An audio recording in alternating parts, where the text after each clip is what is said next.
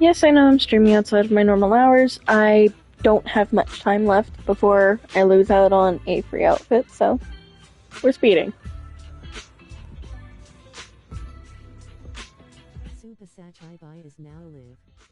Streaming Zenless Zone 0, story speed.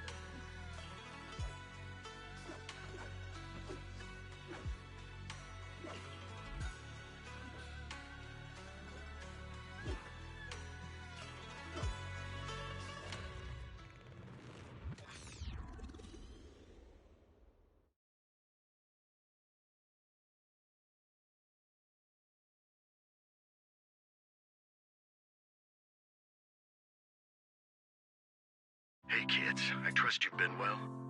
The miasma shrouding Lemnian Hollow still hasn't cleared, and since Wi-Fi Peninsula is also a major production area for porcelain ore, I imagine the air quality there isn't so great.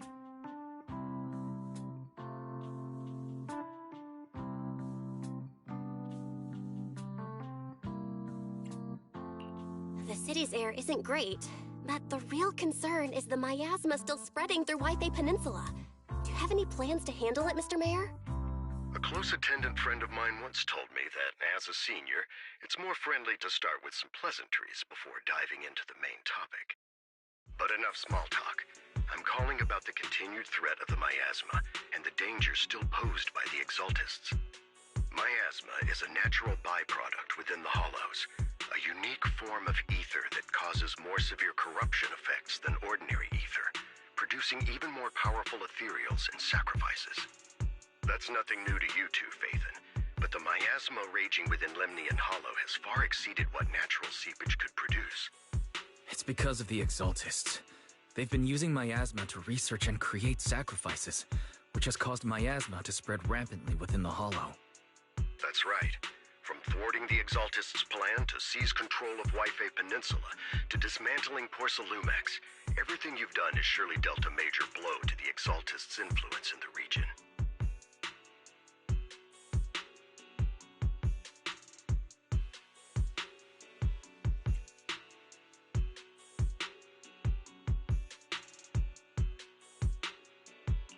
But the Exaltists' actions are still harming the people of Wi-Fi Peninsula, and the miasma in Lemnian Hollow shows no sign of letting up. Which brings me to the reason I'm troubling you both this time. The opportunity to root out that evil once and for all has finally arrived. Porcelumex's co-chief executive officer Ferox secretly allied with the Exaltists to carry out unlawful hollow experiments, seriously endangering the safety and interests of Wi-Fi Peninsula's citizens and businesses. I'll spare you all the official jargon, but in short, Porcelumex's influence and control over Wi-Fi Peninsula have been significantly restricted. But investigations and operations by the city government in Wi-Fi Peninsula are still being hindered because another major player has rolled in. A defense force unit, led by Major General Lorenz, has been deployed to Wi-Fi Peninsula over the past few days, imposing temporary military control to investigate Porcelumex and contain the Exaltist threat.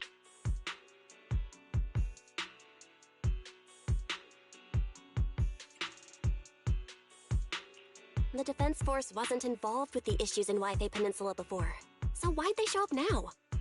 Wi-Fi Peninsula is a key porcelain production area after all, and has always been a highly contested prize amongst the city's various official powers. Besides protecting the city, Everyone is eager to claim a bigger share of the wealth and influence it provides. Major General Lorenz is no easygoing man. Ruthless would be the mildest way to describe him when it comes to achieving his goals. According to my sources, he has a close personal relationship with Porcelumex's other co-chief executive officer, Lucro, and the two often work together. With Ferox's downfall, Lucro secured Lorenz's support by offering him a share of Yfe Peninsula's interests. Having the backing of a Defense Force Major General would greatly benefit his dealings within TOPS. Sounds like a power struggle between TOPS and the Defense Force. But where exactly is this opportunity to take out the Exaltist remnants? According to the action plan the Defense Force submitted to the city, eradicate the Exaltists sits at the top of their agenda. That's also their most legitimate reason for deploying to Yfe Peninsula. Of course, I don't believe Lorenz is only there to dutifully protect the city, but with Porcelumex and the Defense Force already muddying the waters, a heavy-handed move by the municipal government could turn the conflict into a turf war over interests. I won't pretend I'm above it all, but I do believe that protecting the citizens' safety is more important than short-term gains. That's why neither the city government nor Yunquay Summit can act directly this time. But for you, Phaethon... Yes, Phaethon. A legend among proxies. An outlaw of the underground. The last disciple of a secret research institute. Mayor Mayflower's wondrous right hand. The one who saved the Void Hunter from the brink of collapse. It's my time to shine again, right? To be honest, I won't need all those people helping me. But you're right. It's time for the protagonist to take the stage. I spotted the name Obel Squad on the Defense Force's unit roster. I've heard of their past exploits, and some of their members have had both professional and personal dealings with you. I believe they could be a trustworthy source of support. Their commanding officer this time is Miss Isolde, who worked with you during the investigation into the Exaltists in Porcelumex. I assume you're already well acquainted with her. So we'll be taking part in the operation against the Exaltists as proxies working with the Defense Force? Exactly. But the title proxy won't fly in the Defense Force's operational report. You'll be introduced as Special Holotech Advisors and the Mayor's Special Envoy for Military Operations during your visit with the Defense Force. Sorry, official organizations do love to make up long and difficult-to-remember titles, but sometimes those titles can come in handy. Though I have to say, the ones you came up with a moment ago did sound a lot cooler.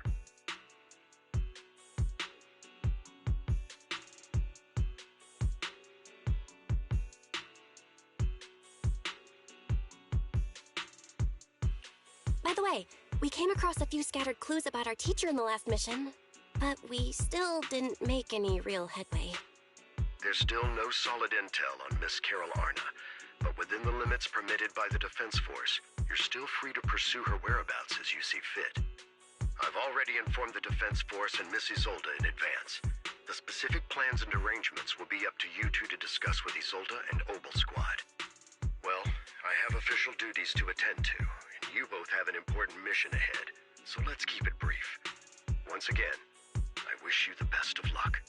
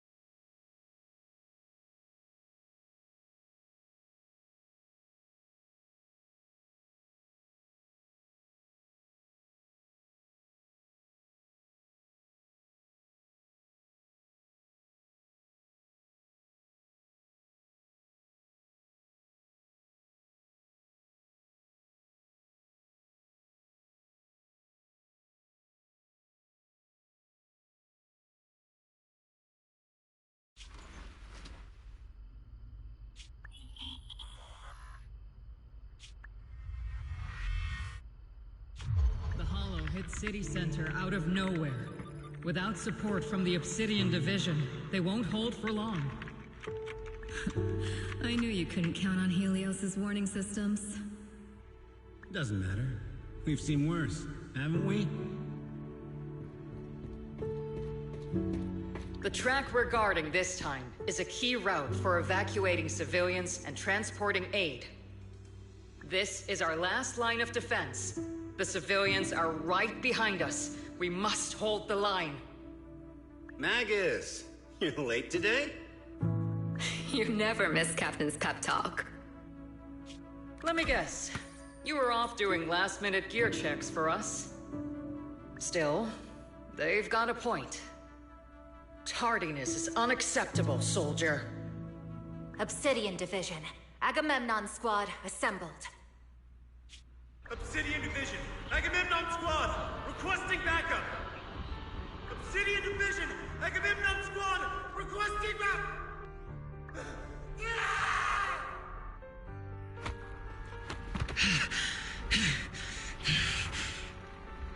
Fall back, Orpheus!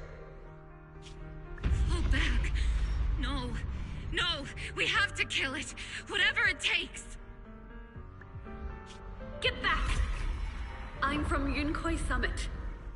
We'll hold the line from here. You can fall back now, comrades. Everyone. We can still save them. And the civilians, they're right behind us. We can't back down. We cannot fall back!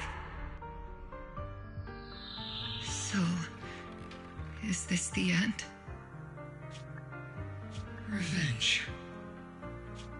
Against what? The Hollow? Against everything. I've already lost everything. Captain? Captain Magus? Nagus?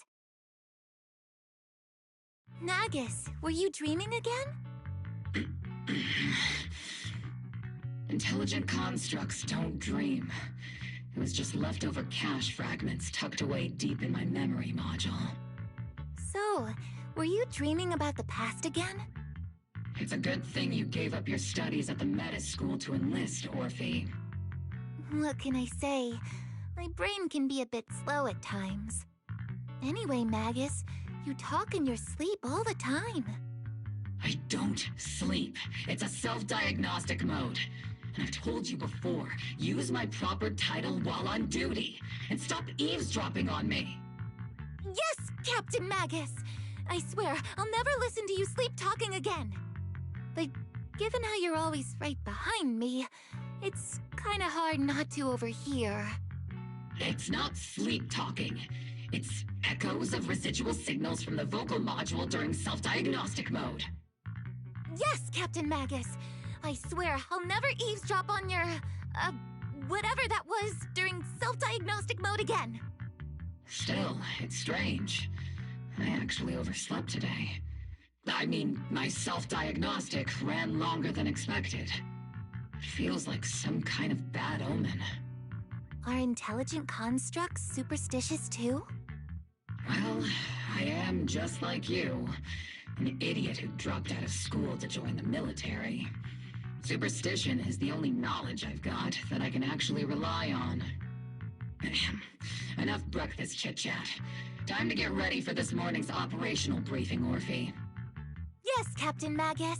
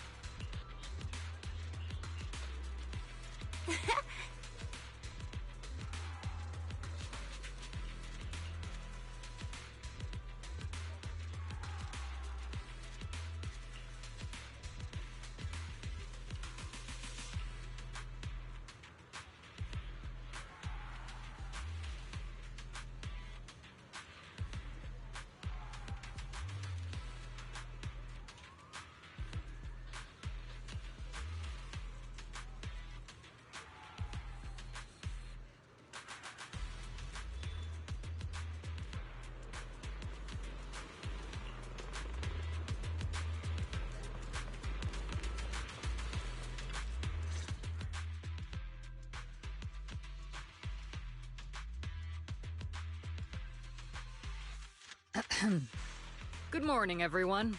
Today's briefing is to discuss the tactical details for the raid on the Exaltis stronghold. Thanks to previous infiltration ops and documents from Porcelumex, we've gathered intel on several key Exaltis communication hubs within the Hollow. However, we still need more detailed intel on the exact location of their headquarters and the distribution of their personnel. Therefore, before the main force advances into the Hollow to launch a full sweep, we will deploy several elite squads to their comms outposts within the Hollow for recon. The first shot of this battle will be fired by Obel. The results you achieve will be critical to the success of the operations that follow. Leave it to me, Isolde. Captain Magus, remember to use proper ranks during operations. Yes, ma'am. After all these years, it's not like you don't know my bad habits. Magus? Captain, you were the one lecturing me about that just this morning. After all this time, we finally get to fight side by side again, Isolde. Colonel. Ma'am, I heard for this operation, a special envoy from the city government will be assisting Obel Squad. Is that confirmed? Yeah, Trigger was just telling me we've got a super capable and trustworthy friend coming to work with us. Trigger is right. There will indeed be a guest from the city government joining us as a technical advisor to assist Obel Squad in the operation. Per the agreed arrangements, our guest will meet you all inside the Hollow.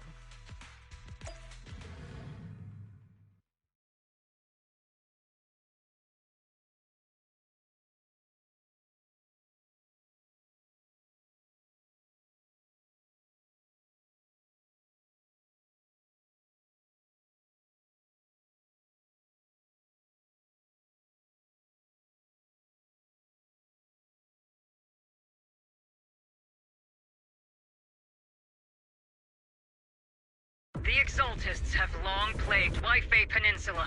Obsidian Division's mission is simple. Eliminate the source of this chaos once and for all.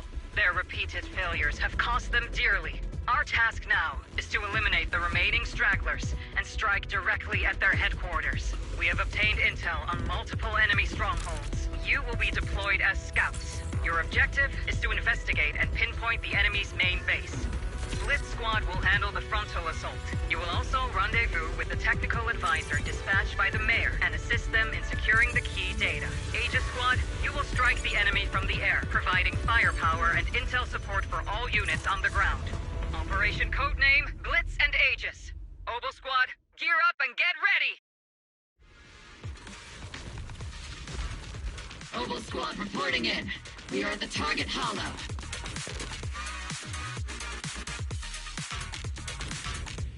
Silent. Blitz Squad in position. Agent Squad, report your position. Do you copy? Enough copy, Captain Magus. Agent reporting in. We're en route with the chopper. ETA 20 minutes. Landing at Blitz Squad's 3 o'clock. Reporting in! Primary objective, rendezvous with the mayor's envoy. Must be someone pretty important if they've got Obel Squad handling the pickup. They're very powerful, but also a very nice person. Oh, so what sort of person are they exactly? Let's save the chit-chat for after the mission. Stay focused on the battle. The envoy... We've successfully rendezvoused with the target. Now, let me take a look at Colonel Isolde's intel report. Captain Magus, this is the Special Hollow Technology Consultant, the Mayor's Special Envoy for Military Operations, as well as the... Wait, didn't Isolde say there was only one target? How many people are we talking about here?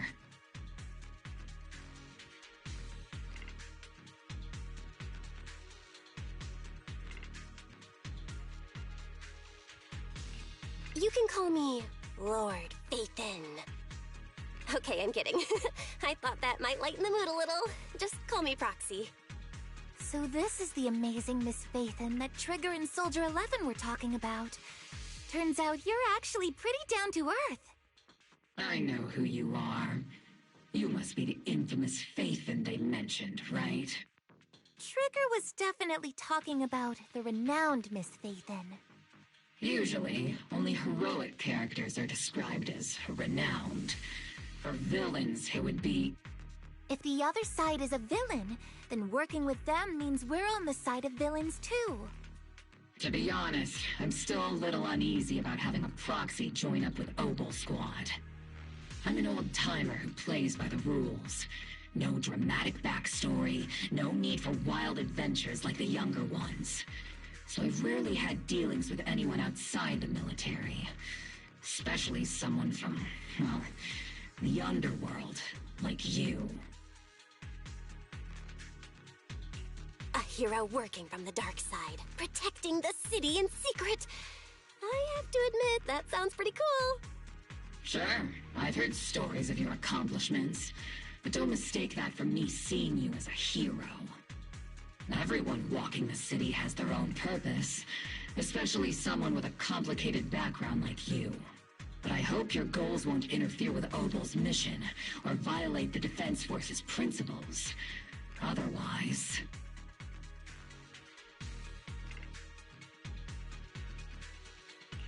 If what you call your principles are genuinely just, and your aim is to protect others, then I'd say we're on the same side. I hope so.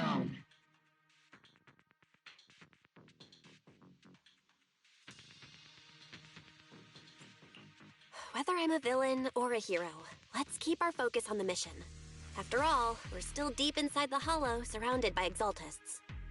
Regardless of your position, if you get things done, that's not bad in my book. Next, I'll briefly outline the mission objectives and explain the role that Phaethon will play in this operation. As an expert Hollow guide, or a proxy, Phaethon will use the current map intel and Hollow data to chart the most efficient route for us, Obel Squad. At the same time, we'll provide cover for Phaethon as the proxy collects Hollow data and monitors the changes and activity of the miasma. We've got plenty of trained scouts in the military. Can a proxy with no combat experience really handle such an operation? Captain Magus, according to the intel report and squad member accounts, the proxy has combat experience working alongside Trigger and Soldier 11. Sharper, more precise, and more perceptive than any scout. That's how Soldier 11 described the proxy. I don't think we've ever seen anyone who's earned the approval of both Trigger and Soldier 11 outside of our own squad members. If no other squad members or Isolde have any objections, that wraps up the mission briefing. Don't fall behind, Proxy.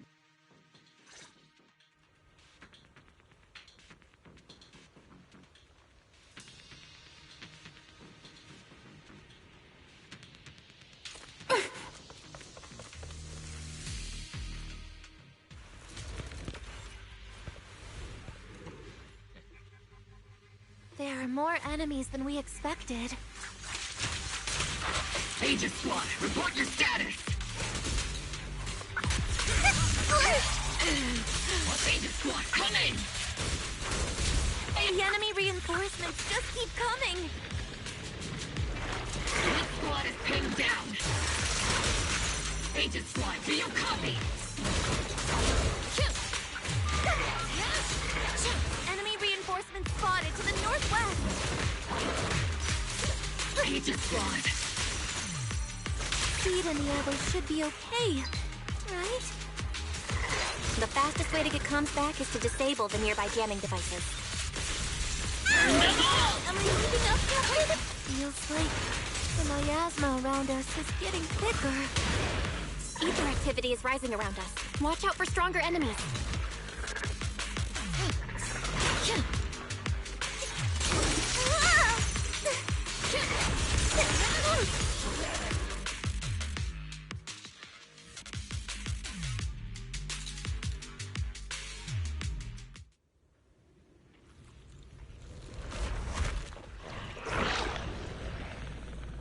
We're circling right above the enemy, Captain. Searching for the mission target.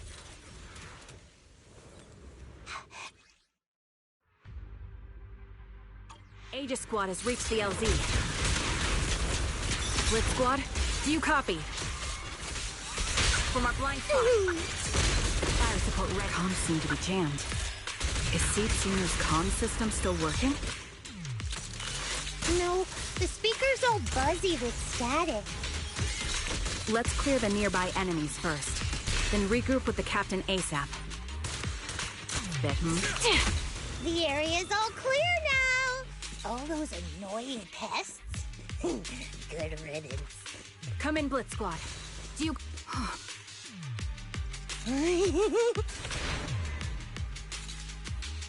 Aegis Squad, come in! Aegis reporting in! We read you loud and clear, Captain! We just shut down the enemy's jamming equipment. Time to... Ethereals keep emerging from the miasma! Engaging. They sure have a large reserve of miasma. Aegis Squad, are there any ether transmission terminals inside the control room? Roger!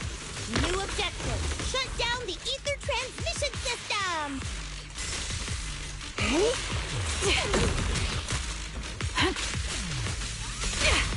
Look! Pretty fireworks! Report in position.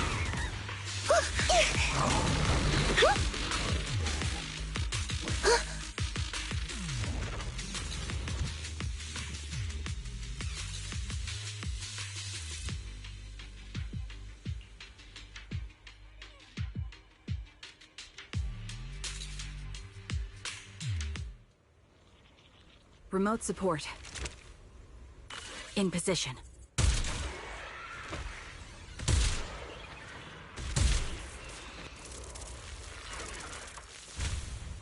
The ether transmission system has been shut down. Great!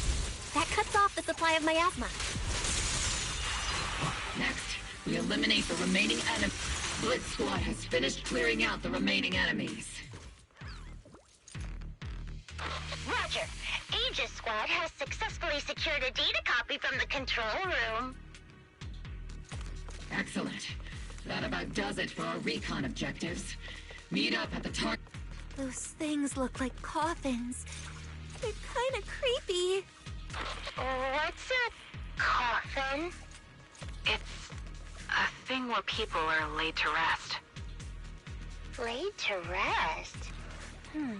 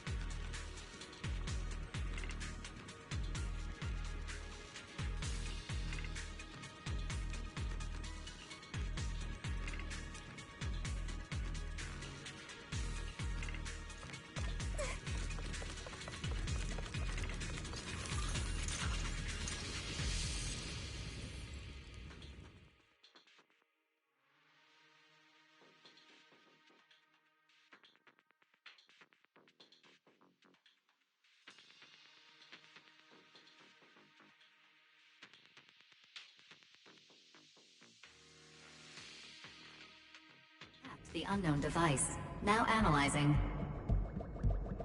Network communication structure detected.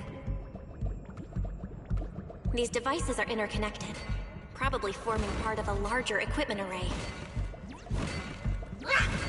By cracking part of the data, we can locate the other devices. Looks like Proxy's quite the skilled hacker. You're amazing, Proxy! You're not secretly hacking into my brain while I'm asleep, are you? Hey, come on. I'm a professional. I have standards.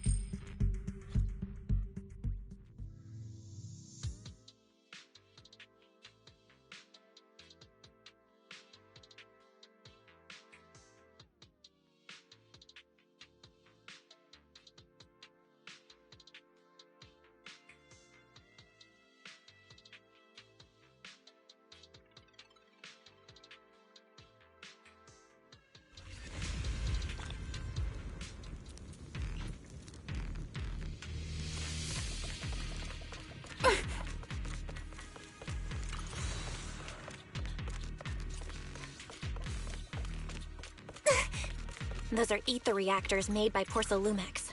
Not gonna lie, they look pretty ominous. Porcelumex?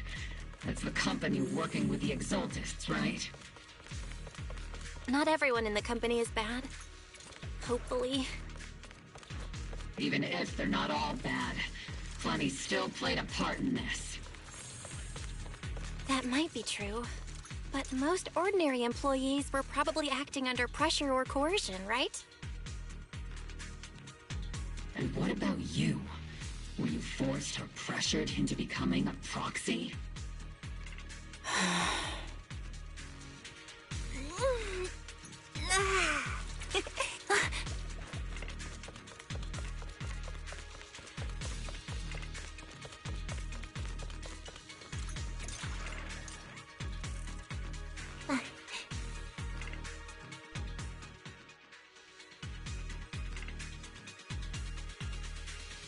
This is the only route Blitz Squad can take.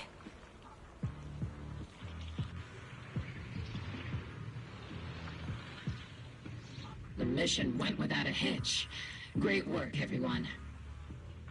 It's been... And thanks to the envoy for all her hard work, too. You were also amazing in battle. I was just doing my duty.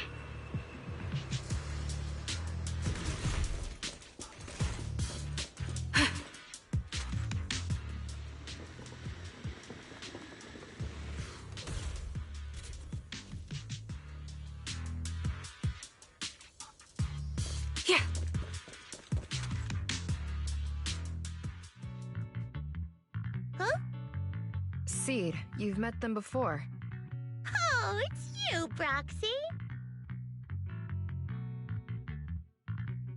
You're Seed, right? It's been a while. We met briefly during the Porcelumex investigation. I remember. Oh, Seed Senior says he remembers too.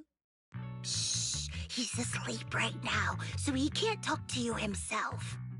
But according to Seed Senior, you're someone who can be trusted. Someone worth trusting. Well, to be honest, it was Trigger and Soldier 11 who told Seed Senior first. And then Seed Senior told me. Seed Senior? Is that the name of your mech? He's not a mech. Seed Senior is an intelligent construct, totally different from exoskeleton-based vehicles like mechs. You carry the same scent as me, Proxy. You must be quite knowledgeable in this field. Did you attend classes properly back in school, Proxy? Strictly speaking, I never really went to a typical school. Sounds like a lie. You two have quite a unique way of talking. The Defense Force, or rather, Obel Squad's comms channel, always seems to be tuned to a pretty unusual frequency. Birds of a feather flock together, as they say.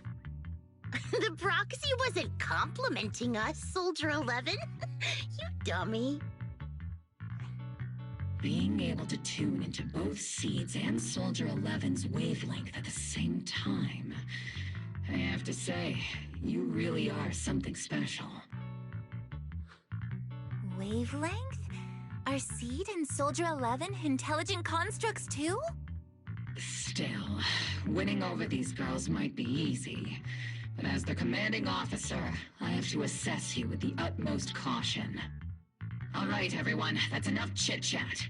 Let's not forget, we're still in the middle of a battlefield here. Although we've tracked down the Exaltists' communication outpost, it seems all that's left are supplies they didn't have time to evacuate with.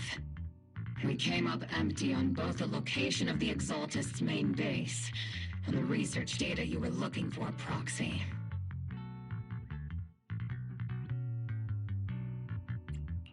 The most efficient way to move such a large amount of supplies in a short time would be through spatial fissures.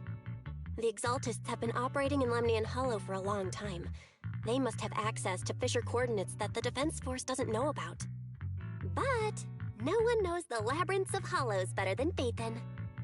Phaethon's skills are like magic. Sounds way more impressive than a carrot.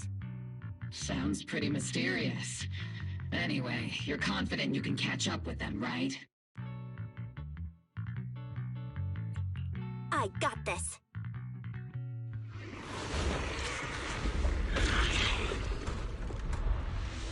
Inside those devices, those are all sacrifices? Seed, confirm the number of enemies. Locking onto hostile targets. There's 8 in total. 7, 6, 5, 4, 3, 2, 1. 0. Now we're all clear. Oval Squad. All enemies eliminated.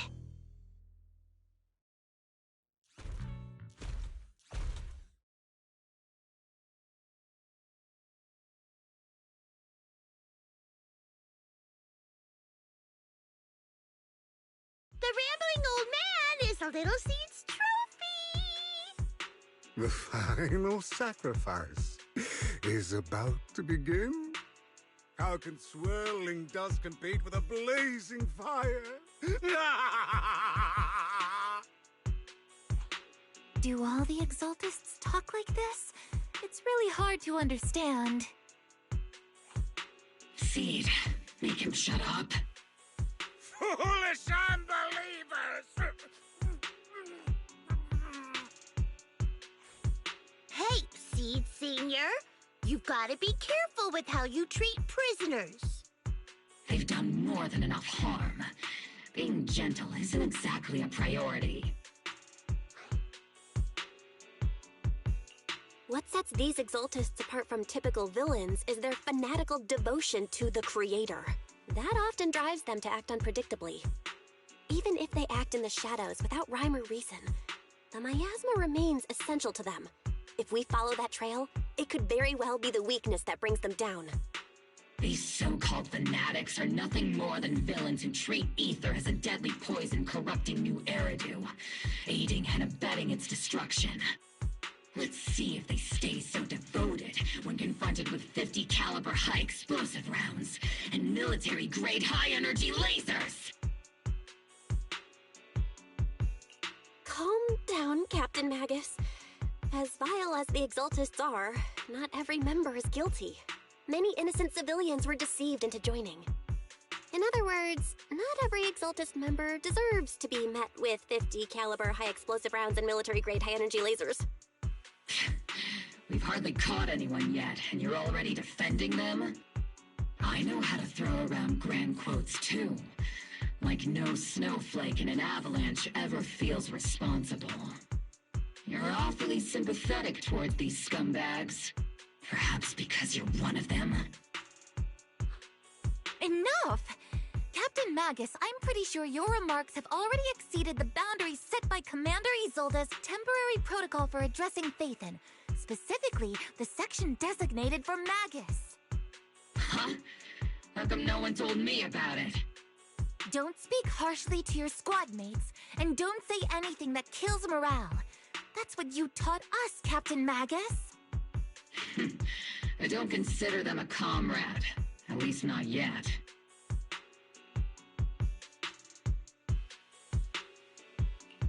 Whether we're allies who can rely on each other, or simply partners with our own suspicions, let's stick to our duties, Captain Magus. Wouldn't have it any other way, Phaethon. There's a critical piece of intel that needs our immediate attention. What just emerged from the Obscura is a bioweapon created by the Exaltists, known as a sacrifice. These Obscura, and the factories that produce them, are scattered throughout Lemnian Hollow. No, not just Lemnian Hollow.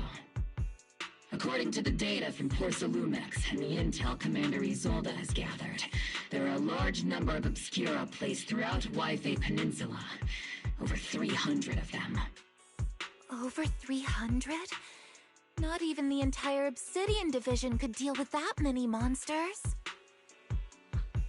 The entire Obsidian Division would just end up as monster food. We have to get this information to Command immediately. The Exaltists' actions may be far more dangerous than we had anticipated. No, that's not right. Although I did come across Obscura shards tainted with sacrifice energy, there's still no solid evidence to confirm that the sacrifices and Obscura are directly connected. The Obscura devices I saw in Phylum Heights didn't all carry traces of sacrifice energy either. More importantly, creating a creature as powerful as the sacrifices would require an unimaginable amount of ether. There's no way the Exaltists have access to such an immense supply of ether and miasma. Or they would have destroyed New Eridu long ago. Phew. Good thing the bad guys we're dealing with this time aren't that powerful. Yet. Hey, did you two completely forget that courage is a soldier's greatest virtue? Captain, didn't you say that kind of talk is just something generals say to sound impressive? The proxy has a point, but there's definitely something suspicious about the Obscura and Waifei Peninsula. We need to organize thorough inspections and patrols as soon as possible. Obsidian Division has already mobilized outside Lemnian Hollow. Those Exaltist rats will soon meet their end. A fanatic's last stand is often the most ferocious. Everyone, stay sharp and proceed with caution. After spending over a decade in the military, I understand that all too well. What Captain Magus meant to say was, thanks for the heads up, Proxy. That's not what I meant!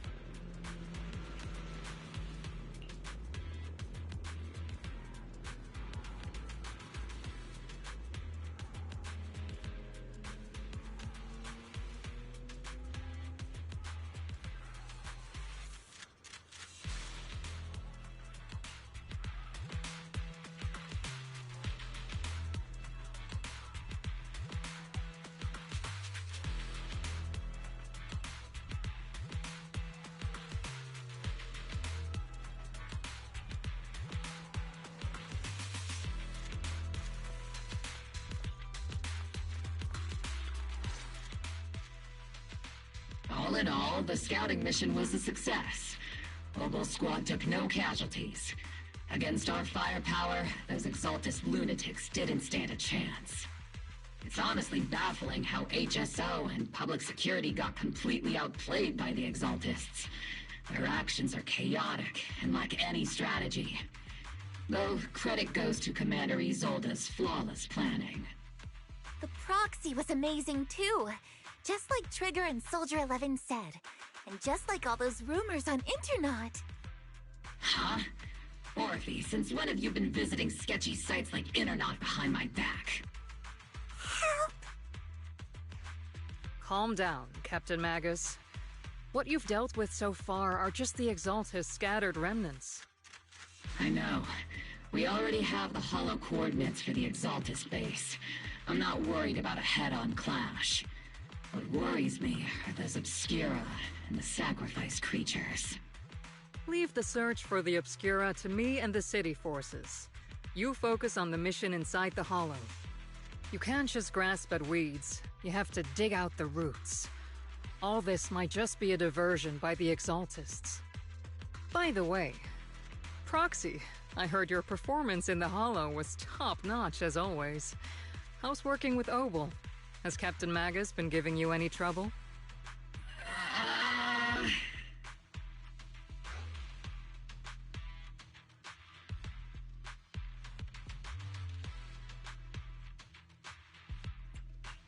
I'll have to think about that. I remember Captain Magus saying that Phaethon is a villain who should be dealt with using 50 caliber high explosive rounds and military-grade high-energy lasers? Don't go taking things out of context to make me look like the bad guy. I'm a straight shooter. Got it.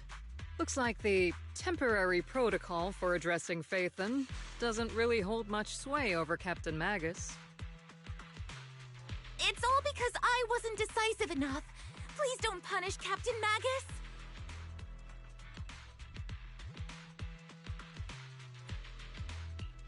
She's not the most soft-spoken, but Captain Magus and the squad have been doing their best to support me. And her military-grade high-energy laser is definitely reassuring. All right. Without the proxy support, our operation wouldn't have gone this smoothly. Whew. I guess this is the part where old grudges melt away and everyone makes nice. But if you're that talented, why settle for the dishonorable role of a proxy? Why not join the military, earn a proper rank, and truly protect New Eridu?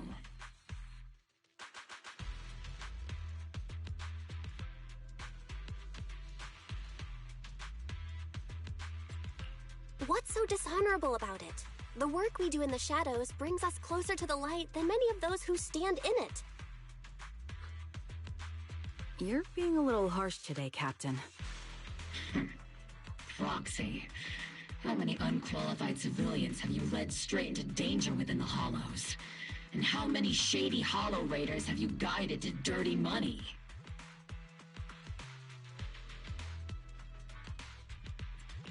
You're right, Captain Magus. The underworld does have its dark side, but a lot of people are forced into it. They have to avoid the light and just try to survive in the shadows. And this grand, respectable world you speak of, is it really filled with nothing but righteous heroes? Is your defense force really so perfect? Every single person? You... All right, kids, enough bickering. The only villain here is the grumpy old Isolde. You're all brave, shining heroes, okay? Looks like the captain got shut down by Commander Isolde again.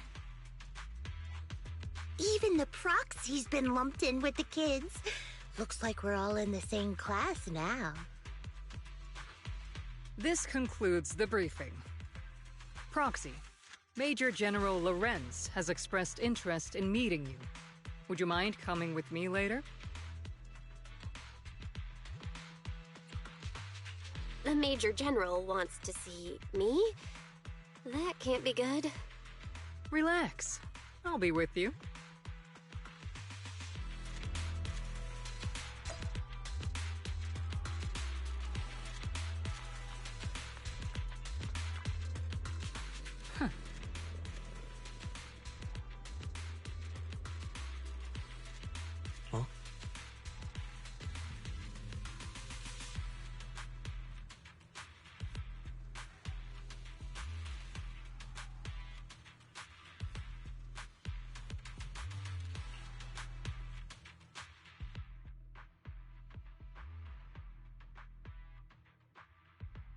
Sir, your guests have arrived.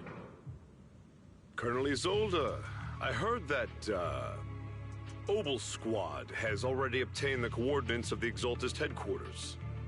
That's correct, sir. The recon operation was a success.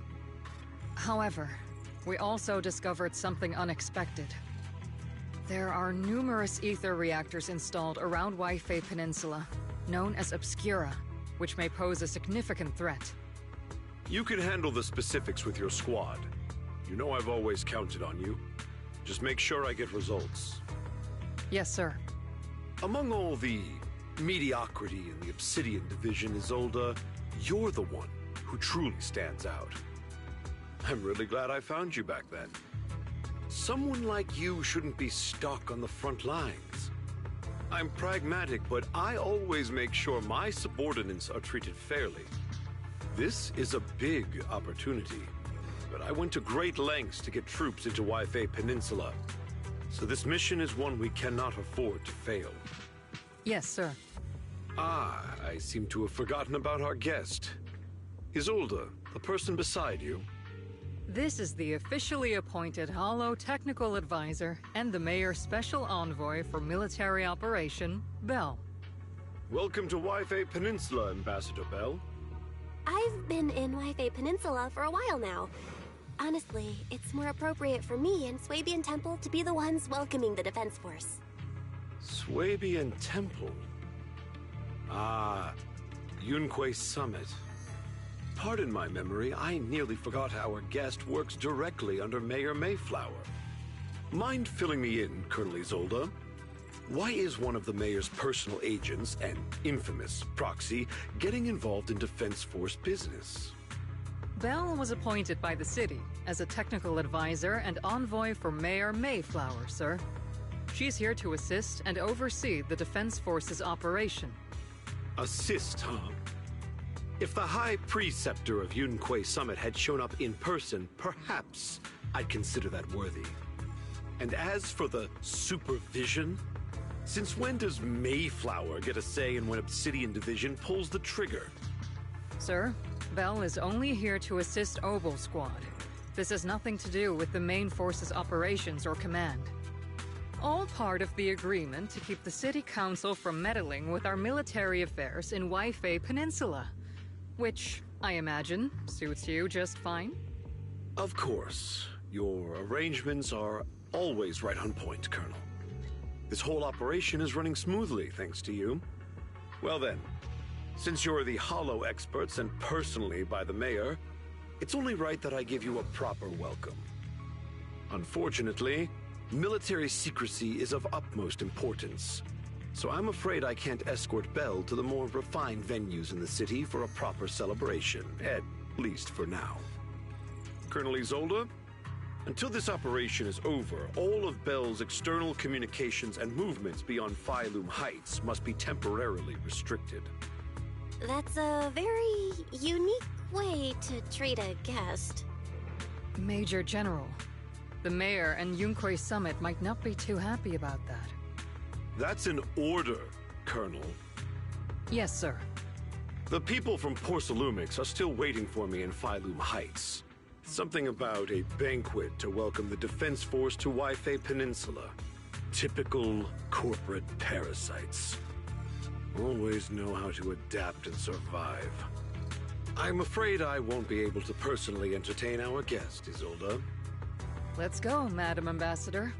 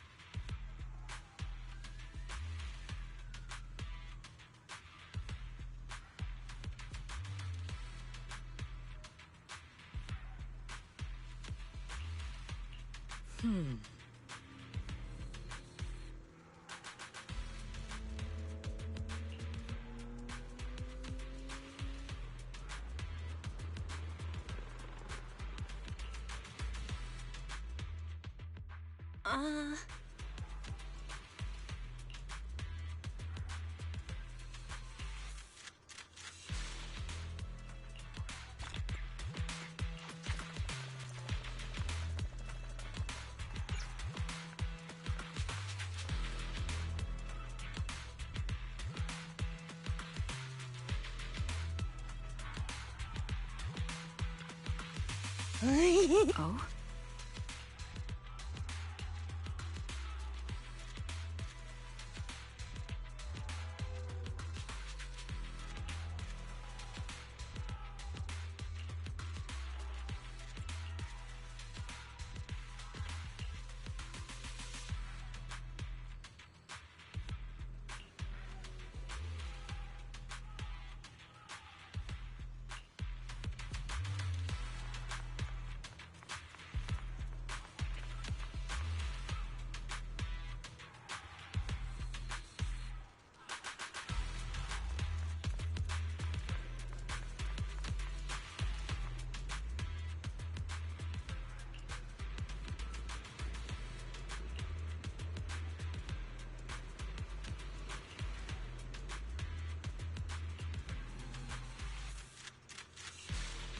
Huh?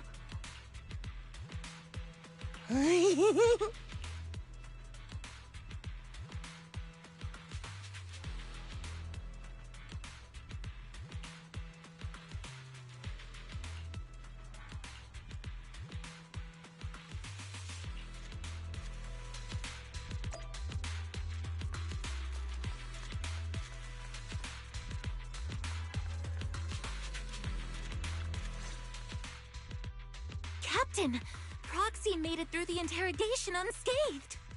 No significant change in pulse, and your face isn't too pale. Looks like you passed the test. You look so frail, Proxy. Who would have thought you had the makings of a soldier tough enough to endure enemy torture?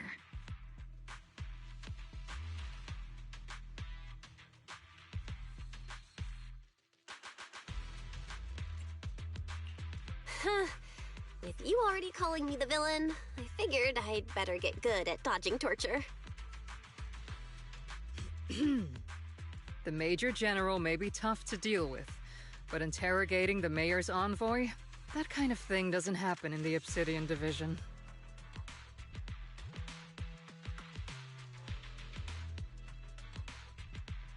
Temporarily restricting the Proxy's movements and communications. What does that mean? It means we've got your precious Phaethon locked away. No way out, and no texting or calling family. That's just... so... That's terrible!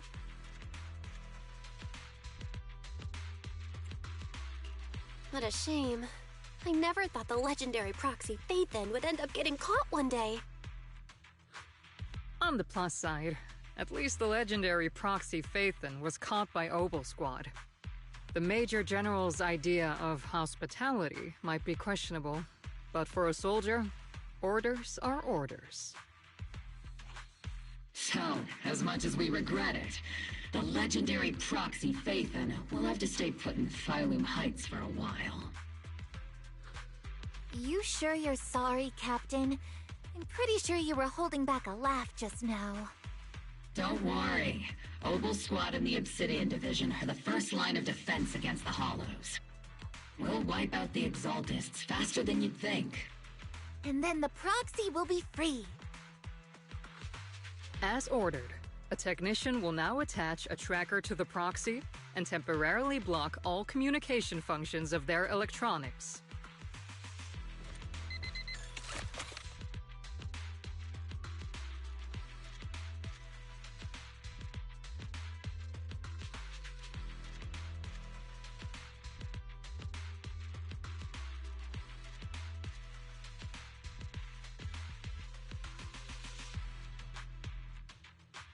My apologies, Proxy.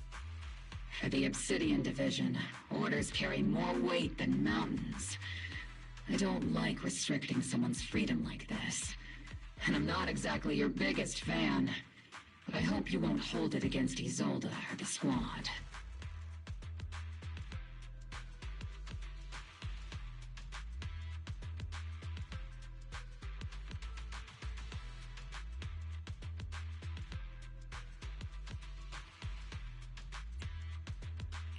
I may not be a soldier, but I can understand the weight orders carry for all of you.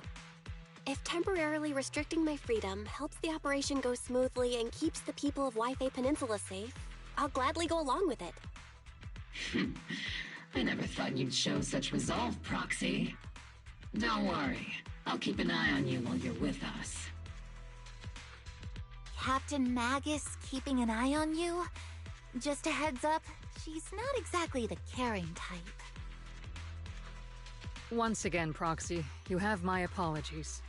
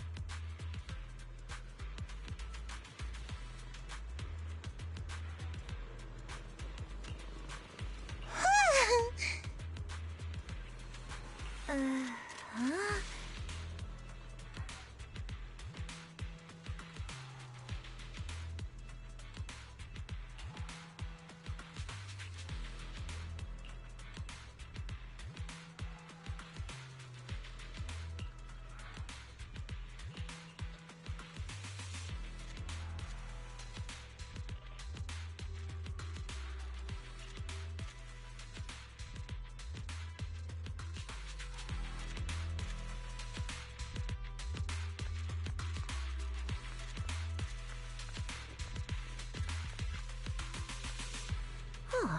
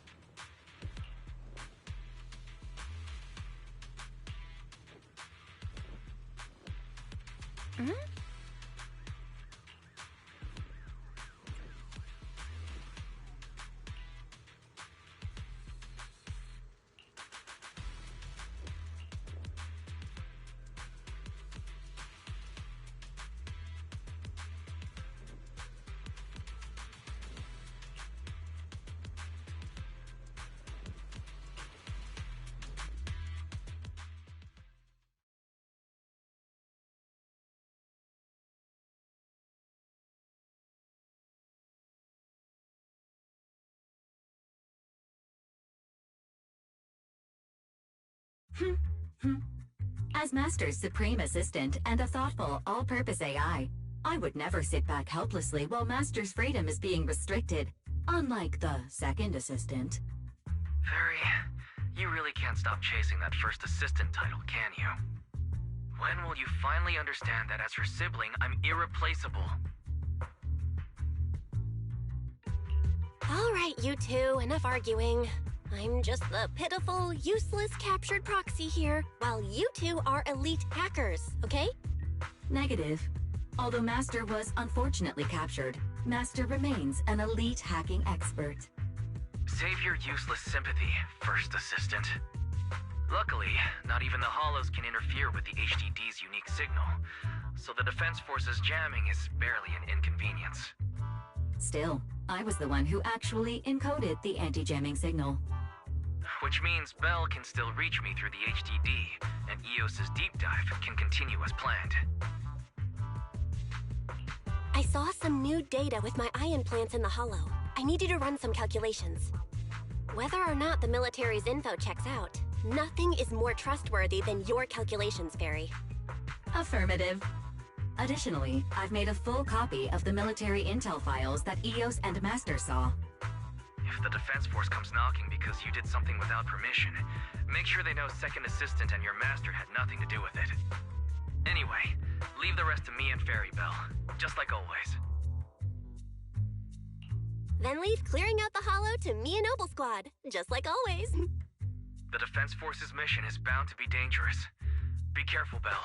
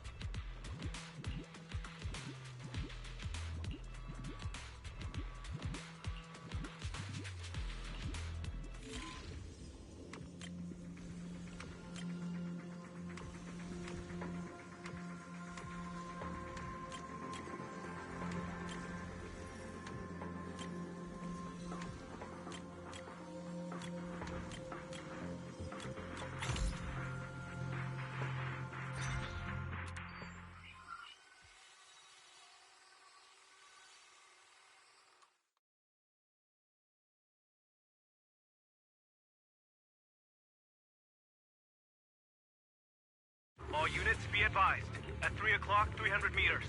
A cluster of miasma. Ethereal presence confirmed. Something's off.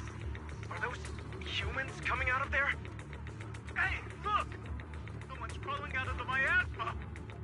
Why are they wearing Defense Force uniforms? They're coming closer. And they're armed! We're under attack! Fight back! Enemy spotted at 3 o'clock. More at 5 o'clock. Oh, is it the Exaltis troops in disguise? No, they emerged from the miasma. They're definitely not alive! What the Are we seeing the dead in broad daylight? Ethereal or monster, just take them down! Reporting in! We've got casualties! We've got another wave of hostiles closing in on the right! We need backup!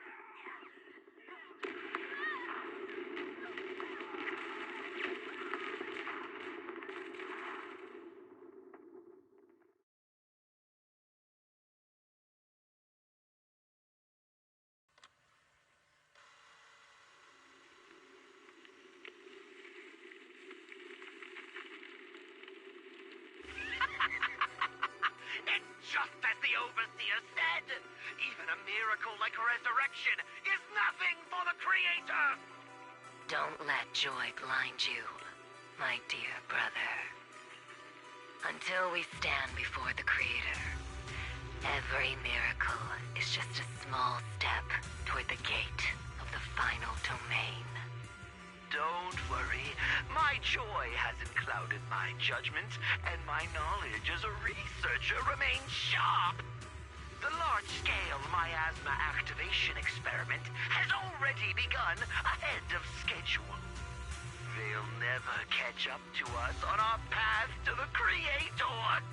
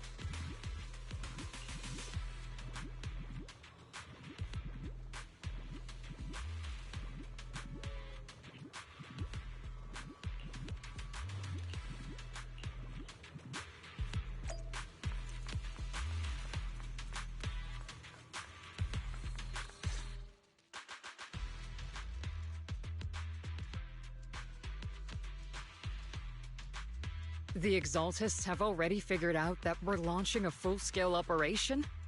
So far, only Obel Squad's scouting mission involved direct combat. What that recon team ran into was likely just an unfortunate accident. But your operation was flawless, and no part of the plan was leaked. That means either the Exaltists are more perceptive than we thought, or some unit acted outside my command and carried out an unsanctioned mission. But Lorenz handed over command of this operation to you. So if we rule out interference from higher up, the only one who could have mobilized troops without the Colonel's approval is... Mm-hmm. Only the Major General himself. Looks like Colonel Isolde has it even tougher than I do when it comes to dealing with a demanding superior. Orphe, you don't actually think I'm that difficult to deal with, do you? At this point, arguing with my superior won't do any good. So if we want the raid to stay on track, we'll have to strike even faster. While I usually think you're a little too reckless, Magus, this time, I agree with you. Swift as the wind, fierce as fire, and unknowable as shadow. That's the essence of Blitz tactics. At least according to a Yunquay Summit scroll. Since the enemy already knows we're coming, let's seize this rare opportunity and strike before they're ready. Obel Squad, gear up and get ready! Yes, Captain Magus! I'm about to start deploying troops to launch the offensive. Proxy, both the battlefield and the Hollows can shift in an instant. Make sure you're fully prepared. We aren't as ready as we could have been. The Obsidian Division will handle the battlefield, but when it comes to the Hollow, you're the only one we can count on. Leave it to me. On my reputation as a legendary proxy and my honor as the Mayor's envoy, I won't let you down. I'm counting on all of you, too. Please don't betray the trust that people have placed in the Defense Force. Save it. We're well aware. What the Captain means is, Obel never fails a mission.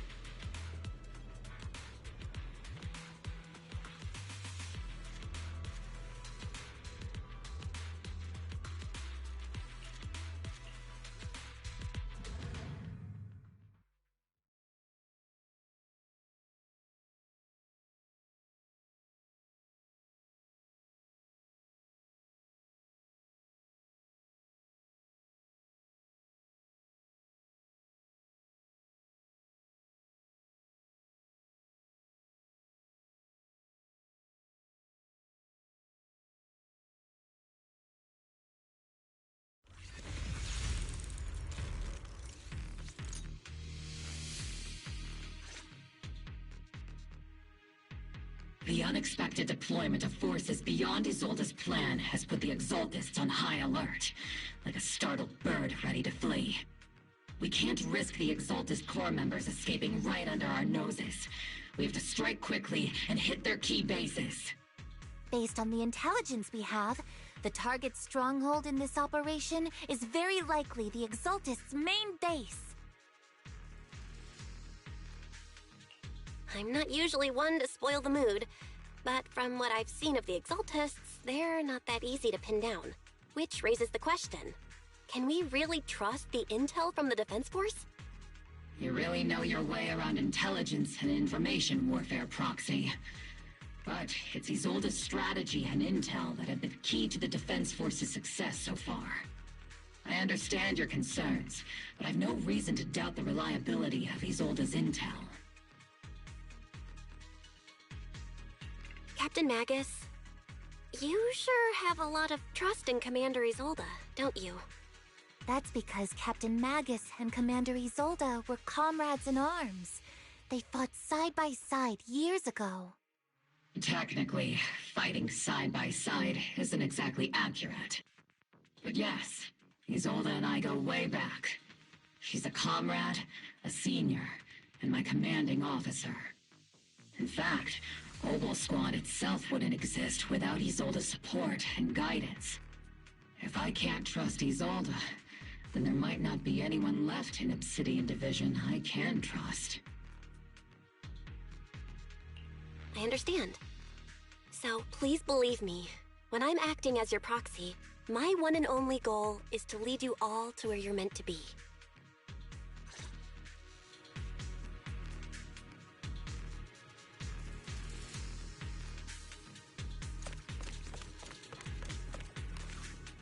The Defense Force people are here.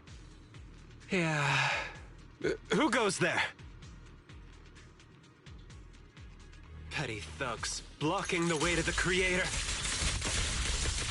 The Creator will not forgive them. Our sacrifice will pave the way for our Master's return. Gate, increase firepower. Captain and I got this! Keep your balance, Dorothy! Fire!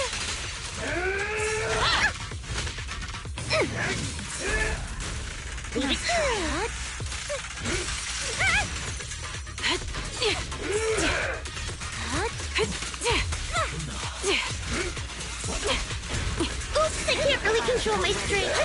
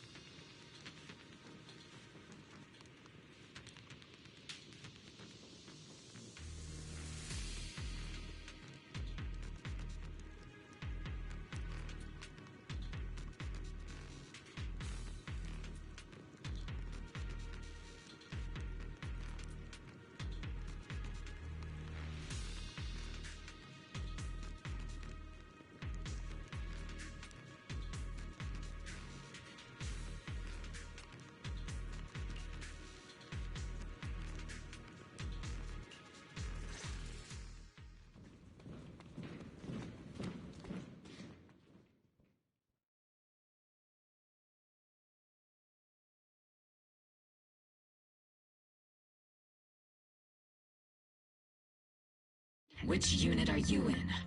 According to Commander Isolde's orders, aside from Obel Squad, there shouldn't be any other squads assigned to raid this base.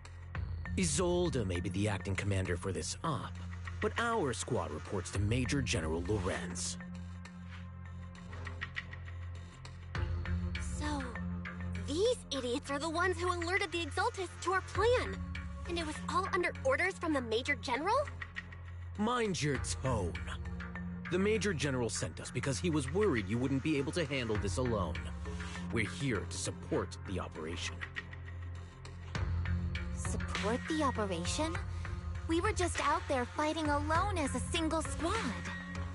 That's right, and we really do appreciate it. Without you taking the brunt of the Exaltists' attention, we couldn't have made it to their headquarters from the flank so smoothly. We have to apologize. We accidentally beat you to it and ended up taking the credit for wiping out the Exaltists' main base. Credit? That's meaningless. Is this really the attitude of new recruits in the Obsidian Division these days? Acting all high and mighty. You're just a gun. Do you really think yourself so important? I may be a rookie, but at least I'm not a washed-up old dog like you. Watch it! The captain has given everything to protect the city. You don't deserve to... It's okay, Orphe. As long as they really did take out the Exaltists, then they've helped safeguard New Eridu, which makes them our comrades. Even among comrades, there are plenty of annoying ones. If you ask me, we should just take this guy away and cover it up as an accident caused by an Exaltist attack. Hey, are you threatening me? Stay focused, soldier. Answer me. Has the Exaltist base been completely cleared? Several creatures took advantage of the chaos to escape. We had other orders to carry out, so we didn't have time to pursue them while clearing the base. Other orders? What could be more important than wiping out the Exaltists? Bunch of fools. They can't even handle something this simple properly. Obel soldiers, let's move out. Once again, it's up to us to clean up after these fools. Obel, gear up and get ready. Yes, Captain Magus. Silence in the air. Reporting in!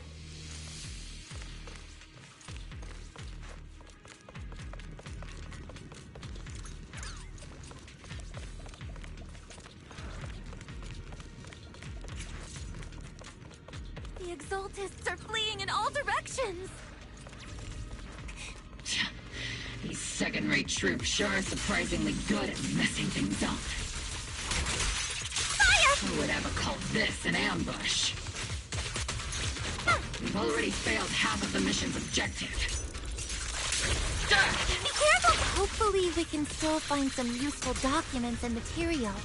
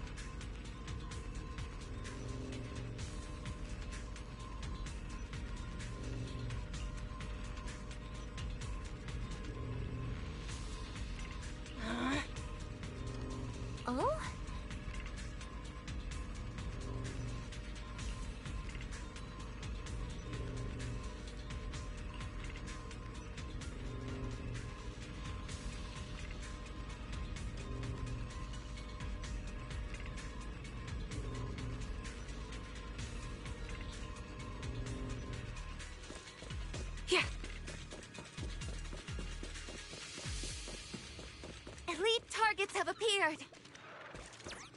Elite targets. Just the kind of fight Oval Squad's been waiting for. Fire support ready. There's no way out! Am I keeping up, Captain?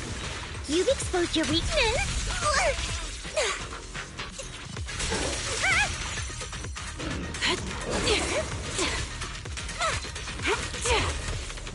Recalibrating.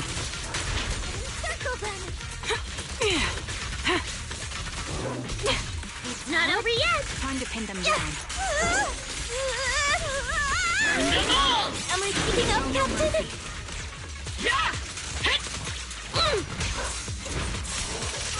Show no mercy.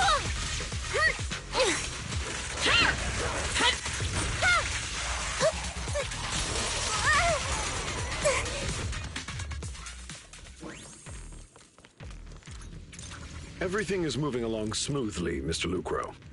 We'll be counting on you again this time.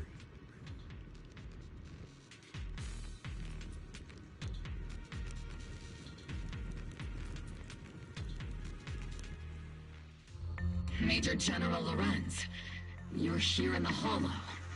In person? You're the squad Isolde spoke so highly of. Codename Obel, wasn't it?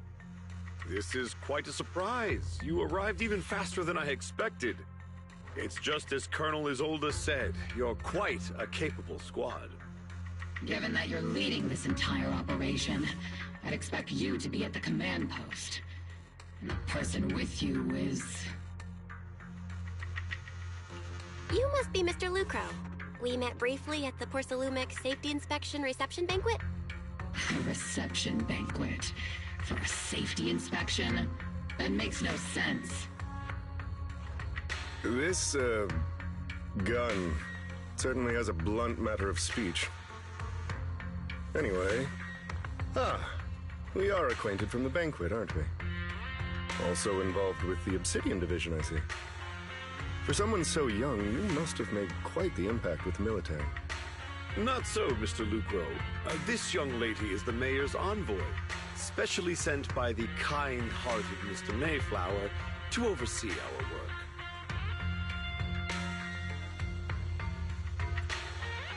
I'm just doing my duty. Please, the title of envoy is a bit too much. I feel like it's a little too high and mighty. So you're a distinguished guest from city administration. My apologies. Please excuse the poor welcome. So, what brings you here, Major General, Mr. Lucro, and these troops who've been acting without Colonel Isolde's orders? My troops and I have our reasons for being here. You're a veteran, Captain Magus. Even if you don't fully grasp what overstepping means, you should at least know not to ask about classified military matters. Mind your tongue, Captain. After all, besides your sharp tongue, there's not much else you have left.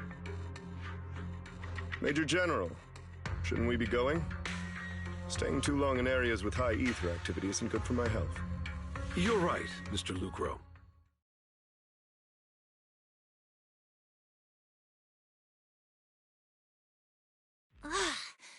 Aside from that clerk I met at the Special Military Affairs desk, these are honestly the two most annoying people I've ever had to listen to.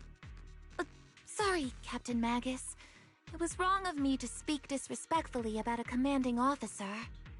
I'll let it slide this time, Morphe. If I weren't afraid of getting you all tried at a military tribunal, I'd have turned every curse word into high-energy laser blasts right at their faces. This place is not only a key Exaltus stronghold, but also one of their major research facilities. One of Porcelumix's executives previously worked with the Exaltists. Many of their facilities were originally Porcelumix's assets as well. And now under Lucro's lead, Porcelumix has formed ties with the Defense Force. It's clear why they're here. You're making my head spin. Isn't it just those two plotting how to profit? Goodness, Commander Lorenz is such a bad person. Orphe is still caught up in that naive teenage mindset of seeing the world in just good and bad. Goodness, Orphe. You really are a fool. But I can't say you're wrong this time. They chose to meet in the Hollow, likely to stay under the radar. Either way, Obol's mission continues. Everyone, we keep pursuing the escaping Exaltists. Yes, Captain Magus.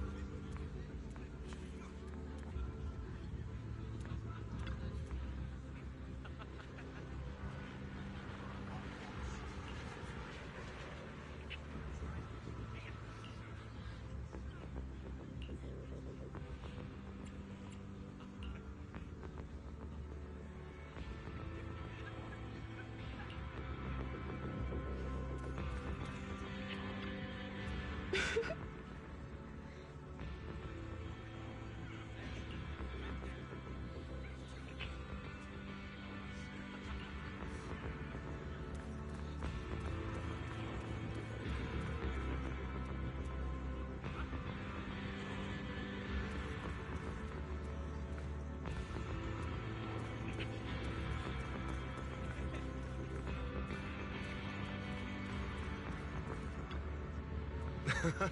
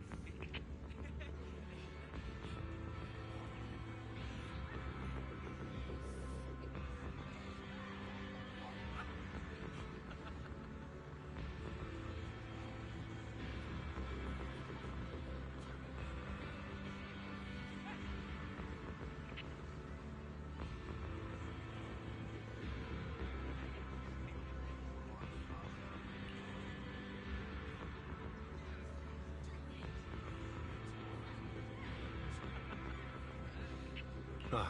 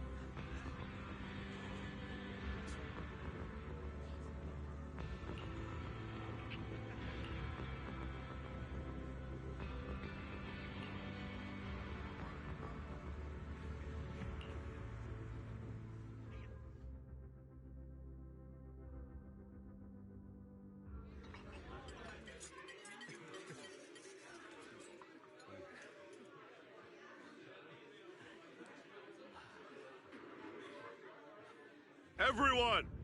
The Exultus, the threat that plagued Waifei Peninsula, have been wiped out under our thunderous assault. Once again, we've brought justice and victory to the people of New Eridu, like every triumph before.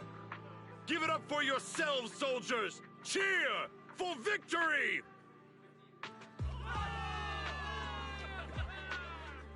And let's hear it for our brilliant commander! Major General Lorenz!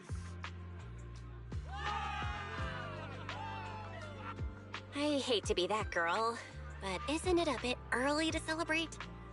That commander sure seems to be soaking up the cheers. A typical big shot, huh? You're right to be concerned, Proxy. There are still Exaltist stragglers roaming inside and outside the Hollow, and the Obscura in the city haven't been fully inspected yet. As far as I know, the key Exaltist leaders are still on the loose. They've managed to slip away after every encounter so far. The Exaltists will still be a threat until they're taken out. Even though Mevarok was severely injured by Ishu and Shifu, and the Exaltists suffered heavy losses, there's still no sign of them backing down. Miasma activity is still spreading. Key people like Sarah still hold major influence. Yishuan, High Preceptor of Yunquay Summit? I've heard the name before. How come I don't see Colonel Isolde anywhere? As the operations leader, shouldn't she be here to celebrate? Isolde has been unwell recently, and went back to the city to rest. She's also been absent from meetings over the past few days. Maybe the commander's like Proxy and isn't fond of these kinds of gatherings. She might have just found an excuse to slip away. You might be right. That does sound like her. In any case, we've dealt a heavy blow to the Exaltists. And after fighting on the verge of life and death, the soldiers really needed a victory to boost their morale. That doesn't sound like something our strict Captain Magus would say. Think of it as me trying to lift everyone's spirits. As soldiers, it is our duty to obey orders. So even when we have doubts, we can't launch investigations on our own. If you take action without orders, you'll be standing trial at a military tribunal. I might not mind, but I'm sure Seed Sr. would stop us. I don't want anyone ending up in front of a military tribunal either. Right. Since it is a military order, the Major's restriction on you can't be lifted until the operation is officially concluded. Sorry about that, Proxy. I understand. Obel Squad and all the other soldiers have already given so much to protect New Eridu. Everyone should enjoy this hard-earned victory. Thank you, Proxy.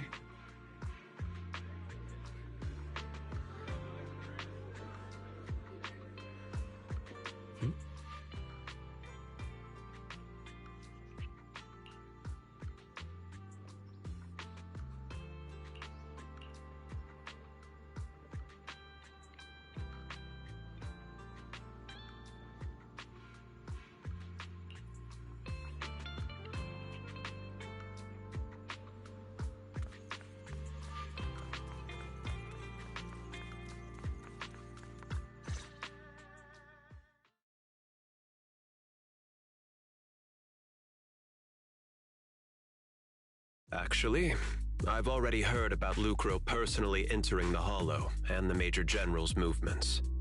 Besides relocating Porcelumex and the Exaltist stock of Porcelume, they're rounding up trusted members who served under Ferox, including my poor colleagues who fled into the Hollow's labs, fearing a purge. The dust hasn't even settled, yet they're already discarding what they no longer need, proving that the only thing crueler than one ruthless boss is another. I have no place in Tops any longer, and the Defense Force won't seek justice for a stray like me. Even though you played a major role in taking down Ferox, your new boss won't tolerate you for long, will he? Exactly. I can't stand stray dogs like you always sniffing out scraps to survive. Like I ever had a choice. I'm just trying to stay alive. Honestly, I was already planning to turn to you and Yunquay Summit for help. Regardless of our differences, you are among the few in Waifei Peninsula who have the power, care about justice, and are willing to hear me out. A stray like me is used to bowing and begging. Unfortunately, no matter how much power we might have, we're just as constrained as you are now. I can't contact anyone at Yunquay Summit for assistance either. But if it's just to keep you safe... It's all right. Just when I was at my wit's end, Miss Savior appeared.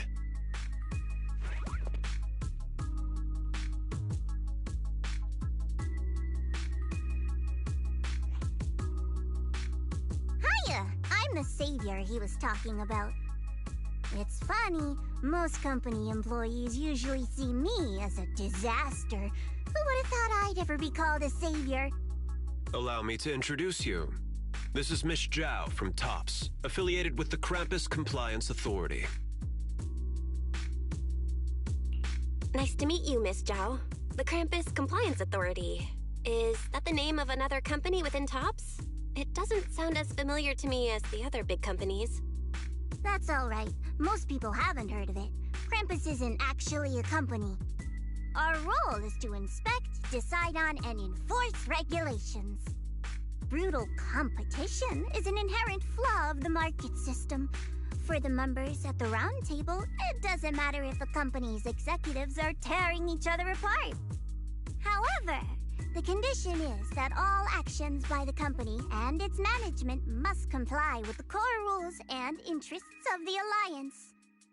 The business game doesn't always let us play by the rules. That's the round table's mercy. But when those rule breakers go too far, the strict mother reaches out with her black branch. This time, poor Salumix has clearly stepped out of line.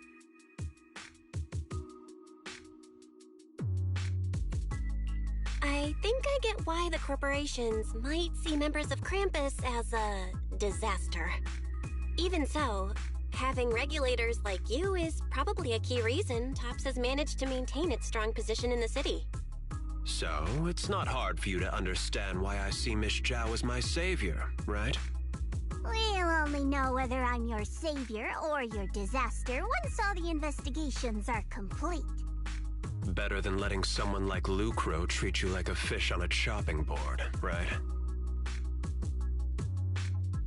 Although he isn't really a friend, I do sort of get Damien's style. He's determined to survive this brutal game, but he's also someone who never crosses the line. Huh. You've got sharp and beautiful eyes. I hope you'll never become the enemy of Krampus. And that when those eyes look at me again, they won't be filled with hostility, Miss Bell.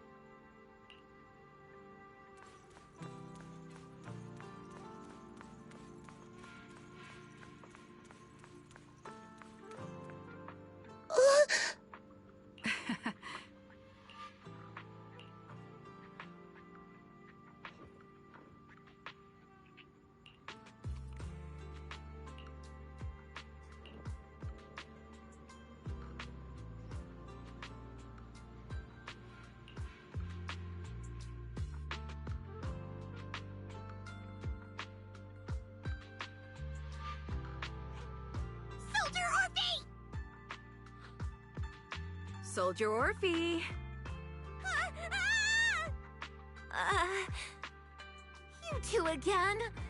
Now you have the proxy as an accomplice too?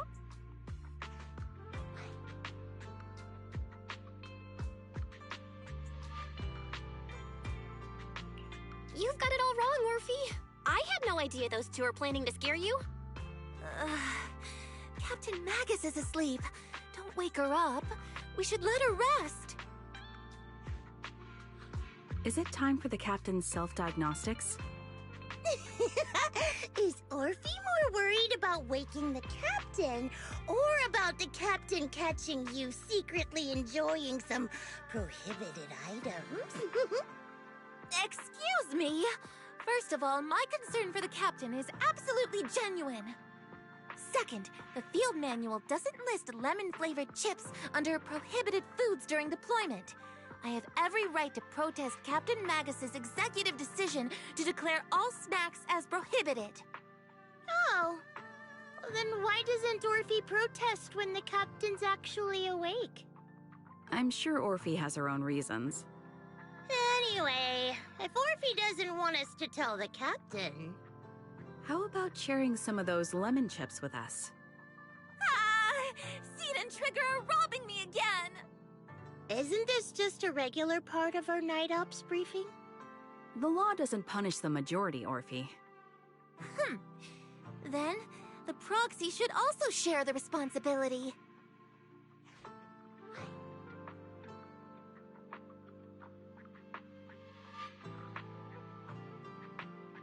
A special mission to get rid of lemon-flavored chips? Count me in!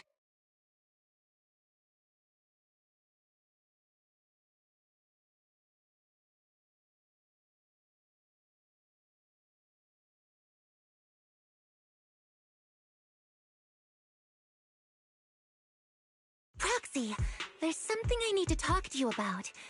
It's about the captain.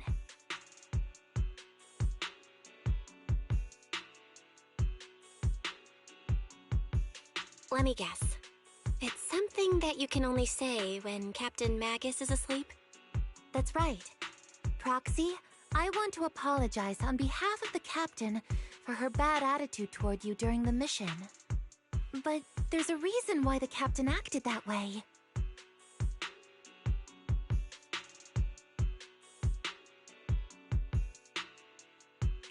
I trust that you know the captain, Orphe. Otherwise, why would you trust her so much? Come to think of it, you and Magus make a pretty unique team. A soldier paired with an intelligent weapon construct. An intelligent construct? No, the captain is more than that. Can I trust you, Proxy? Like I said, just like you trust Captain Magus. I'm just a gunner. A soldier, here to support Captain Magus. Orphe, you're being too hard on yourself again. You're special. You're one of a kind. That's how they would comfort me, if Captain Magus and the others were here. But no. I know that I'm not someone special. From the moment I was born, being a gunner has been my sole purpose and mission. In the disaster 11 years ago, New Eridu lost so much. It lost so many of its soldiers. The Defense Force's last remaining gemstone, Obsidian Division, also suffered heavy losses. At the time, the military had launched various research projects. Enhanced soldiers, cybernetic soldiers even. Cloned soldiers. It sounds brutal, doesn't it? But if it weren't for these cruel projects, Obsidian Division might never have lasted this long. I was also born at that time, cloned from a legendary soldier, and designed to aid that legendary soldier as an assistant. That legendary soldier's military codename was Magus. The soldier's original body has long been destroyed. All that remains now is a backup of her consciousness, or what you could call her soul, stored within the weapon. Even in death, she's still wielded as a weapon by the Defense Force. Though Captain Magus always says it's what she wanted, is it really a blessing? Or a curse? All things considered, I'm quite lucky. Selfish, even. I stole her body, her name. You could even say I stole her life. But Captain Magus has never cared about that. She'd just say to me, Orphe, my life was far too boring. You should live your own life. I know the looks in my comrades' eyes often carry sympathy or pity, mockery, or even disgust. Still, I can't help but feel that I'm lucky. I met Captain Magus, I met Obel Squad, and even crossed paths with someone as strong and interesting as you, Proxy. I know there's nothing special about the way I was born, but they But you all keep telling me, Orphe, you're being too hard on yourself again. You're special. You're one of a kind. Yet, the cold glass tanks, the tasteless nutrient fluids, those eyes filled with sympathy, pity, mockery, or disgust, they all proved one thing. I'm nothing special. They all told me I'm just a pathetic, tragic person. But you all keep telling me, over and over again, you're one of a kind, Orphe. I can leave those glass tanks in the past. I just don't want to let your expectations down. Rather than those cold, lifeless glass tanks, I want the warmth of Captain Magus. I'd rather have my noisy Obel squad and you, the cool proxy. Our pasts, whether it's mine or Captain Magus's, are not what define us.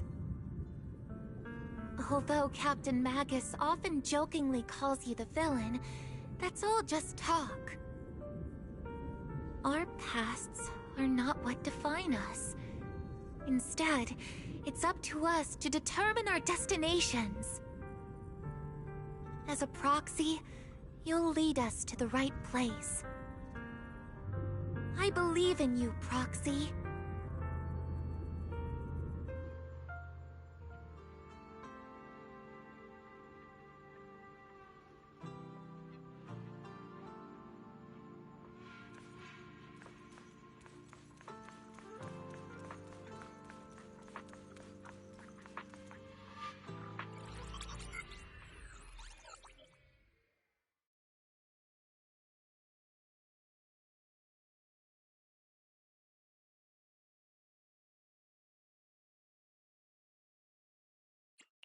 Barry, have you finished calculating the exact coordinates of the blind spot in Lemnian Hollow's most active area? Affirmative. HDD data sync complete. Transmitting coordinate data to EOS's Carrot module now. Oh, Belle, finally. The exact coordinates are now locked in. The next step is to move out with Obel Squad and take them out in one strike. Negative. Lorenz's forces have currently halted all further operations, so Obel Squad is unauthorized to act without orders. Could you send a message to Ishu and Shifu? Actually, scratch that. Better send it to Senior Fufu instead. Shifu never replies to messages. Just say, Junior Bell needs your help. It's urgent. Please ask Ishu and Shifu to come to the rescue. P.S. Don't let the defense force find out. Poor Junior Bell is suffering cruel mistreatment at the hands of the defense force. It's urgent. Come rescue her immediately. P.S. Keep a low profile and avoid any clashes with the defense force. Aren't you over-exaggerating a bit? This concerns the safety of Wi-Fi Peninsula.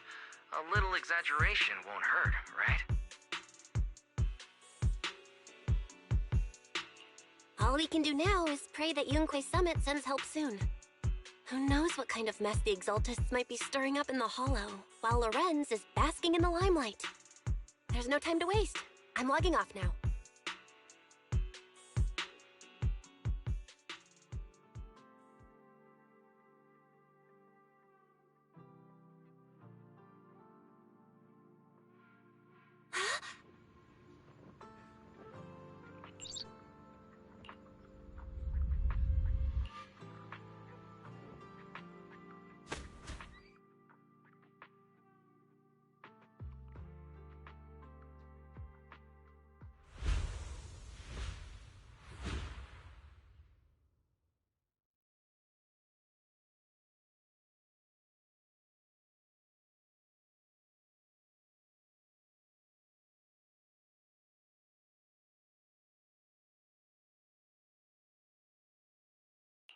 I think I just had a dream.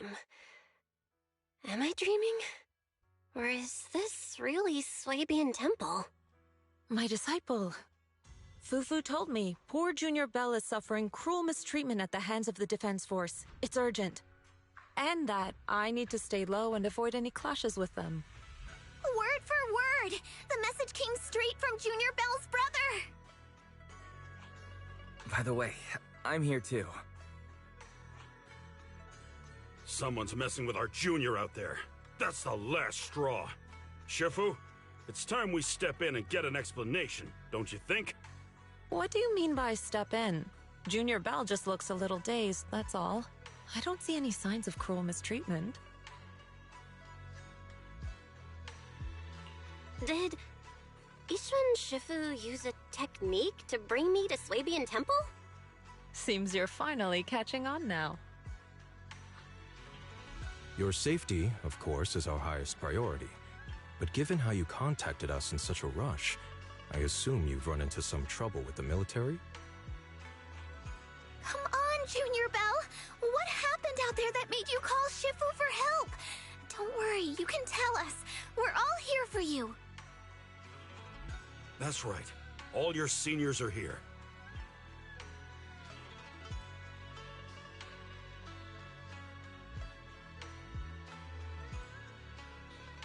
Cunning as always. Certainly sounds like the Exaltists. If the Defense Force can't deal with those scoundrels, then we will. When do we set out, Shifu? No need to be hasty.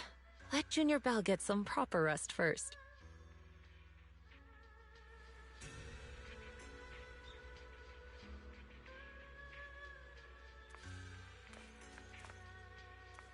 Oh.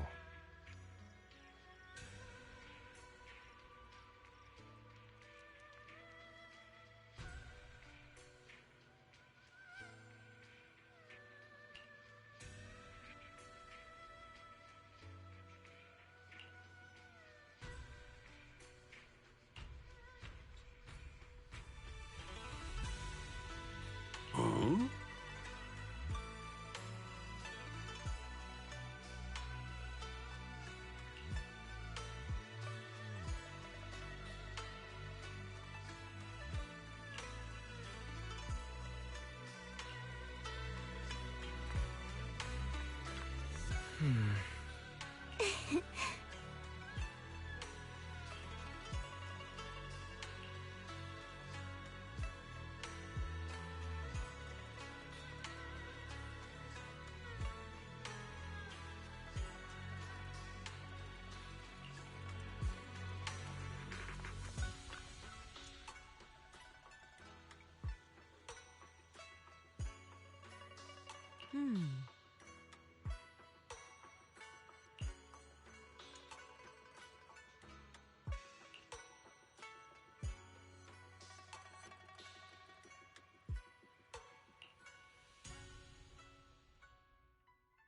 Hand over the proxy!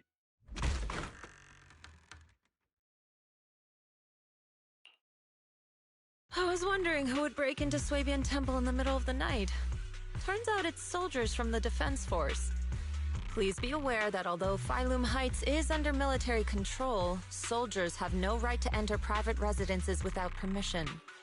And my temple isn't exactly a place where anyone can just come and go as they please. What's all this rambling? I think what this lady means, Captain, is that you barged into someone's home in the middle of the night and caused a big ruckus. And now she's ready to give you a beating. Give me a beating? Seed Sr. said that if this lady is going to beat you up, he probably won't be able to stop her. Even with all the Obsidian troops of Wi-Fi Peninsula's support, you probably still couldn't stop me. High Preceptor Ishwan, this unannounced visit is not meant as a provocation. The person behind you, Phaethon, is currently under our protection. Under your protection? You mean the mayor's envoy whose freedom is now being restricted? The temporary restriction on the proxy's movement is both to protect military secrets and to ensure the proxy's safety. No matter how you look at it, my disciple is safest under my protection.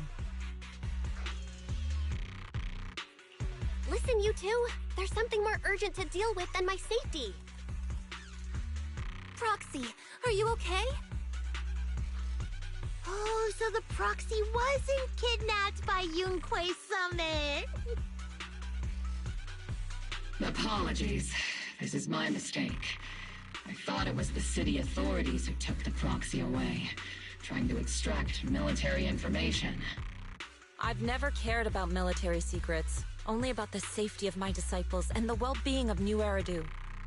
Well then, Proxy, if you went so far as to defy military orders to contact Yunquei Summit, I trust you must have had a good reason.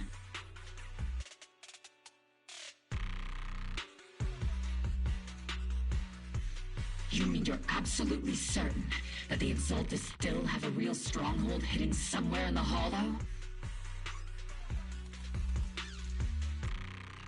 I can't say I'm completely certain.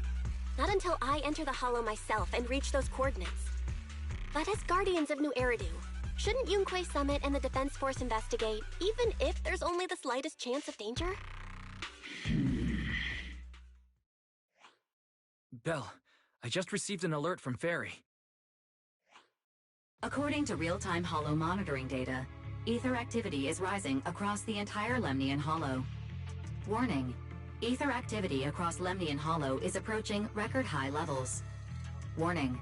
At the current rate of Hollow expansion, there is a 17.2% chance that Lemnian Hollow will breach the Zenless limit within 1,026 hours.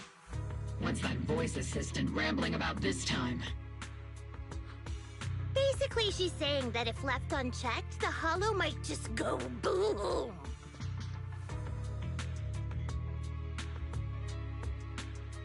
The Exaltists in charge of miasma research mentioned experiments on large-scale miasma activation. I suspect they're preparing for what they call the final sacrifice. Based on the intelligence and mission results we've seen, the Exaltists control most of the miasma-rich areas in Lemnian Hollow. They've also mastered the technology to manipulate the unique ether. The current rise in ether activity throughout the Hollow is probably connected to the Exaltists' operations. If your theory is true, then this currently undiscovered Exaltus base will likely become the central hub for their final sacrifice. Exactly. But if we can take out their hidden base, the sacrifice ritual won't happen, and the Hollow's rising activity will be back under control.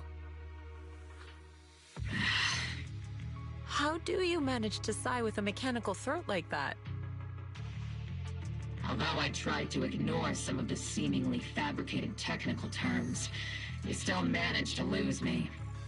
So essentially, we head in, confirm whether any Exaltist rats are still stirring up trouble, and if they are, we wipe them out.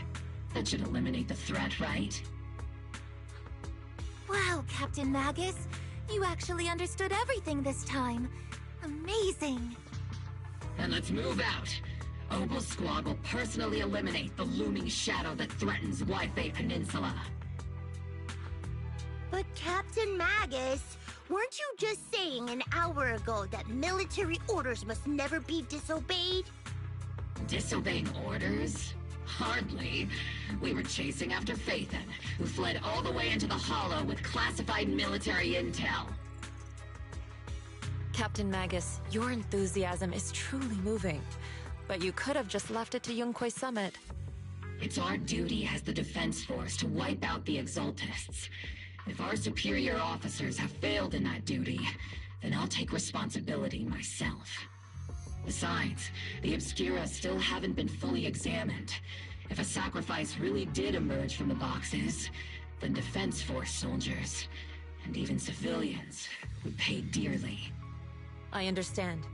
My disciples and I will remain on standby at Phylum Heights and fulfill our duty to protect this place.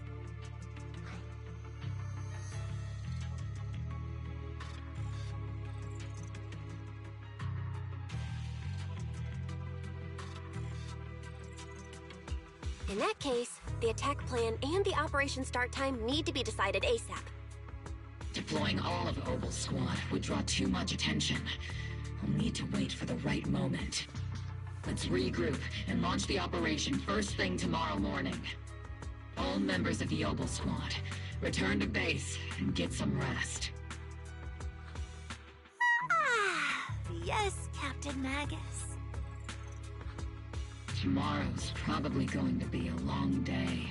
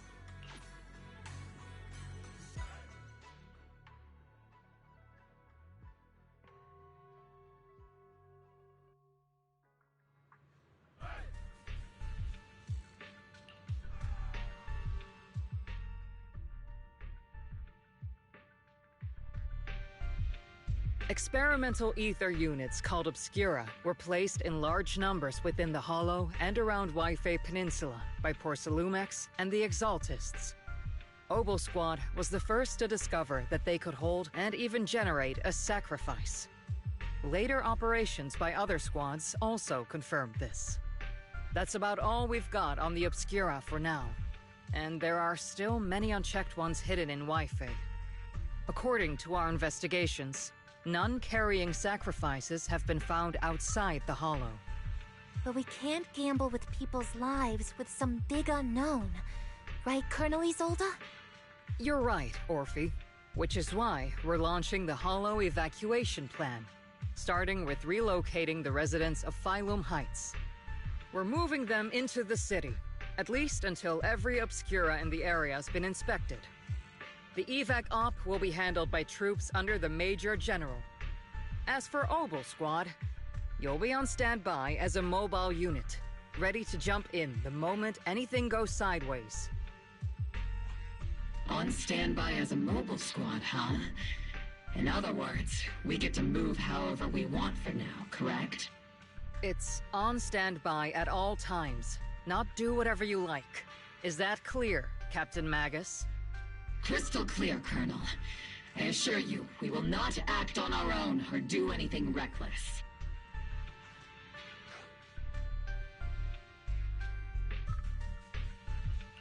I've got the captain covered. Obel Squad won't be running wild on my watch. Why do I get the feeling something is going on between you all? Anyway, just behave. Things are bound to get messy during the evacuation, so make sure the proxy stays safe, Magus. Of course. The proxy's a VIP under our protection, aren't you, Proxy? Speaking of VIPs, Commander Lorenz, Mr. Lucro, and the rest of the Porcelumex higher-ups will be evacuating alongside the residents. The big shots can't wait to run for their lives, huh? The threat of hidden sacrifices is no joke. We can't blame the executives for saving their own hides. All right then. I'll go get the executives sorted for VIP evac. Obel Squad is dismissed for now. Isolde. Something on your mind, Captain Magus? I was just wondering, Colonel. If I ever disobeyed your orders, would you be able to forgive me? You do know there's a time and place for sarcasm in front of your squad, right, Captain Magus? But if that day ever comes, I trust that you'd have your reasons. I know the captain always has her reasons, Colonel Isolde. Don't tell me you're actually itching to go rogue with your captain, Orphe. Don't worry, I'll keep her in line. Huh? Me? Either way, we've got each other's backs. That won't change, right? Damn right. Good to hear. That makes me feel a little better, Captain.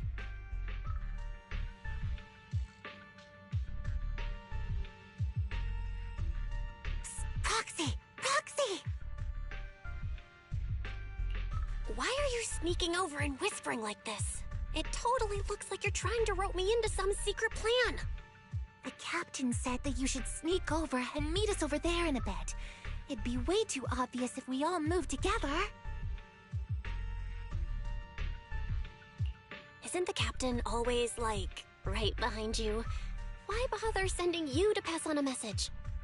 Well, because the captain's voice is way too loud. She couldn't whisper for her life.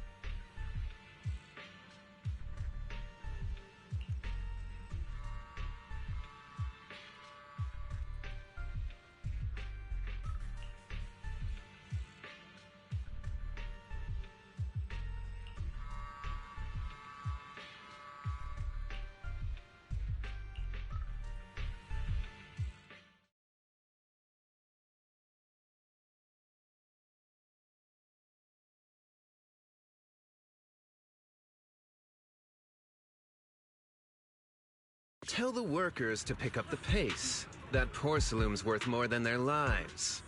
Don't let them hear you. I don't want to see complaint letters in the employee yearbook. Complaint letters? You actually read those, boss? Training reliable subordinates matters more than you'd think. We don't want to end up in the same mess we did back then. We trusted the Defense Force to protect company assets, but they were useless. And that cost us a fortune. Sorry, excuse me. Please, could you let my child move up in line? Yeah, let the kid through! Cut it out! The evacuation order's been planned long in advance. You're only getting out of here because the company paid for it. Don't push it! Watch your mouth. Protecting the company's image is also part of what you're paid for. Got it? Please, can you let my child go first? Sorry. I'm afraid I'm not in a position to help anyone either. Today, Wi-Fi Peninsula has opened its door to us. Just like every other door in this city. Just a photo for the internal PR material, sir. Much appreciated. This moment right now, and back then, it's all starting to look the same. To those sitting at the top, our lives are nothing but silver spoons they use to scoop up and savor their triumph. Civilians, soldiers, doesn't matter. We're all merely specks of dust beneath the feet of giants clashing above us. This isn't the end, Orpheus.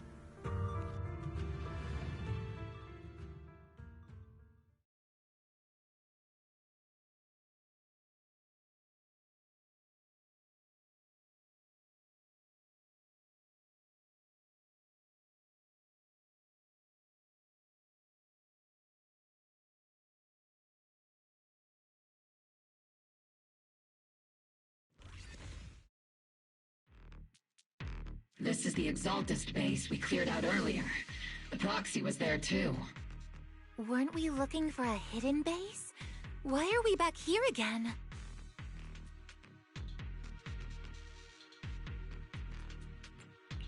According to Fairy's calculations, the fissure that leads directly to the blind spot just so happens to be located in this area.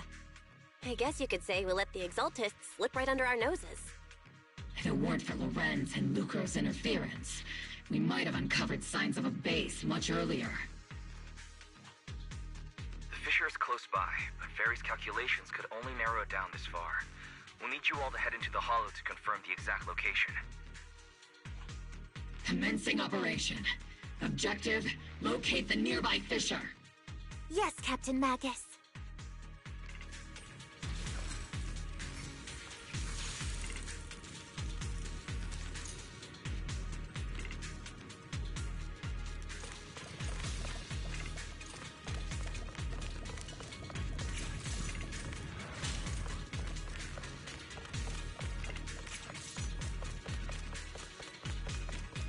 The first diffraction signal source has been confirmed. Now we just need to find the second signal source, and we can pinpoint the exact coordinates. Proxy. You're not making up some technical jargon to fool me, are you? Did you already have a map with the fissure location prepared in your backpack? Hey, don't question my professional skills as a proxy, all right? Still, these data errors feel a little too organized to be natural. It's almost like someone deliberately set up this puzzle.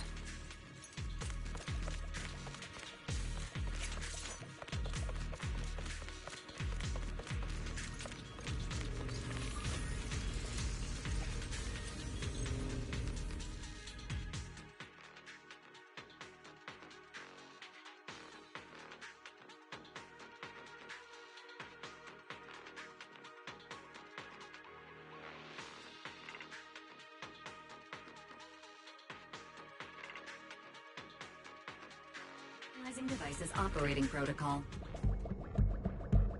The purpose of these devices seems to be to guide and concentrate the miasma. How did you figure that out, Proxy? It's all thanks to their engineers. They left super clear comments in the code. The final sacrifice. Large-scale miasma activation experiment. The Exaltists need to gather a massive amount of miasma. These devices must be important for that. The Exaltist outposts full of miasma might be the result of these devices as well. Communication structure analysis complete. Hub device location locked. Uploading to HDD now. Got it. These are the coordinates of the blind spot.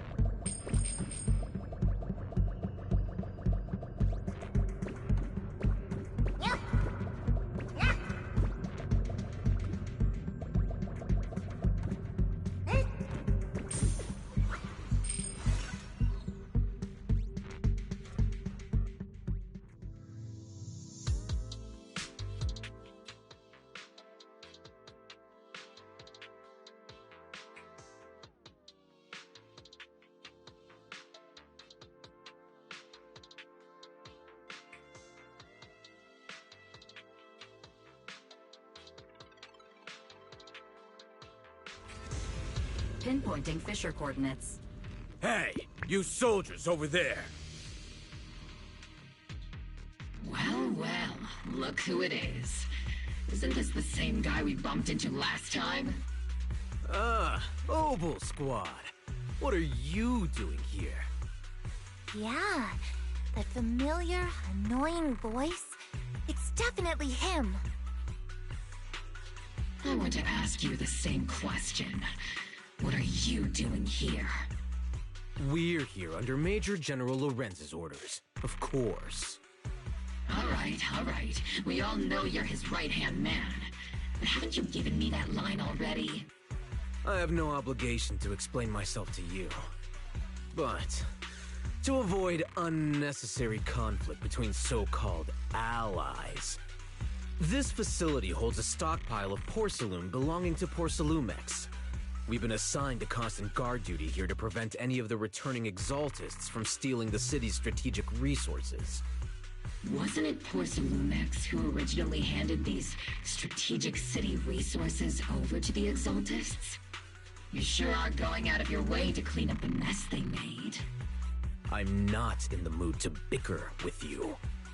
Now, it's your turn to answer, Captain Magus. Why are you here? I don't recall receiving any orders about reinforcements or rotation.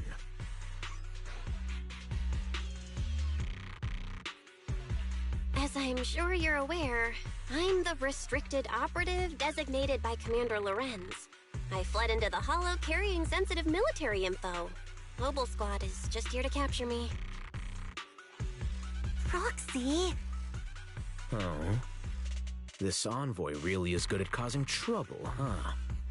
Don't you think, Captain Magus?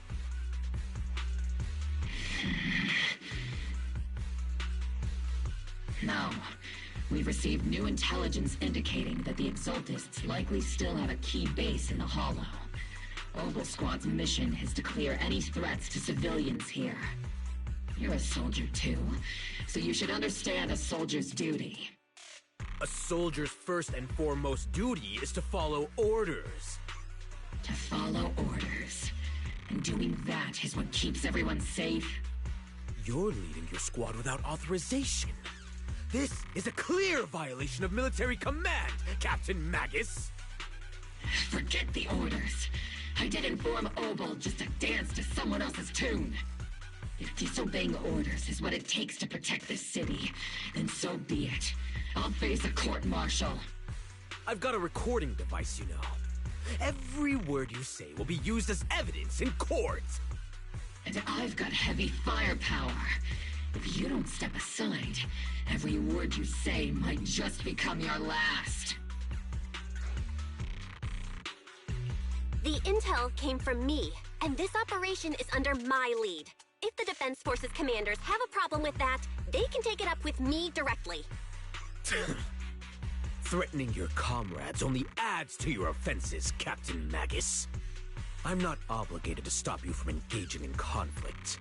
Go if you must. I hope to see you all alive in the military courts.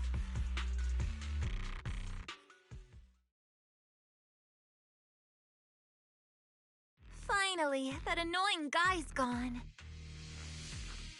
Onward to saving the world!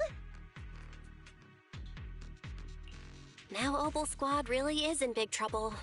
Captain Magus, was it really necessary to go that far? Don't worry, little proxy. When the time comes, I'll say the envoy was coerced by our troops and forced to lead the way into the Hollow.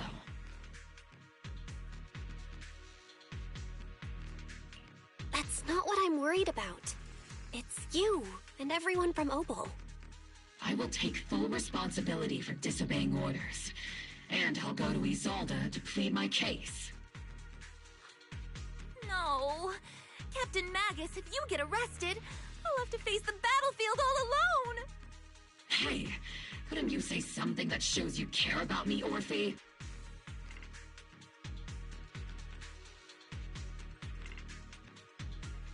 Belle, we have an urgent communication request from the Defense Force.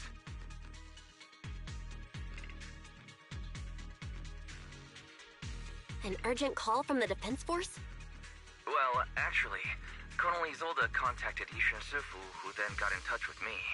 They want to use the HDD's communication channel to deliver a message to you. I only called it an urgent communication because I wanted to sound more professional in front of the Defense Force. Good afternoon, team. I had heard about Phaethon's abilities before, but experiencing a device that can communicate inside the Hollow firsthand still feels incredible. Colonel, Isolde, let me explain. Acting without orders, disobeying military command, and hoping to come to me for leniency? Captain Magus, you've been in the military long enough to know. Your behavior is getting more and more unruly. Captain Magus's cooling system is about to overheat! You mean you heard all that? Proxy, your HDD's privacy protection is severely lacking. Anyway, I'm fully aware of the situation. You did the right thing, Captain Magus. All those years ago, we followed our orders, and our comrades died. And now, we can no longer stand by and watch Wi-Fi Peninsula fall into danger for the sake of following orders. All those years ago? Isolde, why bring up the past all of a sudden? I think it's time I told you a few things now, Magus. Everyone here is either a comrade you can entrust your life to, or a brave soul willing to lay down their life for the safety of New Eridu. Which is why what I'm about to tell all of you is so important. It's a story of betrayal. A grave crime born of selfish ambition that put our city and its people in danger. So, your inspection has finally uncovered something.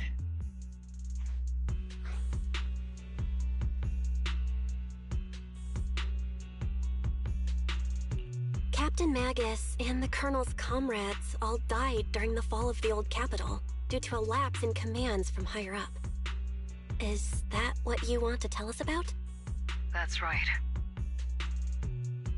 At that time, the commander ordered Agamemnon's squad to hold their ground at all costs, and to defend the railway line evacuating civilians. And that's what our comrades did.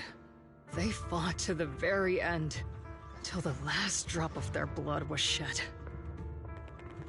But what we were guarding was not a railway for evacuating civilians. It was actually a freight line for transporting corporate assets. Every minute the team was able to hold out meant another container of porcelain that was transported back to a Topps warehouse outside the Hollow. Of course, that company paid the commander a hefty reward for that. Every digit on that check was stained with the blood of our teammates, Magus. Captain Magus? Isolde, who was the corrupt commander who accepted the bribe? And where is the company that paid it? Answer me. Captain Magus, your body is becoming unstable. Answer me, Isolde! I don't have enough evidence to accuse them yet. Stay calm, Magus. Stay calm? Stay calm? How do you expect me to stay calm? Captain Magus, if you can't keep yourself together... My fury burns just as fiercely as yours, Magus! I was created to unleash this fury, Isolde! Captain Magus, for the safety of the squad, I'm authorized to activate sleep mode. You would dare to stop me, Orphe? I don't have the right to ignore your anger, but the people here are important too. And what we need to accomplish now matters just as much. Easy for you to say. What do you know of my anger, Phaethon? We all lost so much. During the disaster, everyone here, Colonel Isolde, Shifu, Senior Fufu, and all the civilians in Wi-Fi Peninsula who were displaced by the fall of the old capital. So many people, just like you, lost everything. Natural disasters, man-made disasters. Haven't we lost enough already in New Eridu?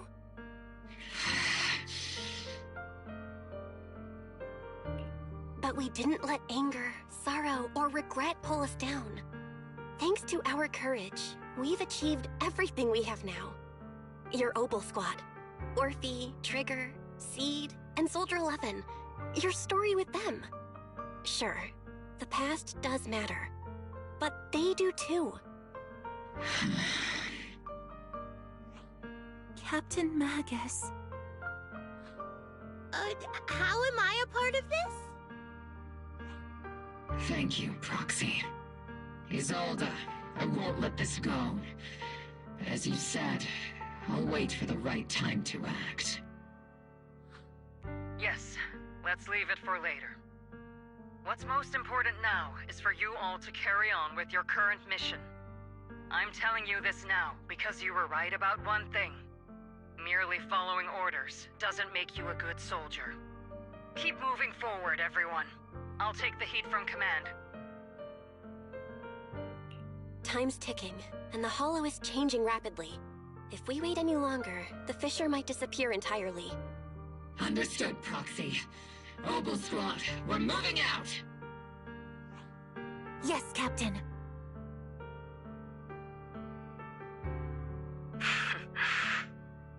You have actually been quite lucky all these years.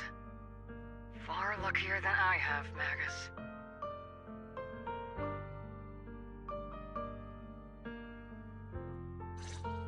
It's not often I find myself thinking, maybe I'd be better off without comrades like them. I have to agree with you, Orphe. But our top priority now is to hit the Exaltist's main base. No time to slow down.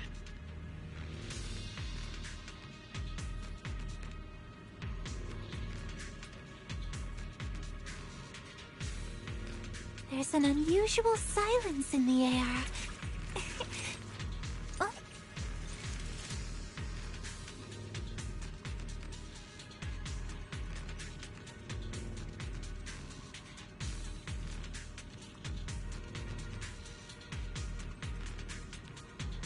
There's an unusual silence in the air.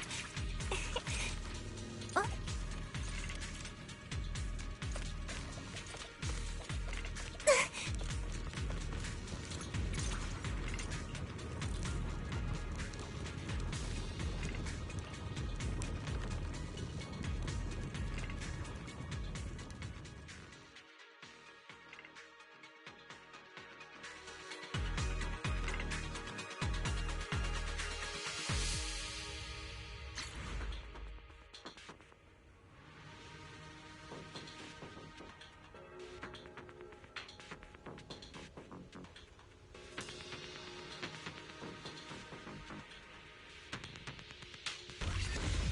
Faithful servants, let's drive out all the blasphemous unbelievers who desecrate our noble cause. There sure are a lot of Exaltist rats hiding in here. The Proxy's intel has been a huge help.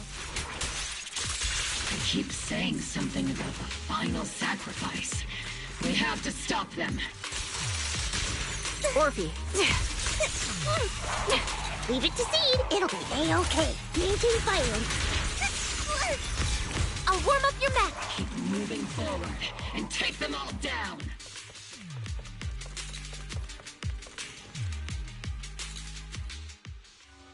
It's been a while, Phaethon.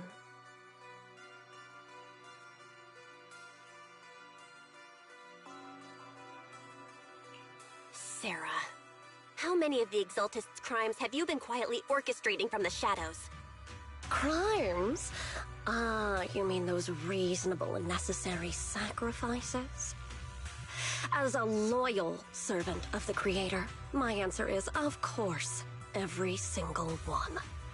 I have to say, among the masses of ignorant and arrogant unbelievers, you stand out as particularly detestable, Phaethon.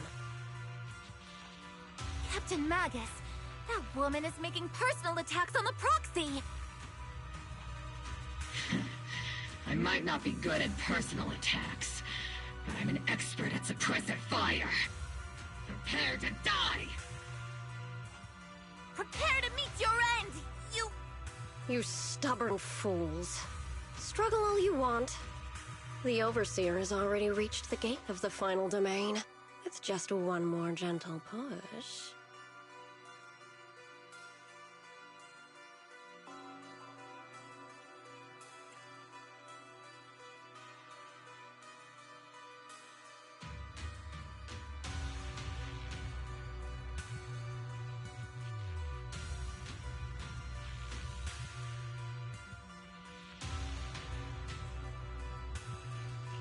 Meverhawk. Gotta admit, that one's hard to kill. Death is a cruel fate, but the Creator does show mercy to the most faithful servants at times.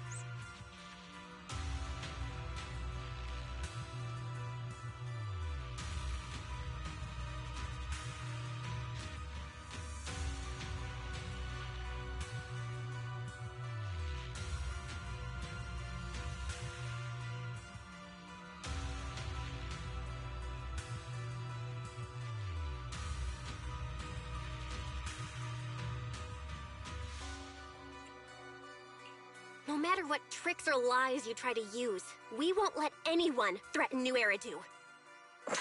Threaten New Eridu? Young unbeliever. The parasites devouring the city aren't here. The real poison has always been lurking in the very blood of the city. Which actually makes you and me allies, not enemies.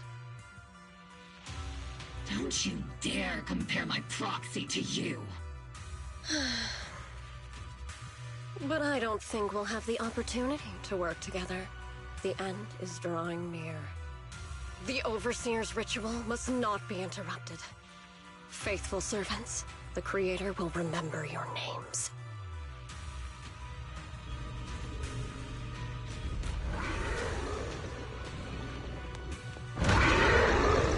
The arduous journey to the Creator is always filled with sacrifice.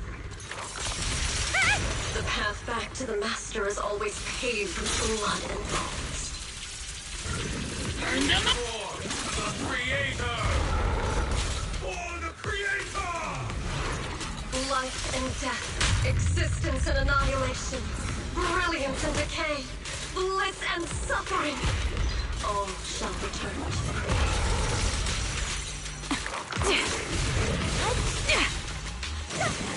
Holding position. Everything's on fire! Hostile target is highly active. Please Got you covered.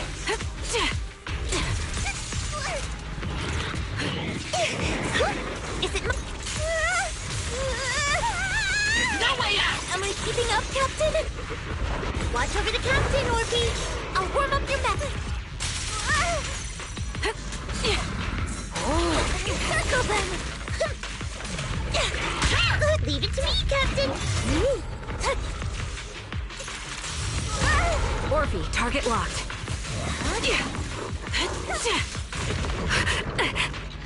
Adjusting for wind. Can't catch me. Count on me and see... Increasing firepower output. Circle them! Maintain fire.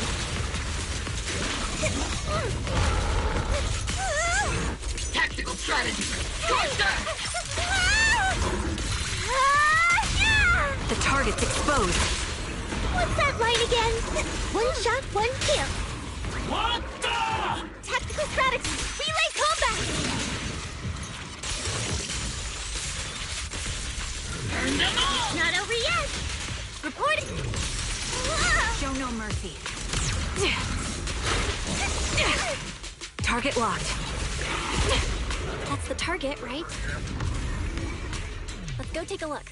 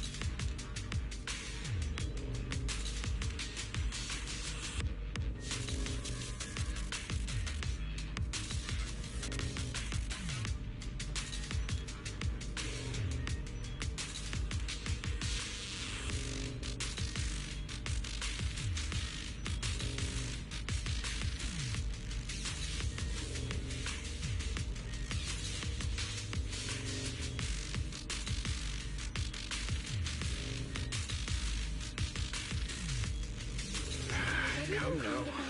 Line up. No pushing.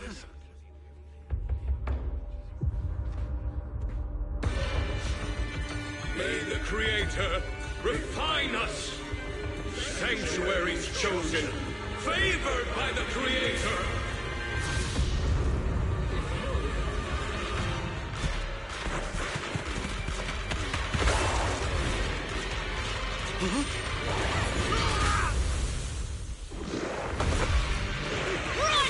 Protect the citizens! Fire! Sir! The box is in the city! Retreat!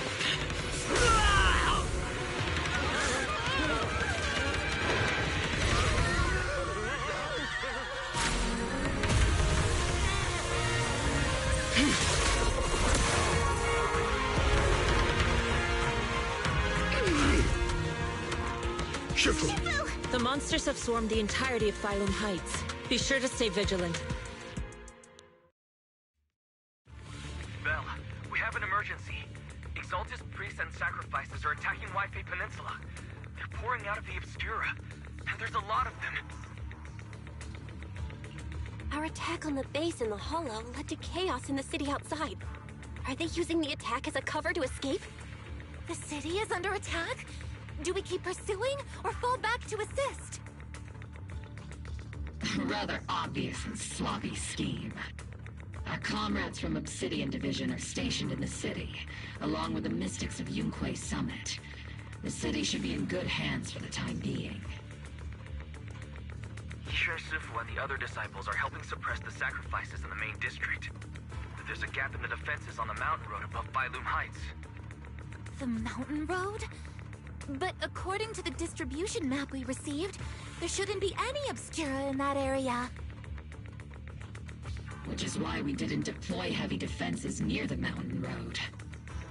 Oh no, there are many residential areas near there. Got it. Calculating a route from the Hollow back to Wi-Fi Peninsula for evacuation. Almost done. We're counting on you, Proxy.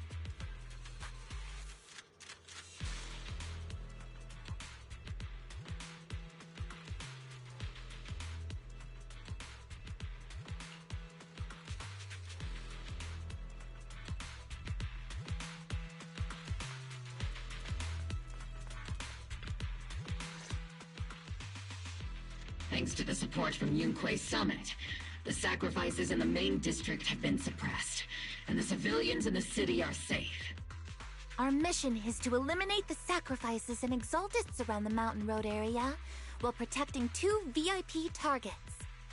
Which are the annoying Porcelumix executive Lucro, and the even more annoying Obsidian Division Major General Lorenz. Bad news? We've lost contact with Mr. Lucro. Good news, the Major General is en route to the evacuation point below the mountain road. Hard to say which is the good news and which is the bad. Like them or not, the mission still has to be completed. There are plenty of homes around the Mountain Road area, so there's no time to waste. Let's move out!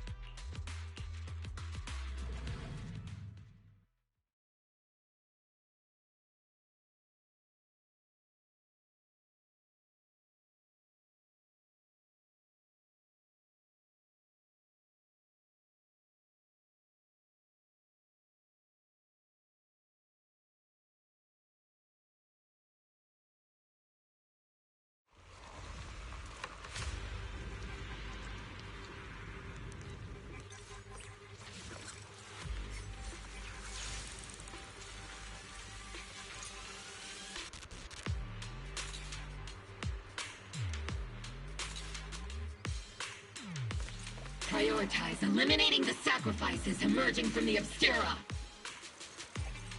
Roger that, Captain. Luckily, there aren't many residents near the highway. Otherwise, this would have been a real... There's an ambush in the tunnel! What an ugly bunch! The people on the ground seem to be members of Porcelumix.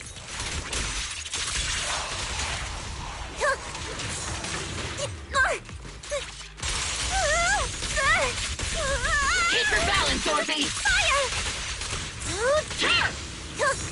Behold, the transition! Engaging head on.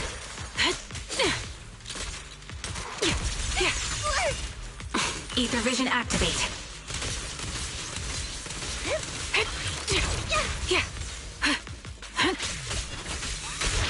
Oops, I can't really control my strength. Reporting in!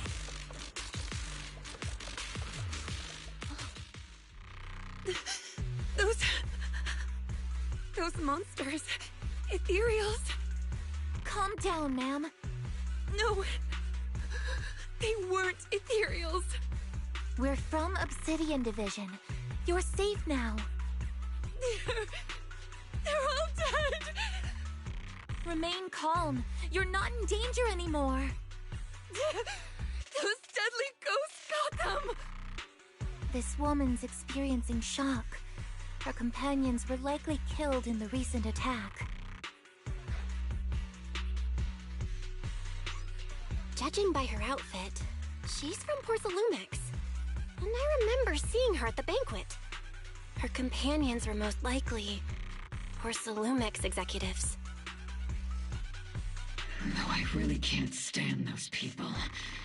They didn't deserve this.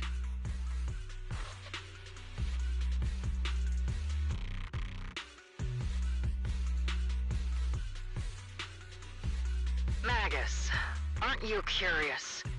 Who exactly was responsible for killing our comrades all those years ago? The blood debt partly falls on Porcelumex for offering the bribe, and partly on the commander who accepted it. Well, Porcelumex's share of that debt was just paid in blood. Isolde, what are you saying? That's right. The mastermind behind bribing the military commander back then was none other than Porcelumex's Lucro. Of course, the ones who benefited from it weren't innocent either. Going down with him was only fitting.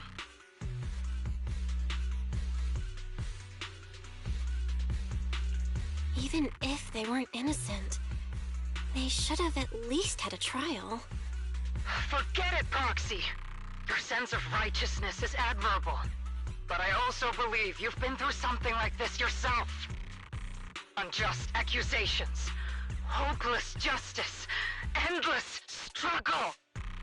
The Defense Force, public security, the HIA, hand tops. You're standing against giants. How much injustice have you endured, and how much justice have you achieved? But, Isolde, you've always told me that justice will come. Correct. Justice will come, but it will be through my hands and your gun. We no longer need to rely on the sympathy of others, nor wait for mercy from those in power. Why are you doing this, Colonel? Why, of all times, reveal this to Magus now? Your goal isn't just to let her know the truth, is it? Magus, don't you want to know the name of that commander from back then? The one who sent us into the jaws of battle just to secure that huge check from Porcelumex? The one who deliberately withheld support from our unit to cover up the bribery? It was Lorenz. Yes, Colonel Lorenz, 11 years ago. The very same Lorenz who has now risen to Major General. 11 years ago, he colluded with Lucro. And now, 11 years later...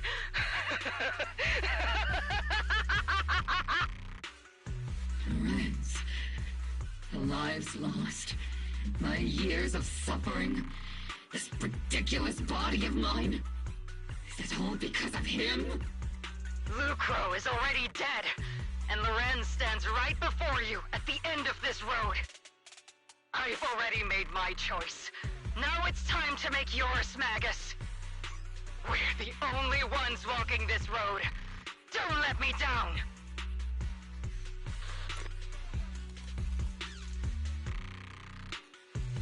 Isolde. Isolde. Colonel Isolde. Commander Lorenz. How could this be? The only way we can know is by finding Lorenz and getting answers from him directly. Magus, this is the moment when you need to keep your cool. Isolde hasn't given us any evidence to back up her accusations. Evidence? Don't tell me you want to start preaching about procedures and justice, Proxy. If there were any justice in this world, my teammates wouldn't have sacrificed themselves 11 years ago. Seriously, think about the timing. Why is she dropping all this drama now? She's trying to steer you somewhere. She wants me to join in her revenge plan. Is there something wrong with that? She was right about one thing. I'm the only one walking this road with her. With all due respect, Captain, that was a real kick in the gut, you know? Remember when we first joined the squad? We signed up because we felt the same pain. We carried the same scars. We were here for justice. Maybe even a little glory. For the ones we lost. The ones we loved. And now you're saying that we're not your companions? That you're all she has? Seed would like to teach that meanie a lesson. But I can't shake the feeling that something really bad might follow. If Seed Sr. were here, I think he'd be all gruffy and say, "Nope, not happening, Captain." And "Nope, not you either, Seed." Oh well, I was never good at comforting speeches anyway. If you made up your mind, Captain, I'll follow your lead, no matter what. You think you're helping saying all these useless things, but you don't understand. Captain! You don't understand what I'm going through either, huh, Orphe? Open your eyes, Magus. You and Isolde walking the same path? Come on! Without me, you wouldn't even be able to walk. If anything, you and I are the real companions here. And the others, the squad, Proxy, we've been in this together from the start. We've all lost people we love. But you were the one who brought us back, who pulled us out of that whole mess of grief and revenge. And now you want us to just stand here and do nothing? All so you can feel that we understand you?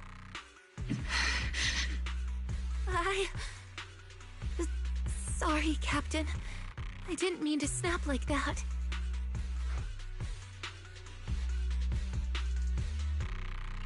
We're still on a mission here. Whatever personal stuff we're dealing with, it doesn't outweigh the lives of all those citizens depending on us. You with me, Captain Magus? I agree. Let's move out. We'll clear out the ethereals as we go. Mobile Squad, gear up and get ready.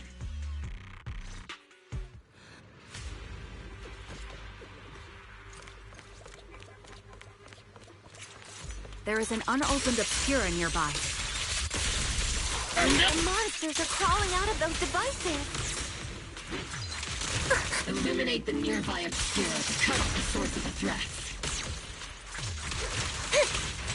Yeah! Hit!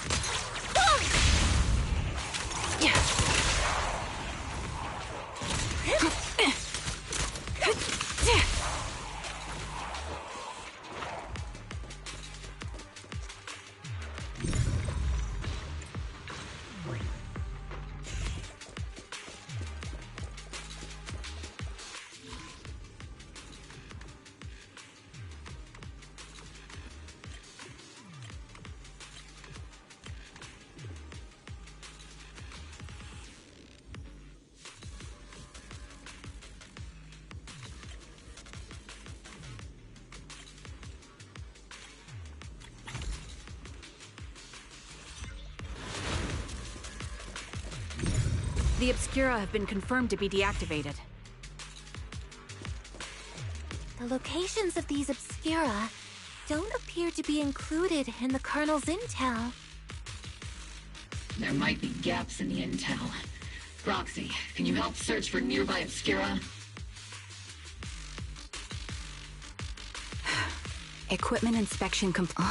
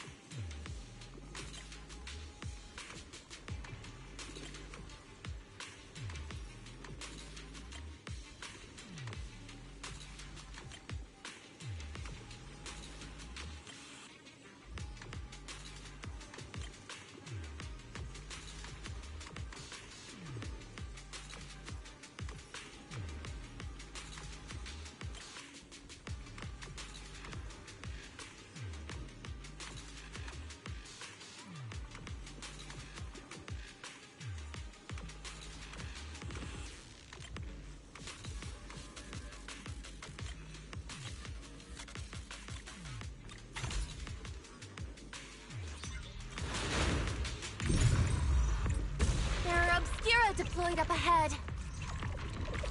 Clear out these filthy things!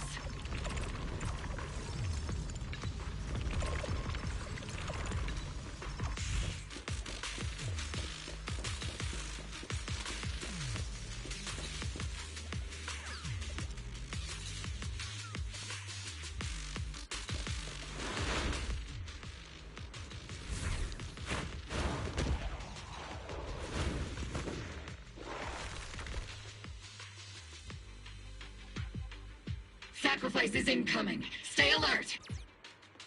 Monsters that can operate outside the hollow. Truly terrifying weapons. If they enter the city... We won't let that happen.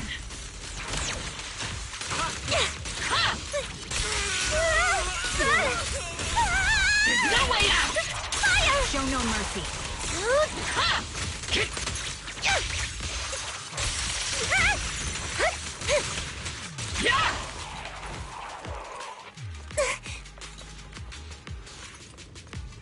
Major General Lorenz retreated in this direction. Keep moving. He might not be the most likable guy, but we can't let anything happen to him.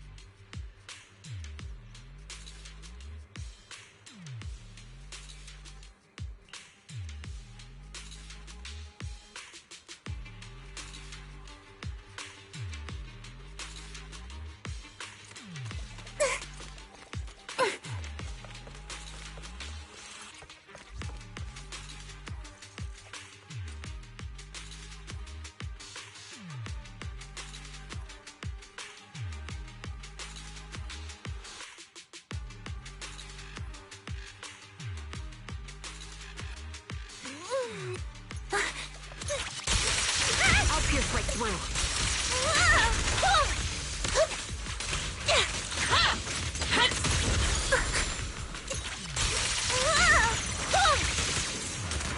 Increase firepower. It's not over yet! Support in position. Burn them all! Am I keeping up, Captain?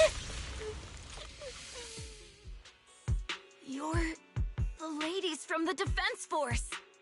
There's a little kid here. Maybe he got stranded when the sacrifices suddenly appeared on the mountain road.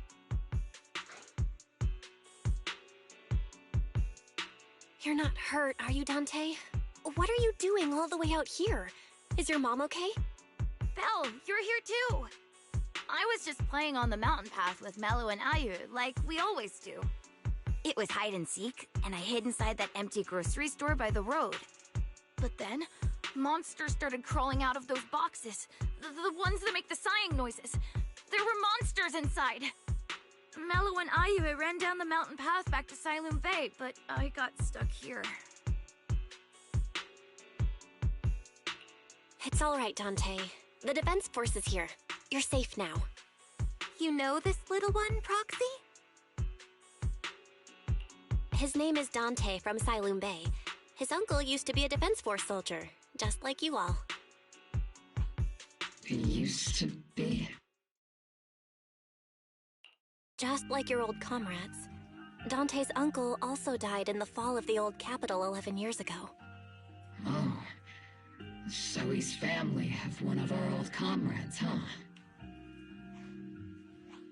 Old comrade? Is this gun lady one of my uncle's friends too? That's right, kid. Your uncle and I, we fought side by side. Whoa. You must be a super strong soldier. My uncle was really strong too, but he never came back. I hope you and your team all make it home safe. I'm sure someone's gotta be waiting for you at home. We will, Dante. Don't you worry. Hey, Dante. Tell me something. If you had the chance to get revenge for your uncle, would you take it? Get revenge? But didn't Uncle give his life to protect us? Like, if I found the bad guy who killed him, or the monster that hurt him, would you want me to kill them? Would that make you feel better? Feel better? I want those monsters gone too. But that won't bring my uncle back, right? I think Uncle became a soldier because he wanted to keep people safe, even if he had to face scary monsters. So instead of fighting to hurt people, I want to be the kind of soldier who protects everyone. I want to be strong and take care of Mom. That's why I hope you all go home safe. You shouldn't get hurt and make your moms or your kids cry. Yeah. Dante, you should go home now. Your mom is probably worried sick about you. The Defense Force and Yunque Summit will keep you and your mom safe. Oh, right! Mom's probably waiting for me. I'd better get home fast.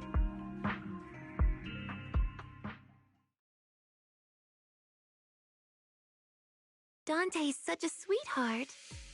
He's a good kid.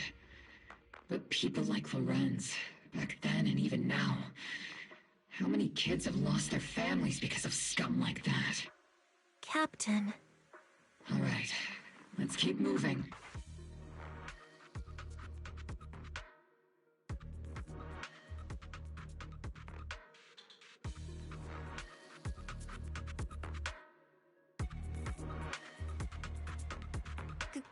Captain Magus, what are your orders?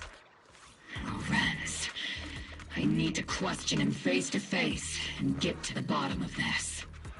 Captain Magus, please don't do anything reckless. Magus, I know how much you want revenge, but remember, we're here with you.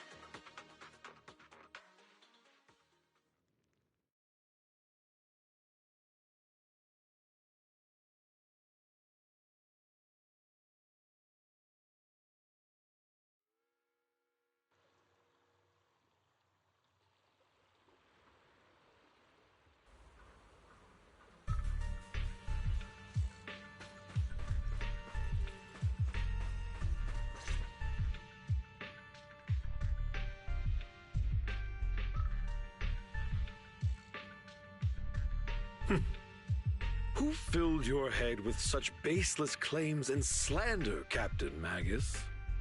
Please, General Lorenz, while I can still hold myself back, I just need you to answer me. Yes or no? Such groundless accusations are enough to get you court-martialed, Captain Magus. Or is this all just an attempt to stir up trouble and cover up your unauthorized attack earlier? Answer me, Lorenz. Yes or no? 11 years ago, countless squads under my command were lost when the old capital fell. You think it was only the frontline soldiers like you who had to shoulder the pressure? Do you know how many questions I faced because of your crushing defeat and your incompetence? Do you know how much blame I have taken? How many concessions I have made to appease their greed? War, politics and the survival of this city are not problems that can be solved merely by you all pulling your triggers on the front lines. I don't expect your brain, if there's anything left of it in there, to possibly comprehend such complicated matters. But I want to remind you of one thing. You're not here alone. Isn't Obel Squad standing with you? That's an outright threat, General Lorenz. As the mayor's representative, I won't just stand here and let that slide. I must say, naive fools really seem to get along well together. If you're that set on burning everything to take me out and won't consider your own future, then perhaps you should think about theirs. Don't be so selfish, Captain Magus. Even if it was me, so what? I didn't get where I am today by being noble and playing by the rules.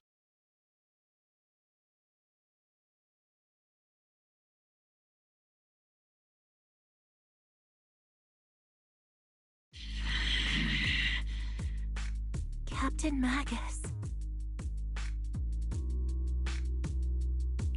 Captain Magus, I understand how you feel.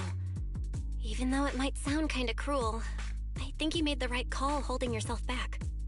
He made a fair point. I have my squad members and the proxy counting on me.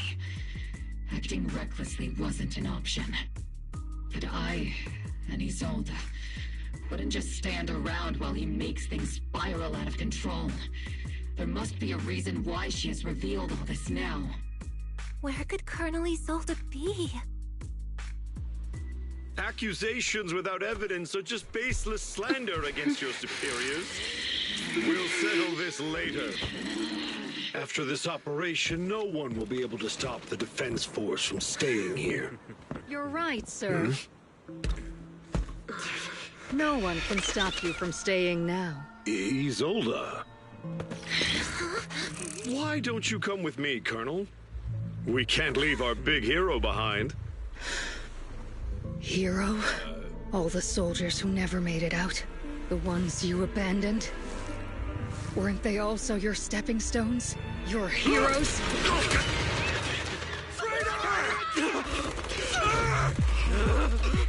Isolde! Isolde! Magus, the promise you couldn't bring yourself to keep, I kept it for you.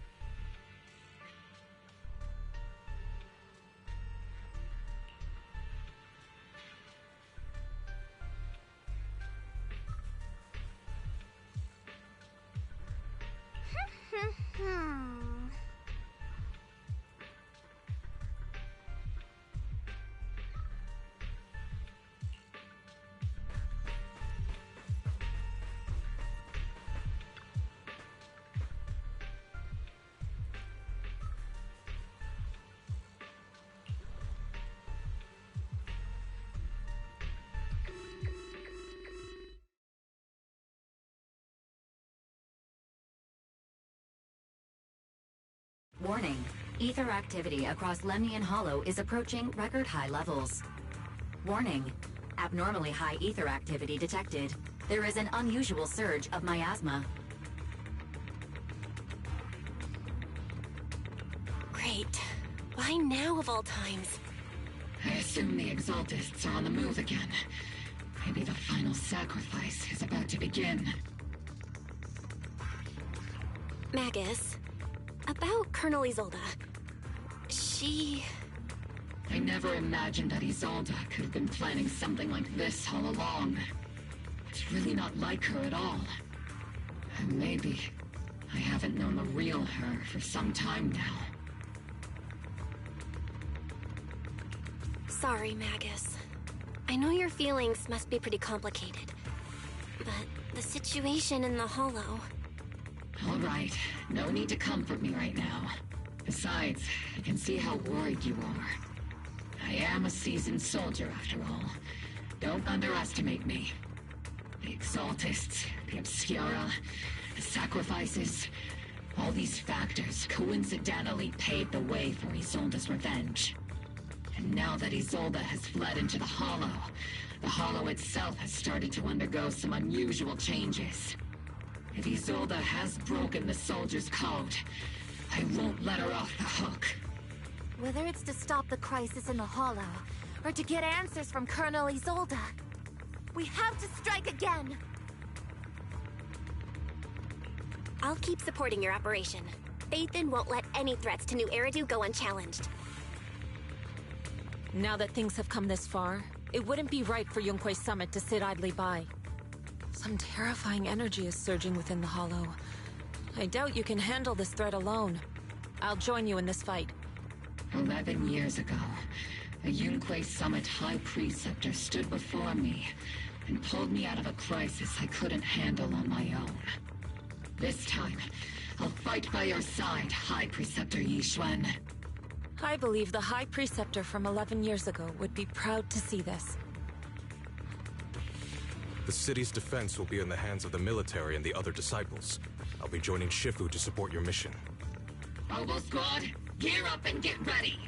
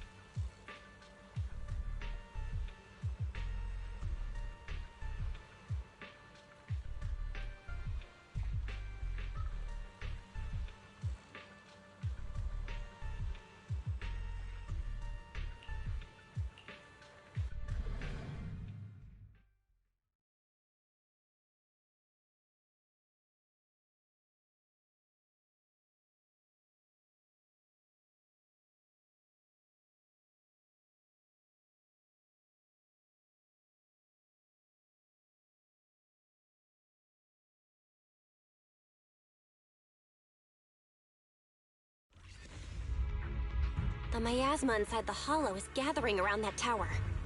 If we let it continue gathering like that, the consequences could be pretty serious. Warning. Ether activity in Lemnian Hollow has surpassed record levels. Then let's find out what's going on in there.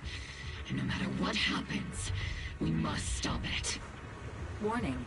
Ether activity in Lemnian Hollow is still rising at an increasing rate.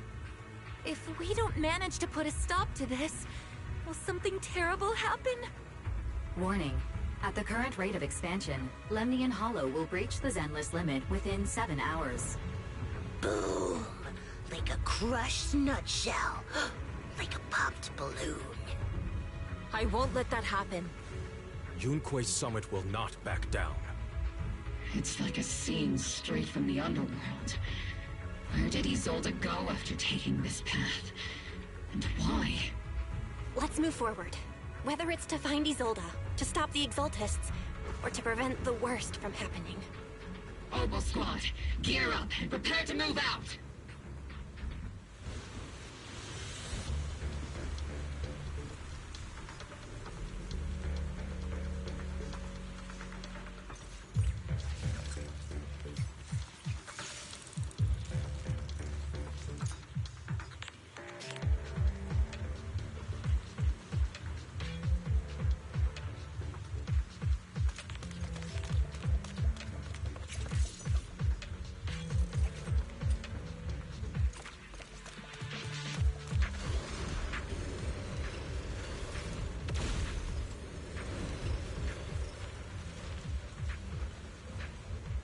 These devices are converging the miasma in a single location. If miasma of this magnitude gathers in one place, the consequences would be catastrophic. Try to destroy those devices. There's an unusual silence in the air. Oh.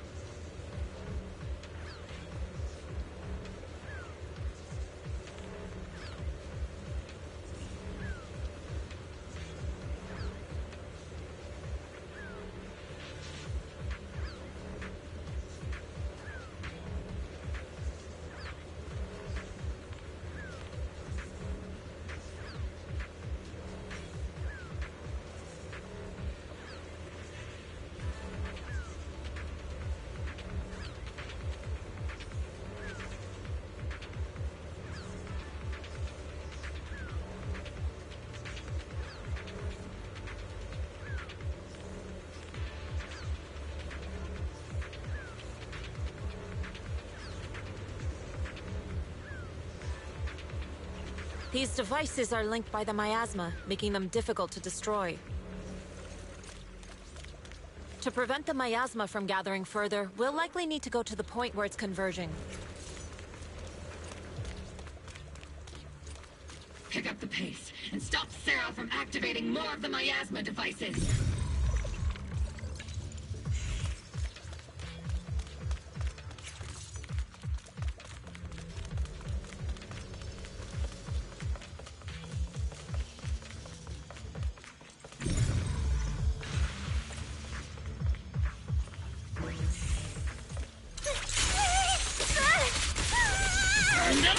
Am I keeping up, Captain?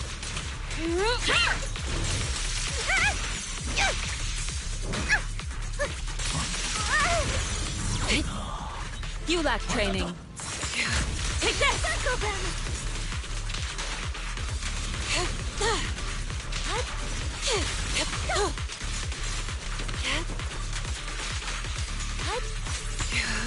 Great! The marks on the back of the elevator should be a combination code.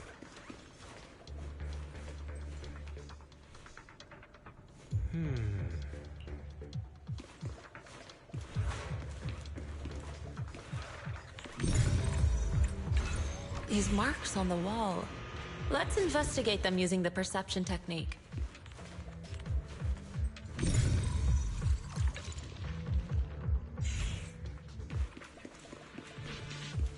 It took some effort to find the code.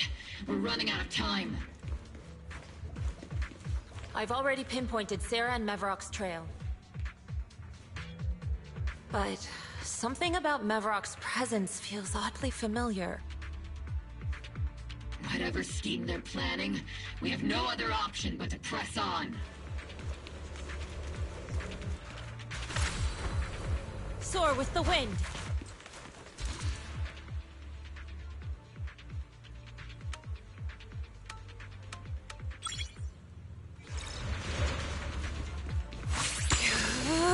Master Ishwan, can you lock onto Isolde's presence? Her presence is up ahead as well. Up ahead? Why would Colonel Isolde retreat toward the Exaltists?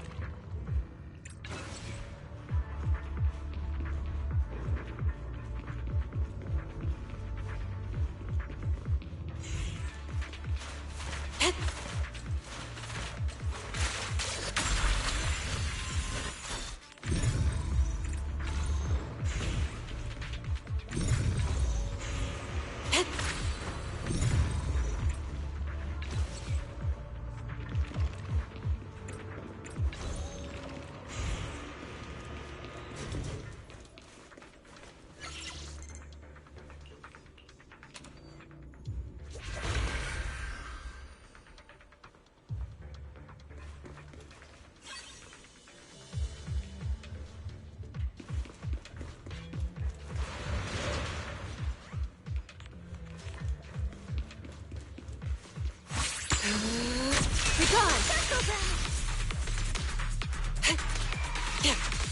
What? I spotted a miasma device up ahead. Sarah and Mevrock are close by.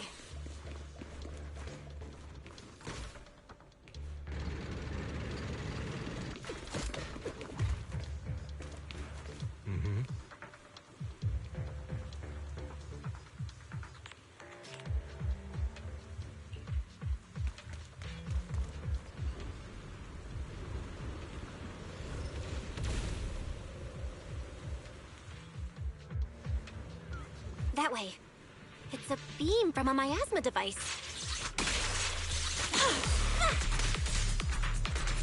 Focus! Encircle them!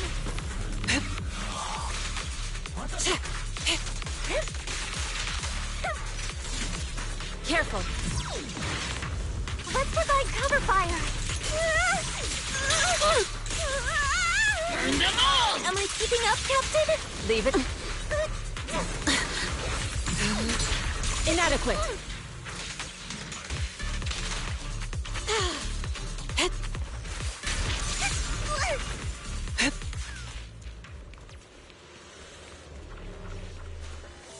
Another miasma device has been activated. Still. Encircle them! Release. Shift.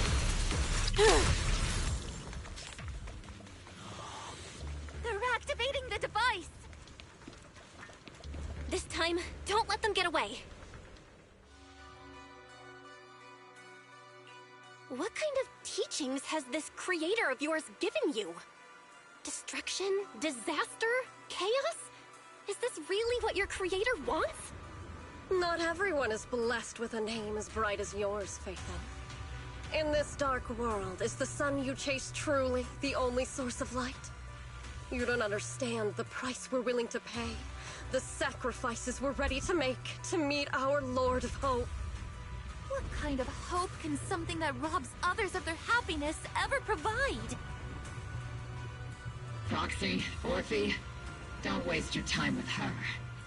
If sacrifices must be made, then sacrifice yourself. The Overseer has already reached the gate of the final domain, just one step away. Don't you understand yet? All your struggles are in vain.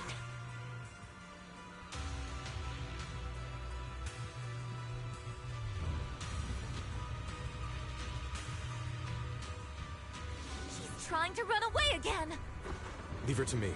Everyone else can keep moving forward. Are you sure you can handle her on your own? She is very cunning. Shiryen is a highly skilled mystic. Leave it to him. Very well. Let's keep moving straight to the heart of the miasma, and right to Isolde.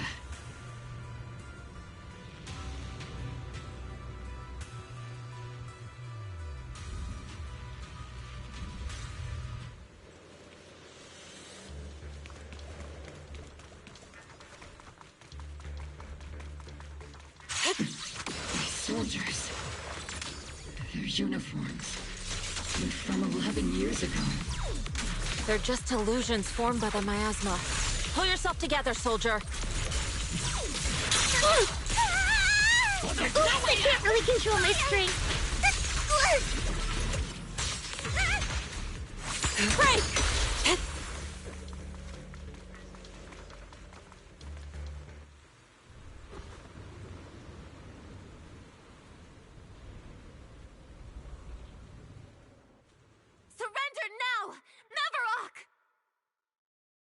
If you keep resisting, I'll blast you to ashes! Are you going to shoot me, Magus?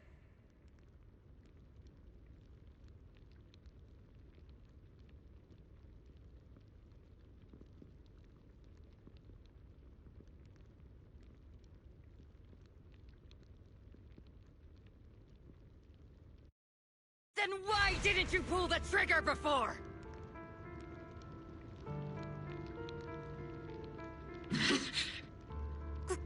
Colonel Isolde? The Defense Force, Porcelumix, the Exaltists. So you were the one tying all these pieces together. Isolde, why are you wearing Mevarok's clothes? Tell me, why didn't you pull the trigger when you were facing Lorenz? Colonel Isolde of the Defense Force. Or Mevarok, Exaltist Overseer. Which is the real you? The Defense Force moved under your command, and the Exaltist's followers struck back at your signal. You were the one orchestrating both sides all along. That must be why there was a blind spot in your intel. It was all just part of your own game? You plotted this whole charade to divert the Defense Force's troops, which means your real objective is... You're a sharp one, Phaethon. You've caused us plenty of trouble, but some fates are unavoidable. As for my true purpose, my followers haven't lied to you. It's all for the final sacrifice. So you were the one behind all the tragedies in Wi-Fi Peninsula. Is that right, Isolde? And tragedies? I only ever sought to avenge our comrades. I painstakingly wove together the justice you so desperately desired. But yes, it did end in tragedy. What pains me the most is your betrayal, Magus. You had our mortal enemy in your sights, and you were too weak to do anything. Over the years, Captain Magus has been conducting investigations within the military and has constantly encountered strong opposition from within. Magus! Why didn't you pull the trigger when you were facing Lorenz? I am a soldier of Obsidian Division. I cannot shoot anyone who isn't an enemy combatant. I am a citizen of New Eridu. I have no right to take the law into my own hands against anyone. And I am the captain of Obel. I cannot let my own hatred put everyone behind me at risk. I'm sorry. I forgot you'd forged new bonds. Then let me mourn alone. For the souls no one else remembers. The sacrifice is about to begin. You are welcome to witness it. Stop her!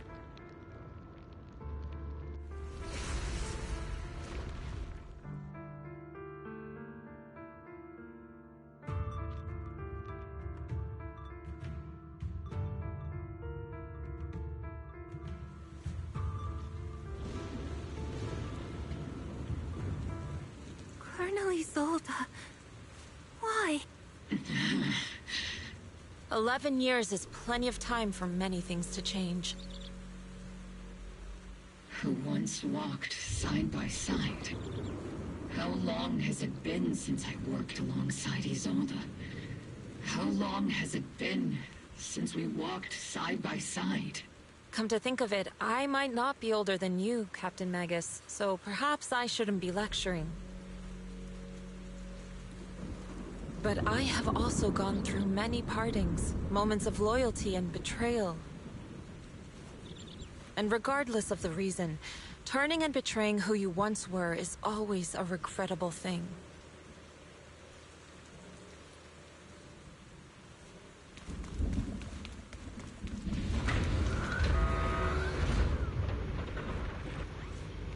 The gathering point of the miasma lies just ahead of us. Is Colonel Isolde there too? This is the first time I've ever realized how hard it can be to confront someone. Does the tactical handbook happen to include countermeasures for situations like this? We should... It would sure be nice if it did.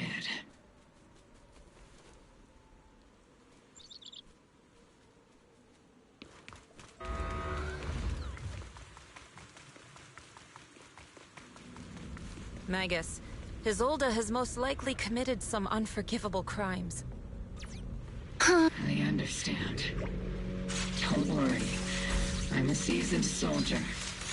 If she has truly betrayed who she once was, I won't let her get away with it.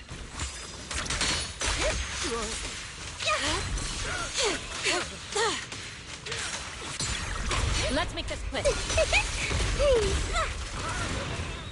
Reporting! Keep your balance, Dorothy! I'll watch over you. Circle them!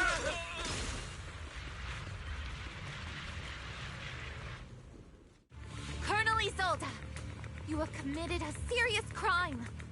Please cooperate with our operation and return to New Eridu with us to face judgment. So foolish. Just like she was back then. Lorenz and Lucro are both dead. You've taken your revenge. Why won't you stop? This isn't the end. Those fallen soldiers will never come back. How can the city possibly repay the debt it owes them? To be honest, I'm not sure what kind of world the Creator will bring. But at least it'll be different than the disappointing one we're in now. You're right. I've taken my vengeance. Whatever kept me here, it's all behind me now. It's time to knock on the door to the final domain.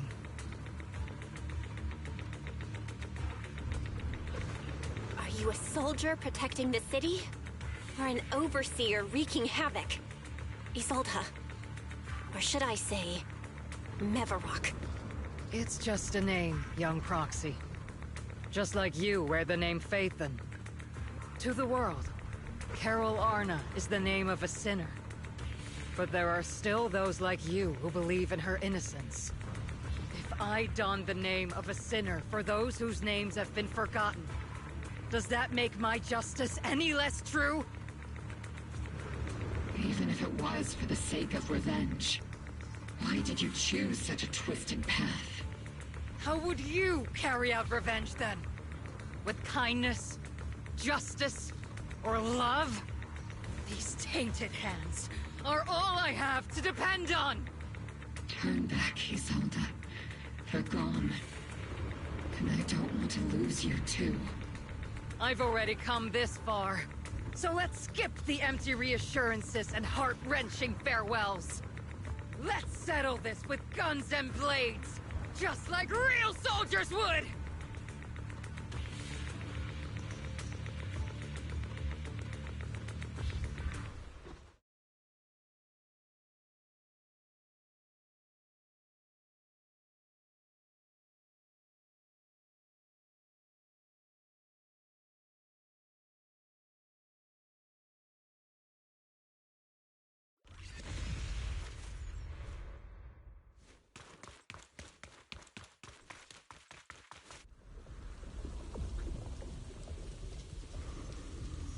Don't be so naive. Revenge is a path of no return. Onwards to battle!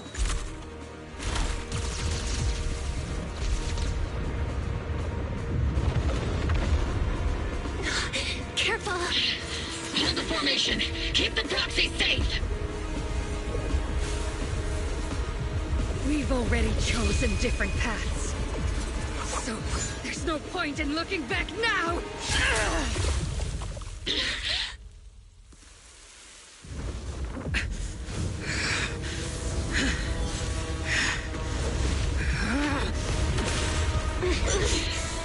These ether fluctuations.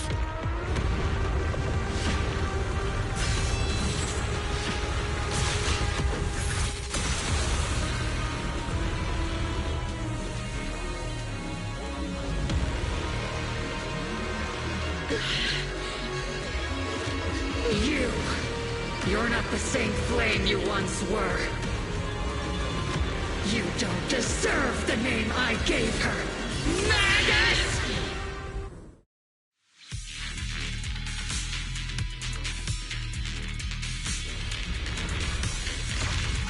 Creator of all things, grant me your grace!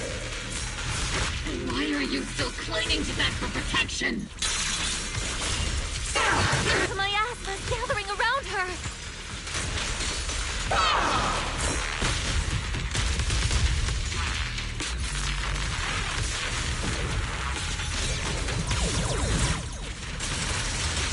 Tactical strategy! Scorched earth! Be careful, Captain!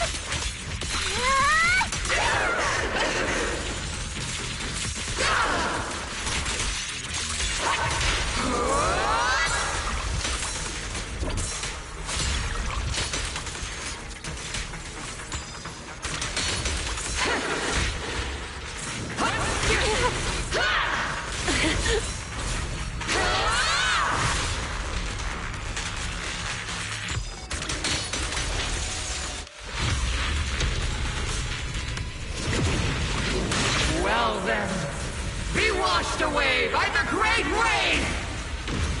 This hatred is boundless!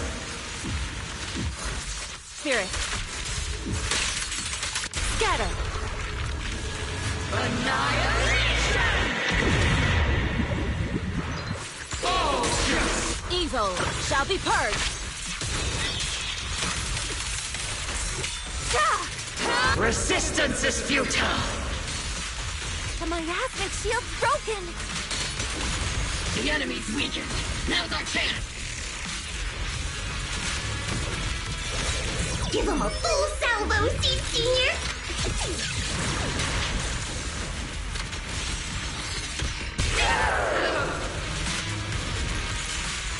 Soldiers, return to the mortal realm! Fight for me! Obsidian Division!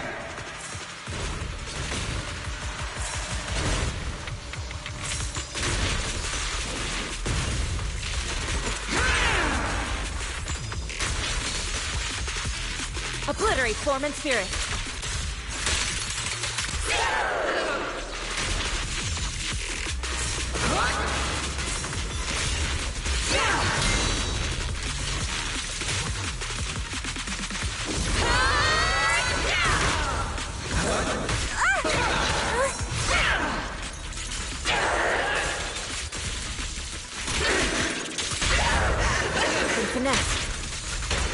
What's a girl gotta do to turn you into pieces? Enough! Tactical strategy! Delay combat! Maximum firepower! Be careful, Captain!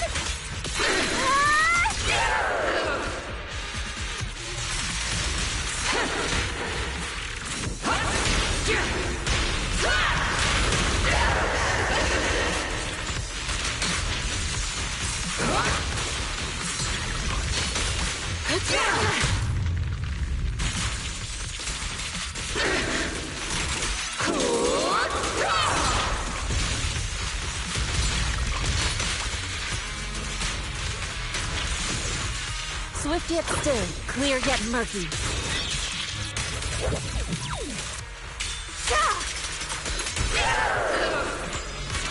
Swift yet still.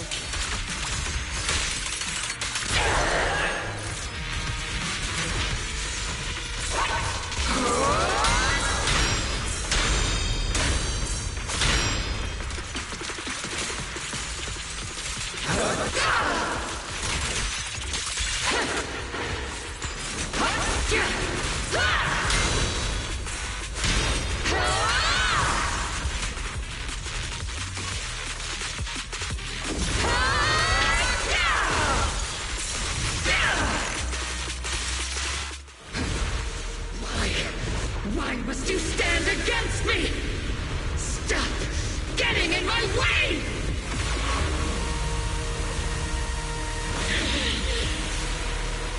The flames of vengeance have been burning inside you and me. But these flames shouldn't be what ends up consuming you!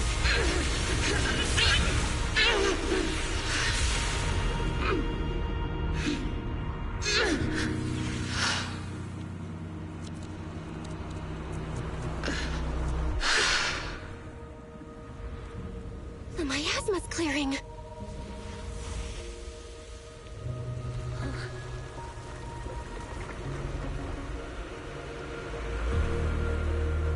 Isolde.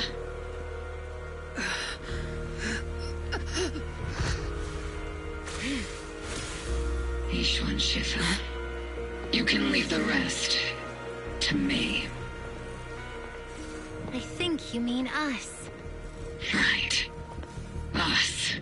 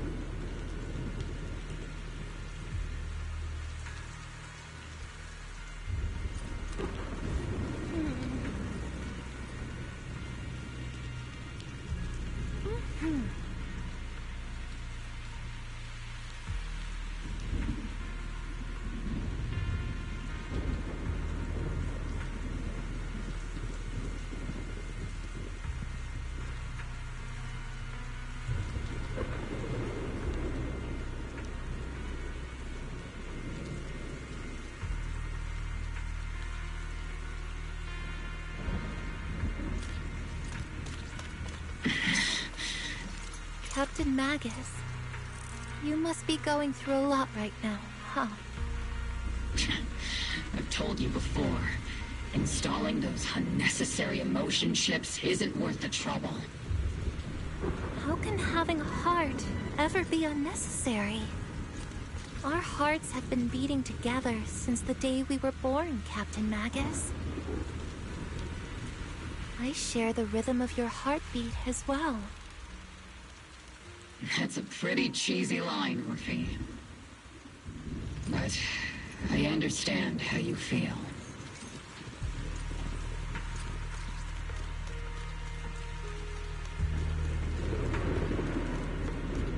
Colonel Isolde is just up ahead. Thanks for being with me through all of this, Orphe. It's time to teach this arrogant fool a lesson. Tactical strategy. Fateful duel.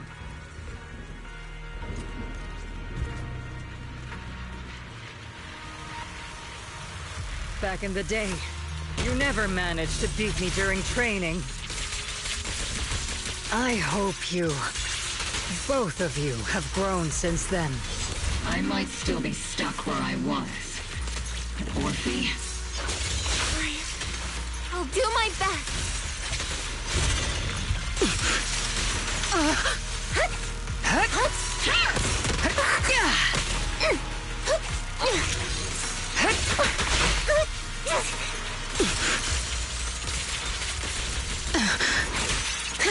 Where are you looking?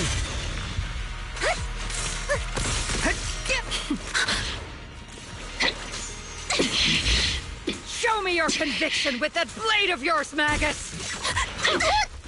Your resolve is weak, and so is your technique.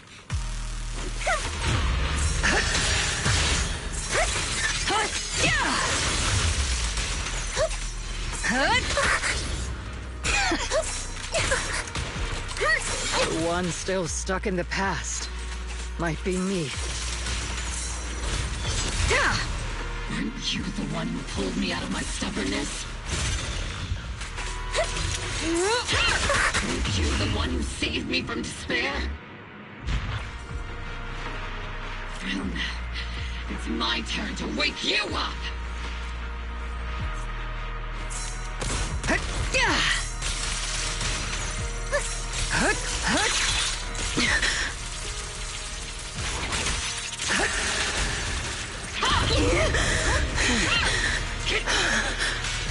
Maximum firepower!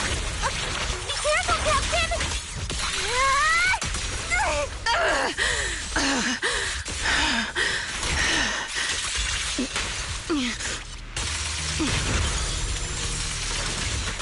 I'm just getting started!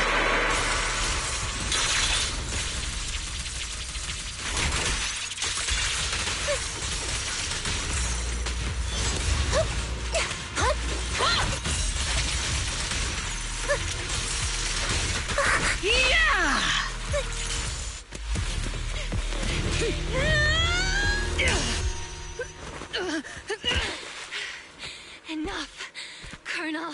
Revenge. Or closure. No matter what. There's no going back. You're right. There's no going back. That's why we have no choice but to keep moving forward! I won't allow it. I don't want to lose anyone who stands behind me again. Including you, Colonel. People behind you, but you've lost so many. What difference would one more make? Being soft only leads to pain. Hey! Orphe! Is it Danny? Isolde! It's already too late for me to turn back now. Isolde! Colonel!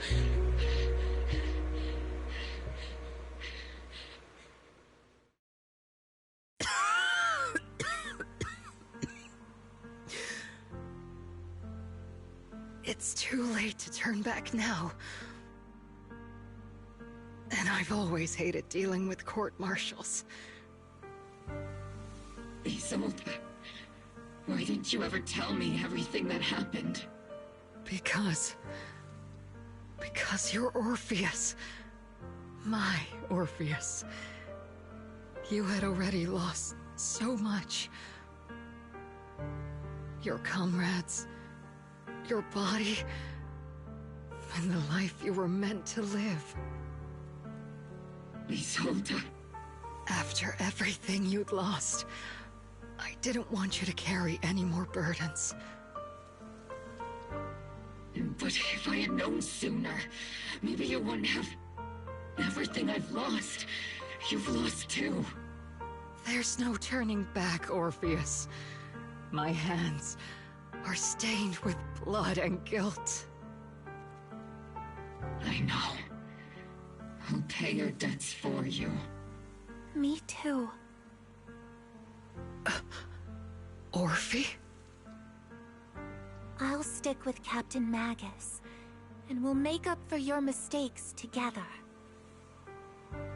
I'll stay by Captain Magus's side. I won't let her lose her way like you did, driven by anger, loneliness, and despair.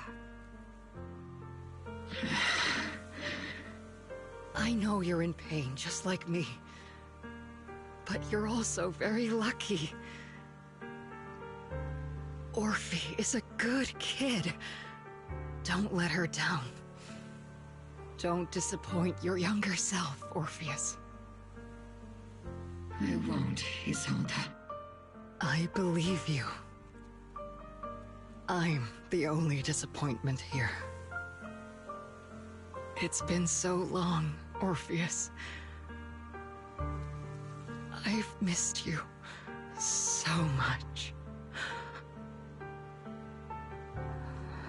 Please, forgive me.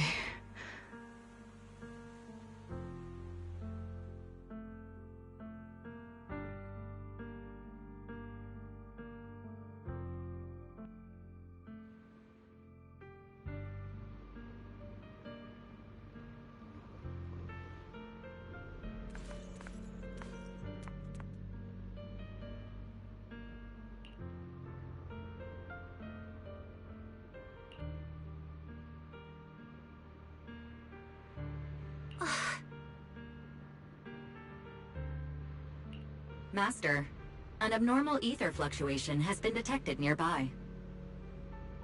Abnormal fluctuations? It's just a fluctuation in the miasma. I don't sense any hostility.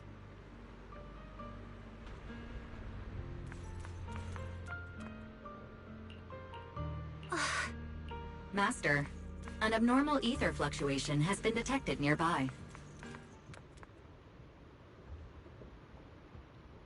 Is that teacher?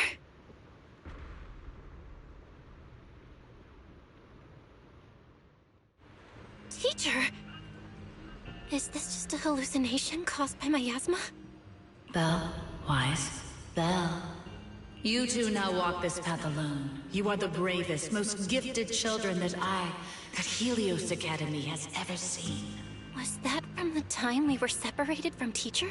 You and your brother must carry on the flames of Helios together. Teacher. Just what kind of being is your creator, exactly? The creator? Just who is she talking to? The gate to the final domain. It's in Hollow Zero, isn't it? What secrets lie beyond that door that could be worthy of such feverish praise and supplication? The Exaltists and teacher? Fine. I'll pave the way for you to meet your revered creator. No. There's no way teacher is an accomplice to those people. At the end of that path also lies something that I'm seeking. Something that teacher is seeking? Just what in the world could that be? Even if one has to pay such a hefty price. Even if I have to pay such a hefty price. Even if one has to bear such guilt. Even if I have to bear this guilt. Even if it means leaving us behind? Is this really what she wants? This path may not lead to a happy outcome. I don't know if Eridu will fall into the abyss, or find salvation from the brink. But I believe in my dear children. They are the brilliant Phaethon.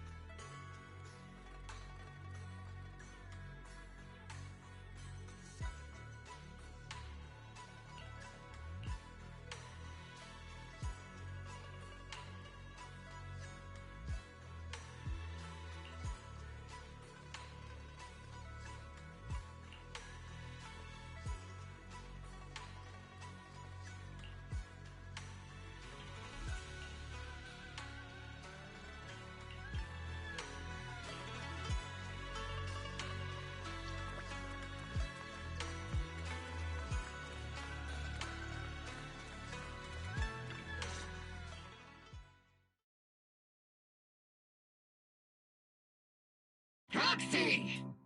Proxy! It's been a while.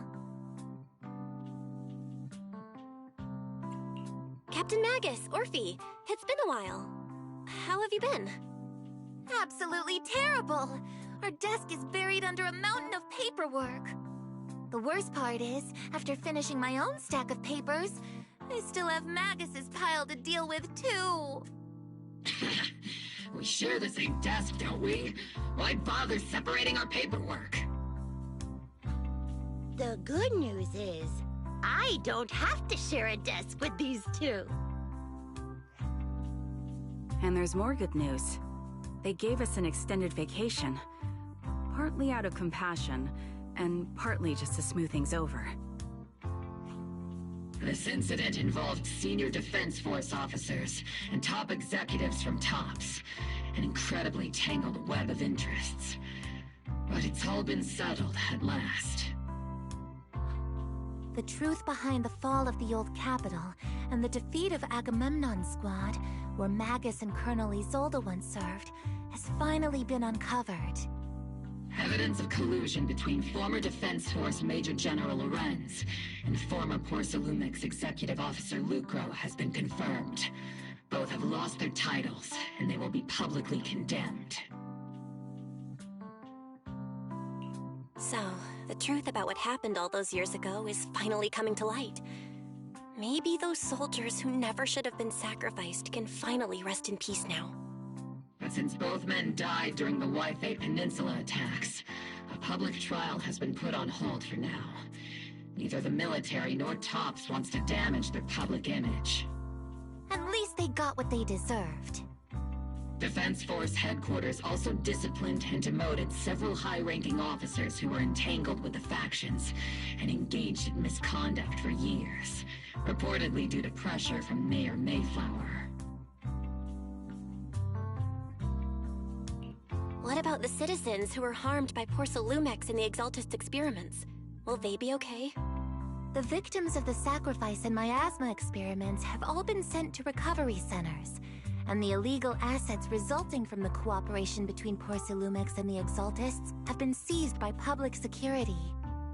All of this was possible thanks to the intelligence and evidence we gathered during our operation. as well as what Colonel Isolde collected before her death. Isolde's involvement over the years was complicated, but there's no doubt that she made many mistakes, especially as the head of the criminal Exaltists group.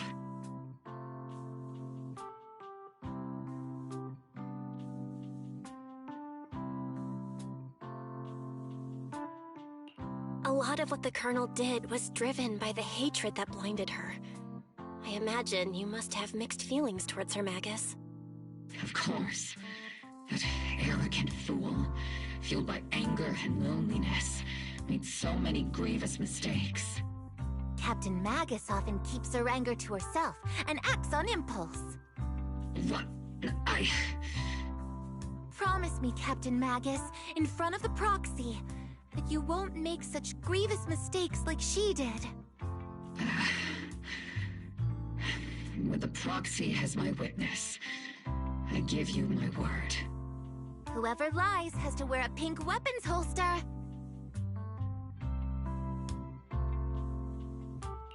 Opal Squad did disobey orders. You won't end up facing a court-martial, will you? There's no reason to punish someone for doing a good deed. Although the Opal Squad disobeyed orders, we earned commendations for wiping out the Exaltists and protecting the citizens. Each member received a Medal of Honor. Surviving in the grown-up world isn't very easy. It may not be what we hoped for, but at least there was a positive outcome. Regarding the Proxy's mentor, Miss Carol Arna, I'll do my best to help you investigate any potential leads within the military. Whoever the Proxy trusts, we trust too. Things have been so hectic in Wi-Fi Peninsula that I haven't had a moment to actually enjoy this town. Since we've been granted extended leave, I plan to relax and unwind in Phylum Heights with my squad for a while. Vacation time! Until we meet again. Catch you later, Proxy! Uh-huh.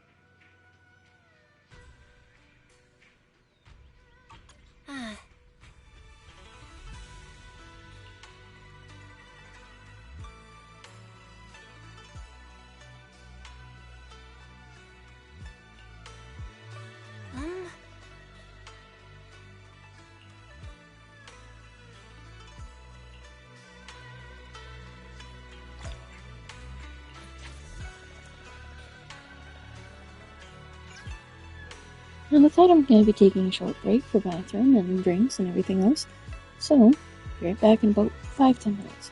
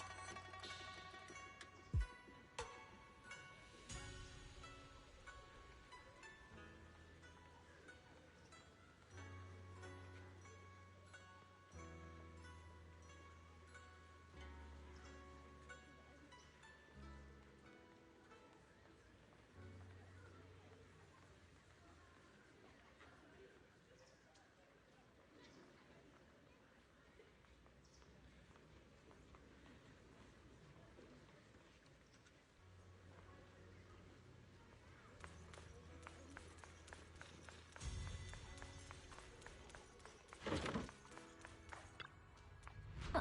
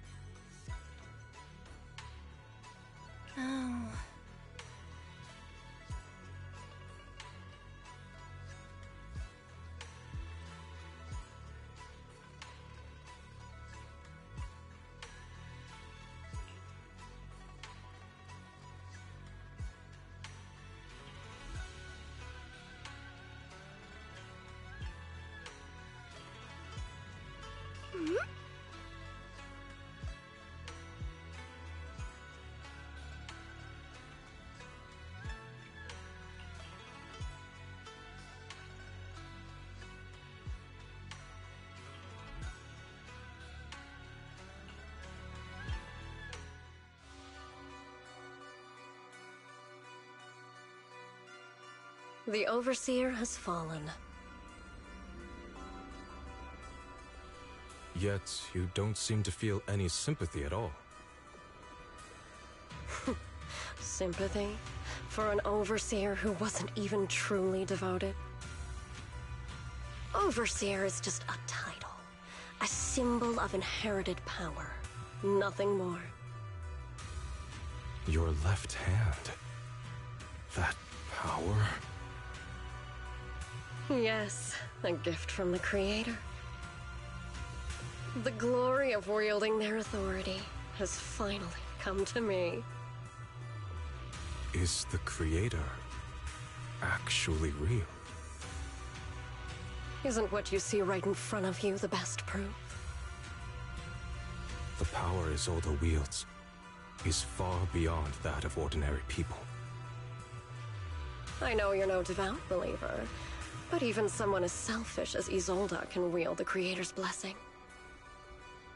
The Creator has never been stingy towards mortals who help fulfill their mission. They can make your wish come true. My wish?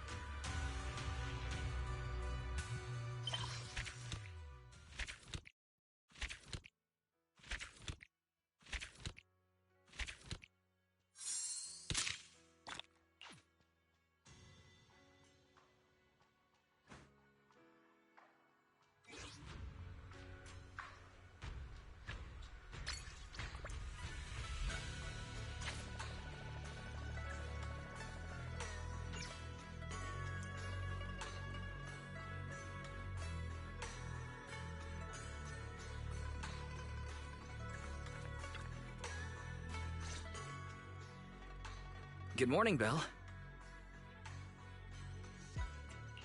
Good morning. What's everyone doing here? Discussing something? Indeed. We need to leave Swabian Temple for some time to attend a mandatory meeting in the city. A mandatory meeting, huh? Sounds pretty important. Do all of you have to go? Yes. The disciples outside of Swabian Temple don't need to attend. But those of us who were involved in the recent happenings in Waifei Peninsula must be there. So guarding Swabian Temple is gonna be up to you two. That's a big responsibility. But before we head out, there's something important we should do first. Fufu, could you bring the tea? Coming right up. We've been through a lot together. Your dedication and efforts have been evident to everyone. It would be improper to leave such a responsibility to a preliminary disciple. So, what do you say, Belle? Are you willing to formally become my disciple and join Yunquai Summit? Of course! Count me in! Good. That's the answer I was hoping for. Then let's hold the initiation ceremony before we leave. There's an initiation ceremony? I'm suddenly feeling kinda nervous. Tea's here. Hold it carefully, junior sister. Then lower your head and respectfully hand the teacup to Shifu and say, "Please enjoy some tea, Shifu."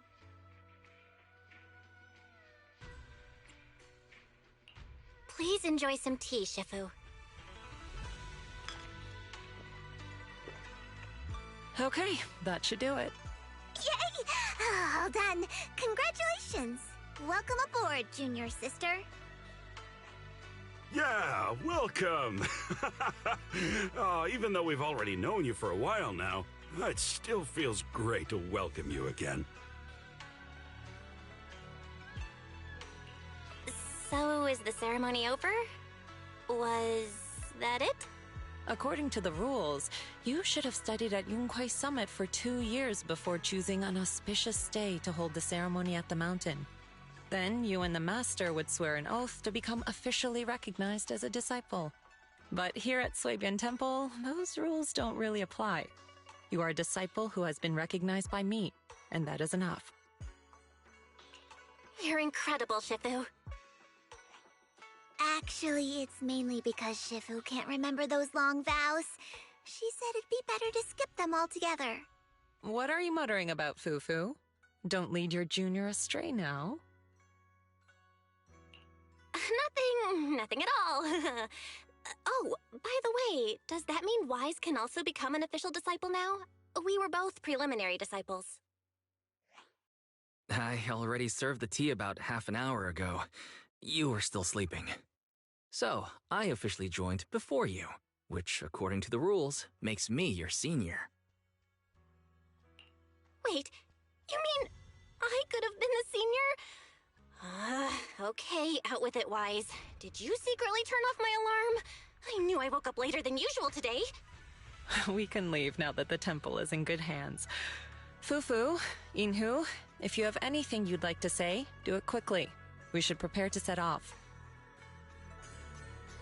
Junior sister, there's one more thing.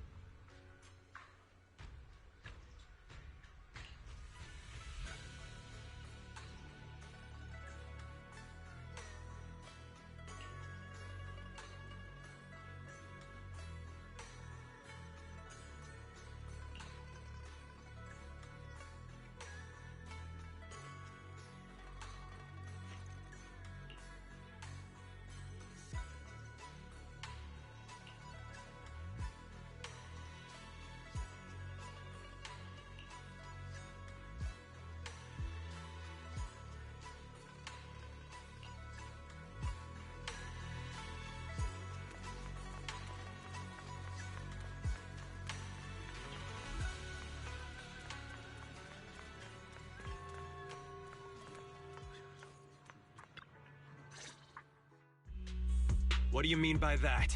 We found it first. Just because you're wearing a suit doesn't make you right, you know. Don't be so childish. Who found it first is irrelevant. Haven't you heard the saying, opportunity only favors those who are prepared? Is that so? Well, let me show you a little opportunity I've prepared for you as well. Put your fists down, pal. After all the chaos Wi-Fi has been through, now's not the time to start kicking up the dirt again. I'll say it again. Opportunities are impartial. If you want to compete, Porcelumex is always ready. Through legal means, of course.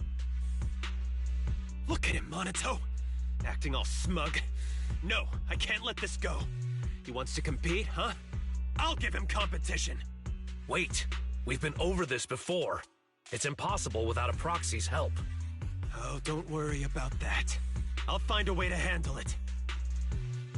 Hey, you're letting him get into your head. What happened? Are the miners and Porcelumex at it again?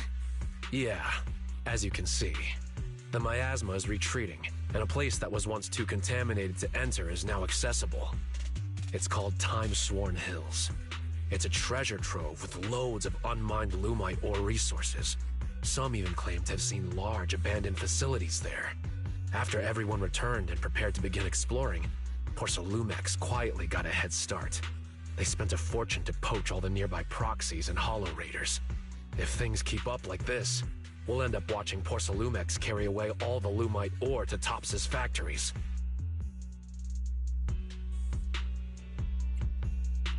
That does sound pretty frustrating. No wonder Pal is so angry. I feel for Pal. I'm upset too.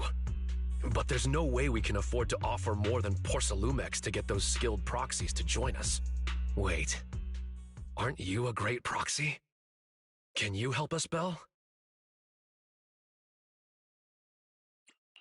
That's what I was just thinking.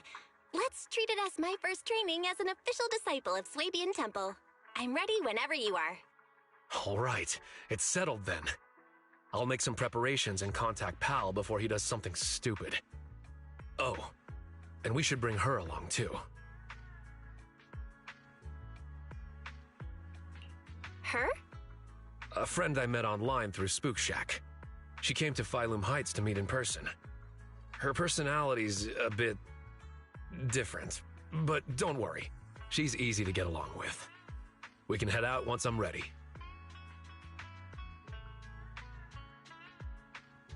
I'll head back to Swabian Temple and get ready with Wise. All right. Let's meet at the entrance of Mystic Wares later.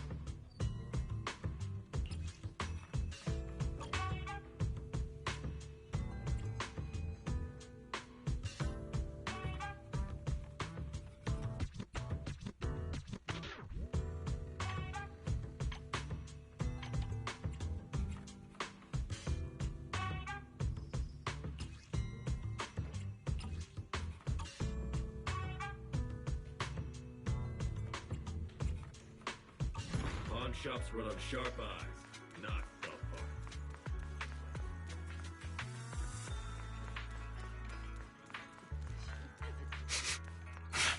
Someone's here.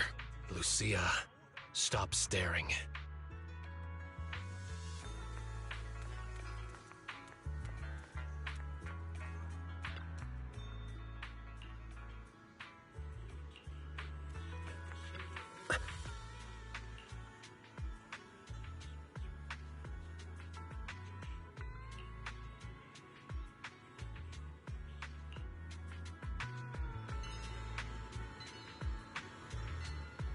Hmm?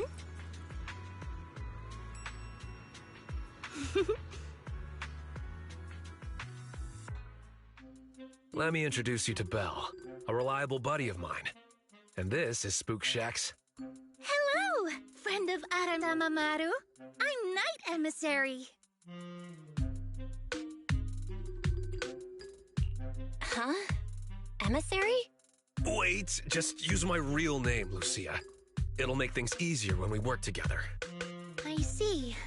What a shame. I was hoping we could shout our usernames while performing a cool combo attack later. Oh, no need. We have more important things to discuss than usernames. Let me try again. This is Lucia from Spook Shack. We've already known each other online for a while now, and recently decided to meet in person. So, we arranged to meet here in Phylum Heights. I've already met Monato, Yuzaha, and Alice. There's just one more person I'm waiting to meet before I've met the whole crew. Since I have to wait, I thought I'd join you and gather some interesting ghost stories from the Hollows. Well, that's about it. Got any questions, Belle? Just ask away. I gotta ask, what's Aratamamaru? It's Monato's username on Spook Shack. I thought it'd be perfect to shout during battle. It actually isn't his original username, but I can tell you more about that next time. So, Night Emissary is your username? That's right. If you want to know about the Night Emissary, then you'll need to know what the Night Horror is first.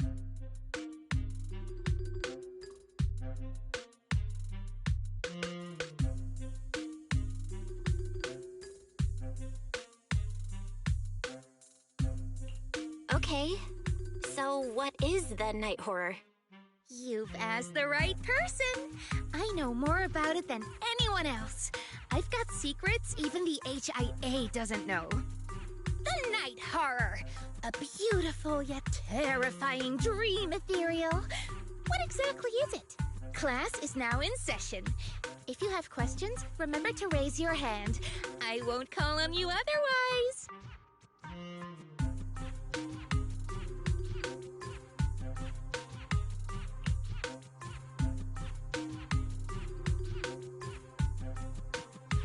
Not now. This will take all day. You can give your lecture later. Let's focus on the mission. Remember the details? I remember. We're heading to Timesworn Hills to find the new Lumite ore mining area. Yup, that's right. And then we'll root out the ethereals known as aura spirits and use Ginger Tongue Sway to make them reveal where the mind-reading monster is hiding. Wait, I never said anything about that last part.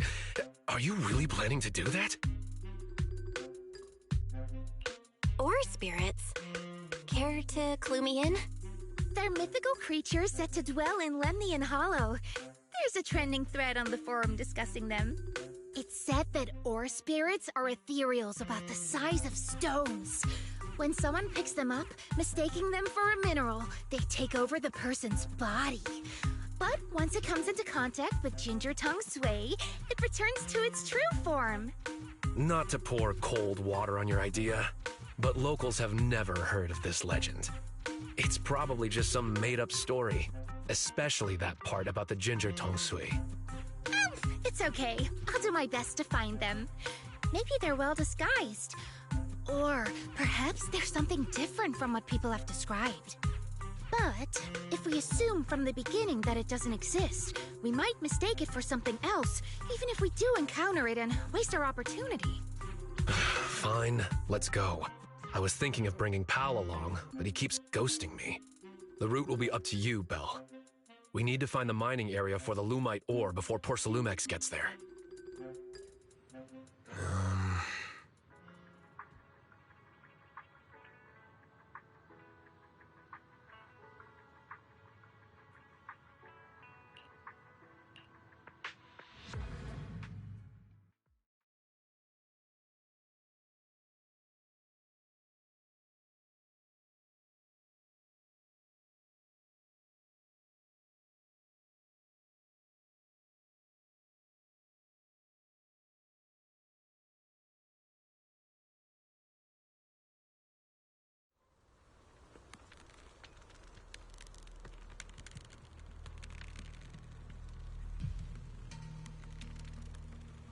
Oh, right. Monato, Val, let me give you some ginger tongue sway too. If you come across someone suspicious, drizzle some tongue sway on your hand and flick their ears with it. That way, they'll reveal their true form as an ore spirit. That's so rude. I'm not doing that. Whether it's an ethereal or not, we'll end up getting hit. I refuse. And the opponent's not too shabby either.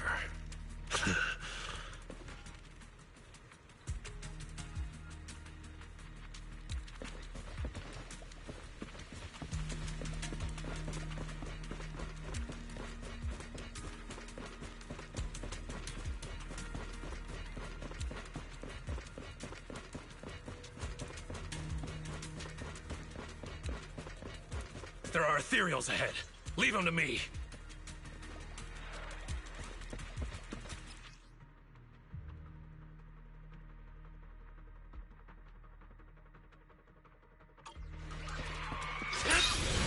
Here I come.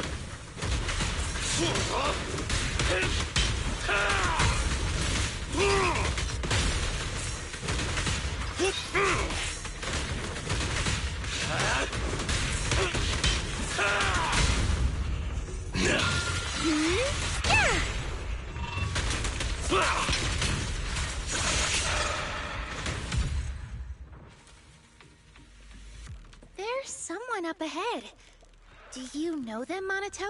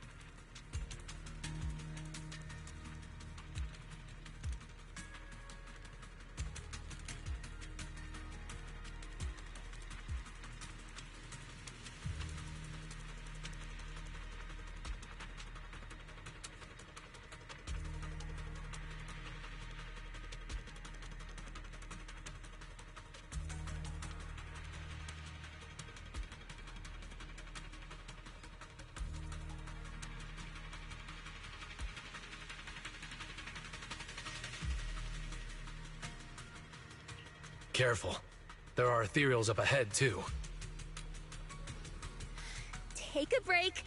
I'll go check it out.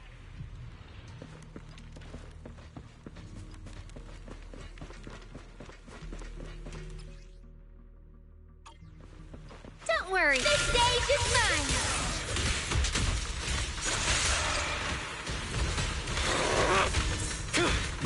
Razor strike!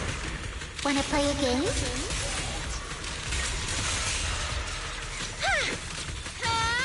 Ether chambers! Yeah.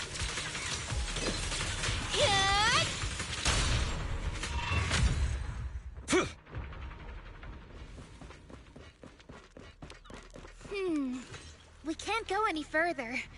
Let's try another path? Wait, maybe I can use the revelation technique. Let me try.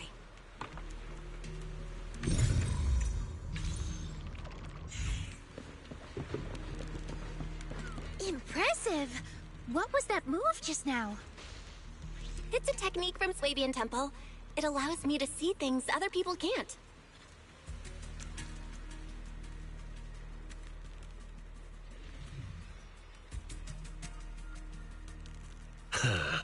That's it? Done already? I haven't had enough yet.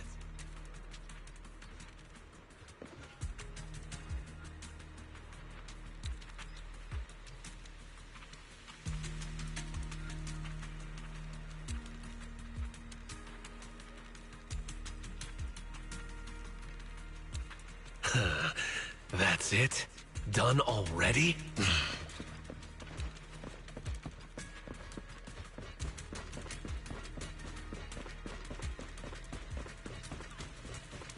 Don't worry. There's someone up ahead. No anomalies found. It's Pal.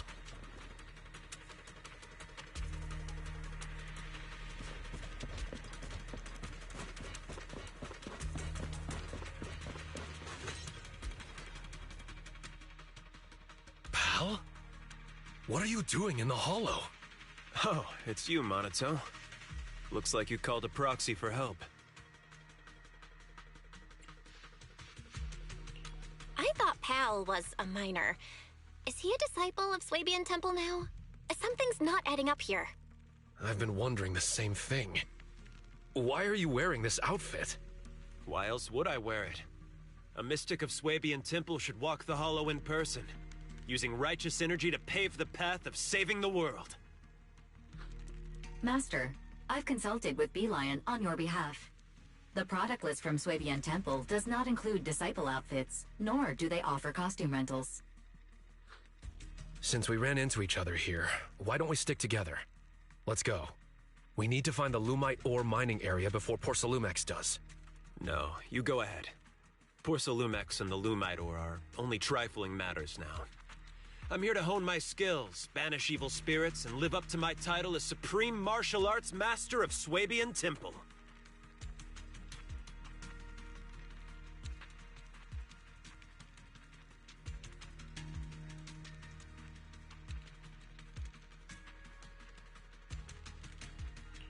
Supreme Martial Arts Master of Swabian Temple?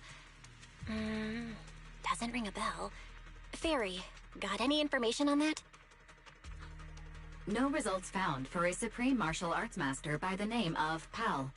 The closest result is a head chef whose name begins with Pan.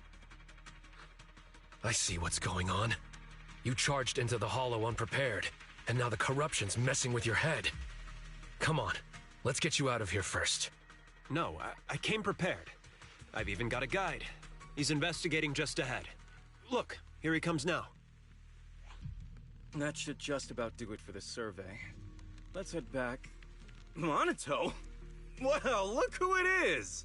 You're... Moss. Another acquaintance of yours? Didn't expect to see you here, Monito. What a coincidence! How long has it been since we've seen each other? At least 2 years? It's not that we haven't seen each other. You've been missing for 2 years. Everyone needs to face some trials in order to grow. I've taken some time to figure out the path that suits me best. You mean becoming a hollow investigator? Yeah, it's always been my dream since I was a kid. But now, standing here and reminiscing like this isn't exactly safe considering the ethereals. There's a town up ahead where we've set up a temporary base. Let's go discuss things there. A town? In a place like this? Come on, Monito. I'm sure you'll see plenty of familiar faces there. Should we go with him? Yeah. Sorry. This was supposed to be just a simple recon job, but it's gotten complicated. Pal's a mystic now, and Moss has reappeared as an investigator. My instincts tell me we can't just let him go without keeping an eye on them. Let's go to the town together. Maybe it'll be there. What do you mean, Lucia? The mind-reading monster. Maybe it'll be there. You probably don't know this, but Monito and I have known each other since we were 10. I vowed to become an investigator back then, and now I finally am one. My wish came true. Had enough yet? What about you, Monito? Did the wish you made back then come true? I remember your dream. This isn't really what it was, right? You're talking so much, it's starting to feel suspicious, Moss. Wait, Lucia, not that kind of suspicious. Put the ginger tong sui away. I haven't had enough yet. Huh?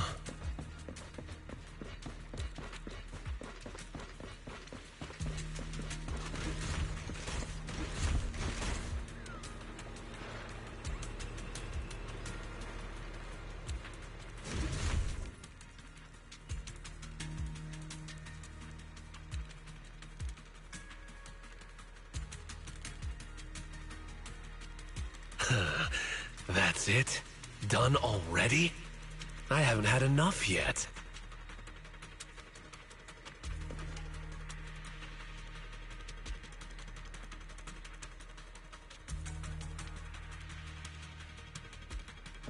Look, up ahead! Ethereals I've never seen before! Take them down! This ethereal looks tough. I'll join in too. Leave them to me. Stay back, pal. Let Monito handle it. He's never liked others stepping into his battles.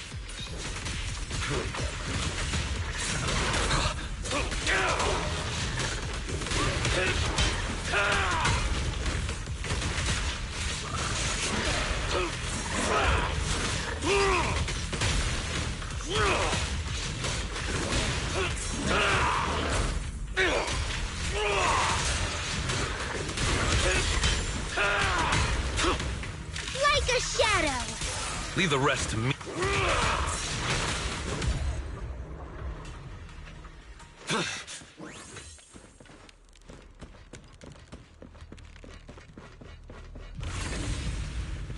We're almost there.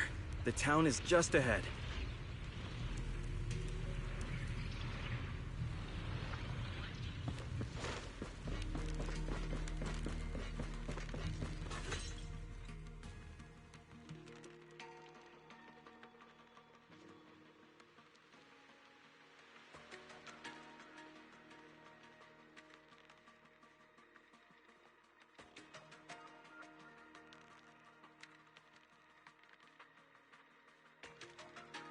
Look, we're here.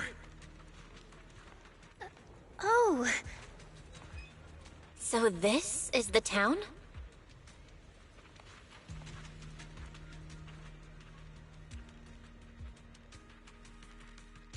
All right, you're safe to rest here. Welcome to the town, everyone. Oh.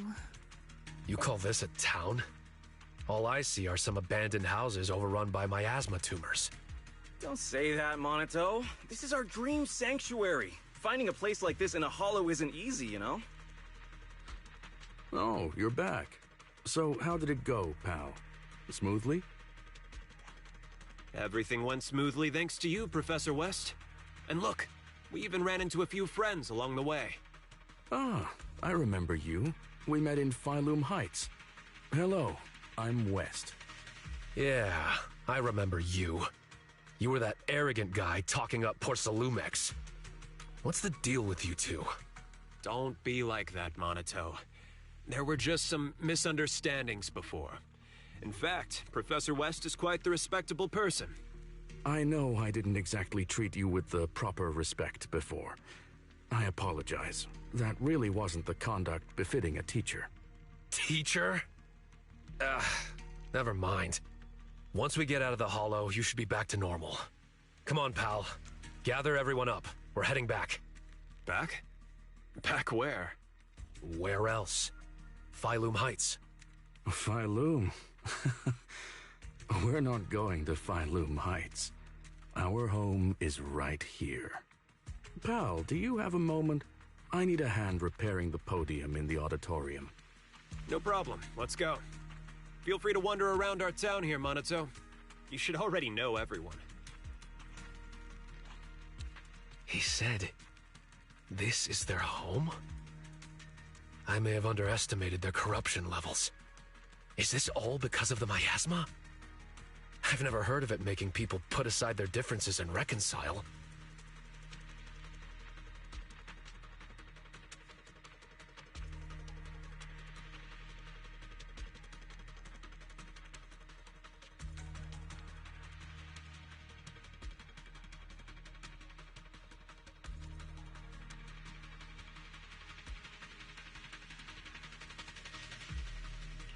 Wise, can you check the miasma concentration here?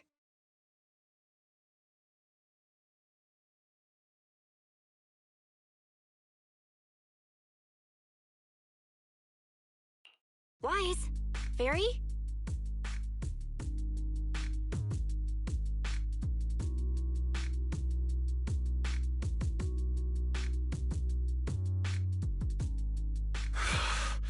We'll have to carry them out, whether they like it or not. If it comes to it, we'll knock them out and tie them up together. Even if you know the people here, you can't just say something like that. Why not try walking around and talking to everyone first? I was about to do that anyway. Come on, let's see if anyone is still in their right mind around here. Let me correct you. We're all in our right minds, just in different ways. I told you, this is a dream sanctuary. You'll understand, Monato. All right. Let's get moving. If you want to gather ghost stories, now's the time, Luke. Huh? Where's Lucia? She's up ahead. While you were here hesitating at the town gate, she walked right in. Quite the remarkable girl. Let's catch up with her, Belle. Since Moss won't be stopping us, we can investigate freely. Of course, my friend. Investigate as you please. We've never had any hostility towards you. But you won't be convincing anyone to leave with you. Leave or embrace your true desire. What was that sound just now? Better investigate this place carefully.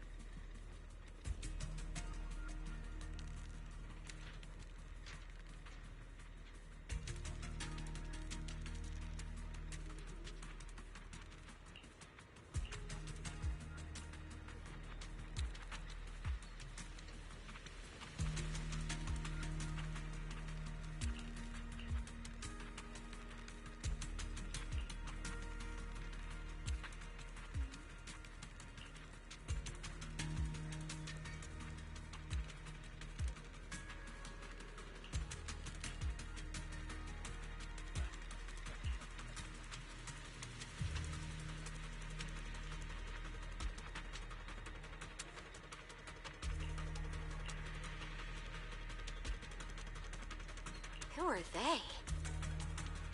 Must be new here. What did you say? Didn't Monato say he wanted to look around? Did Moss hold him up?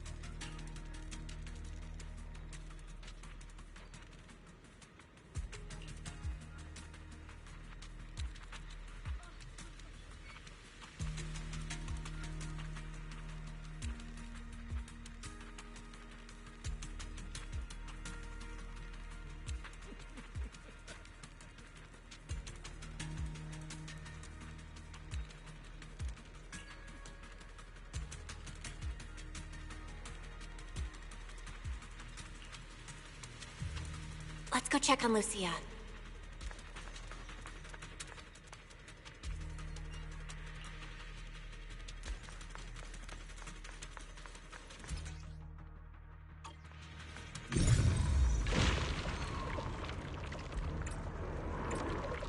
This is so strange. These people don't seem to mind being around the miasma tumor at all.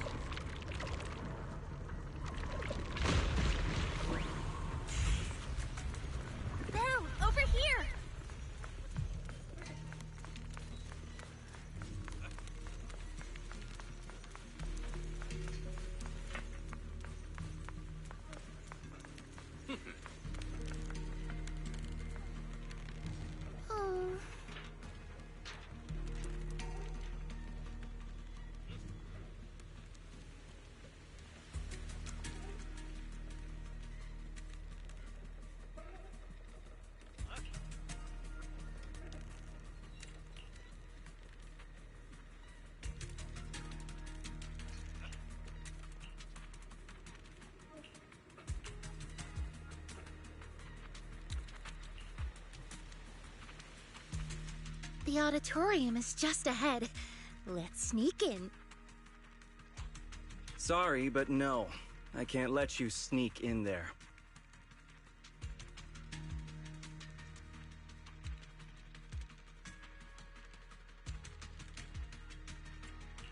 We obviously haven't even done anything. Don't tell me you've been watching the whole time. Is there something important in the auditorium? Yes and no. It doesn't have anything important to you, but it does have something extremely important to us. So I'm sorry, but the auditorium's closed. Besides, there's nothing inside worth your time. I do know a place you'll like better, Lucia. Where? A golden-winged blast crawler's nest? What's a golden winged blast crawler? I've never heard of that kind of blast crawler before. It's a blast crawler that can fly and is known for its bad temper. When they see someone passing by, they'll suddenly dive down and boom! Self-destruct! Unfortunately, I haven't seen that kind of blast crawler here. But there's someone up there who's as interested in ethereals as you. I'm sure you'll get along well. Really? I'll go take a look.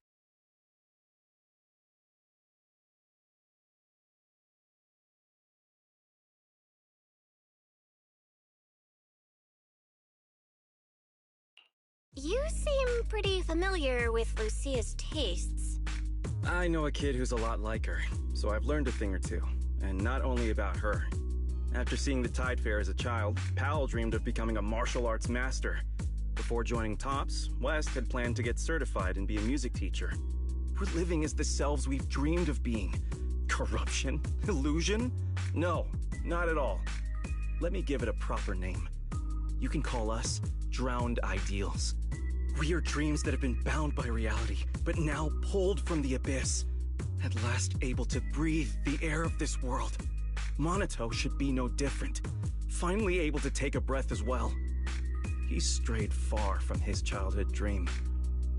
But as long as he stays in the town, he's sure to remember the vow he once made.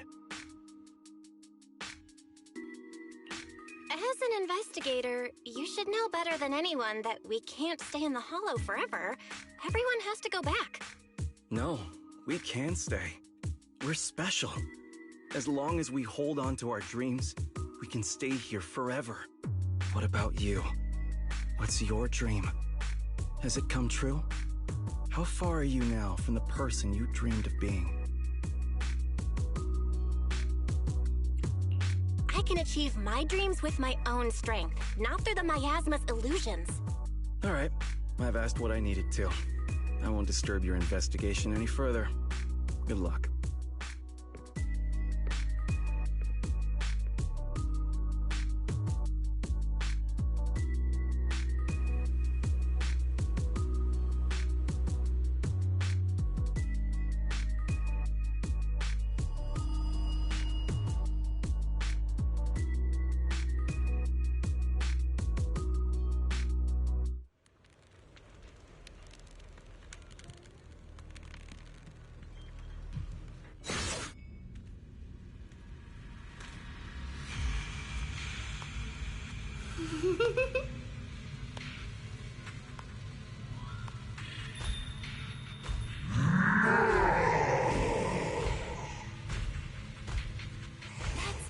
An ethereal! Is this Moss's doing? Oh no, it's bringing the miasma with it! Monato, Lucia!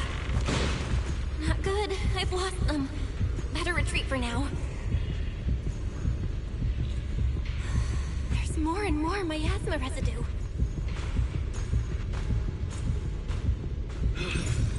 Belle, where are you? I'm here! I can't see you. Wait, Monato! Don't rush in! The fog is dangerous! Can you make it to the exit, Belle? We'll need you there. Oh no, there's no way forward. Wait, maybe I can squeeze through here. The footsteps are gone. Did it leave?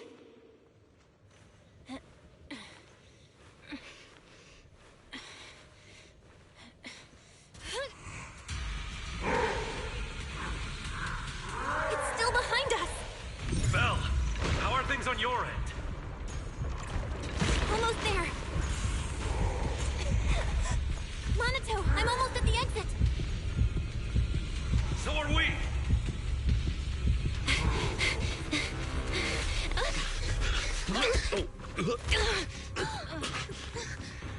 You good? What's wrong? In the fog. Ethereal.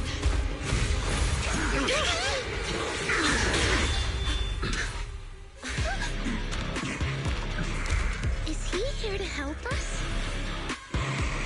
Who's this guy?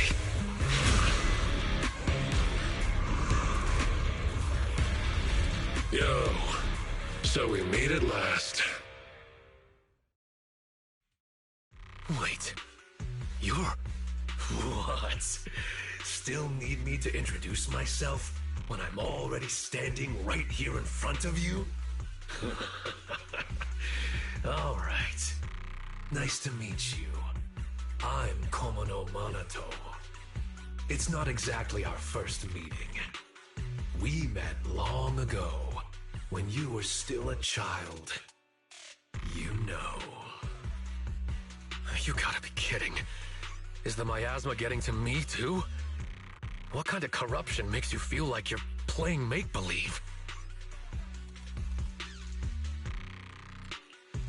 It sure looks a lot like Monato, but even more intense. So why show up like this? Looking for a fight? Relax. I'm not here to fight you.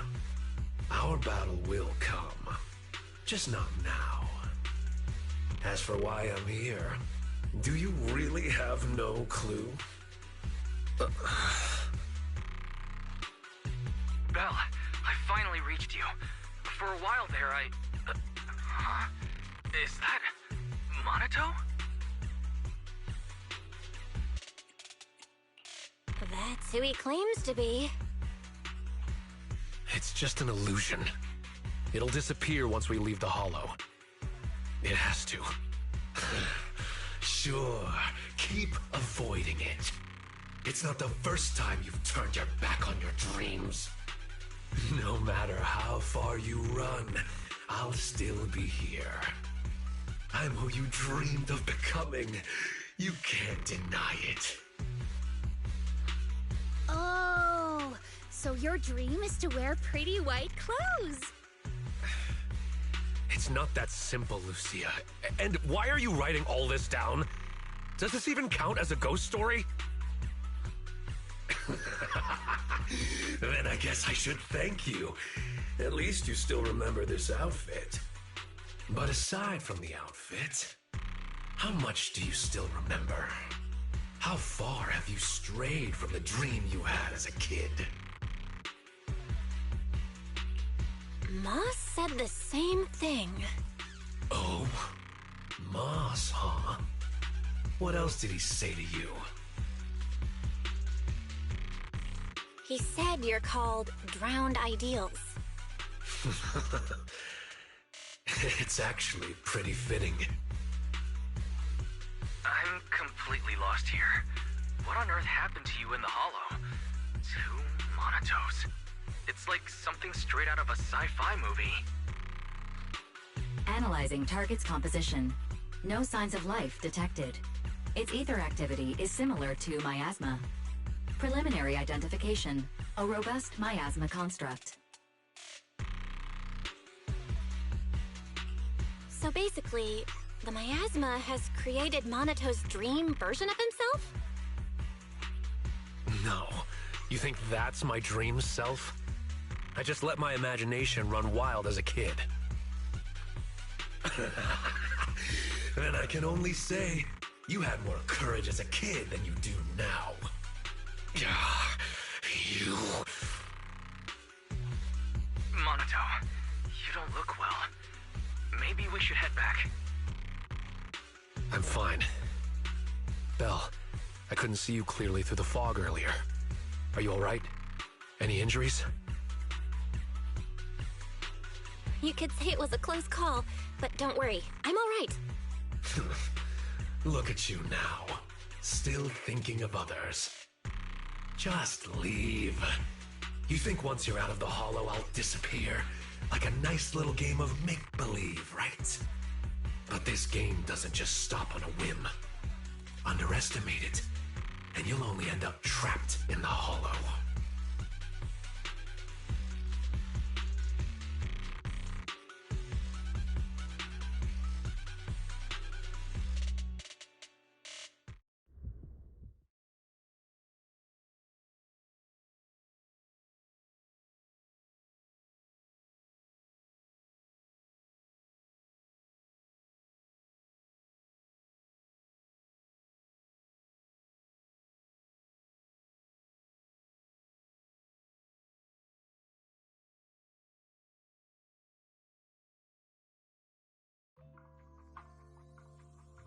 You're back! Lucia sent a message saying you went to collect ghost stories.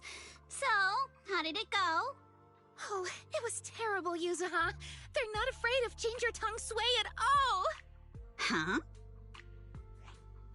I'll take it from here.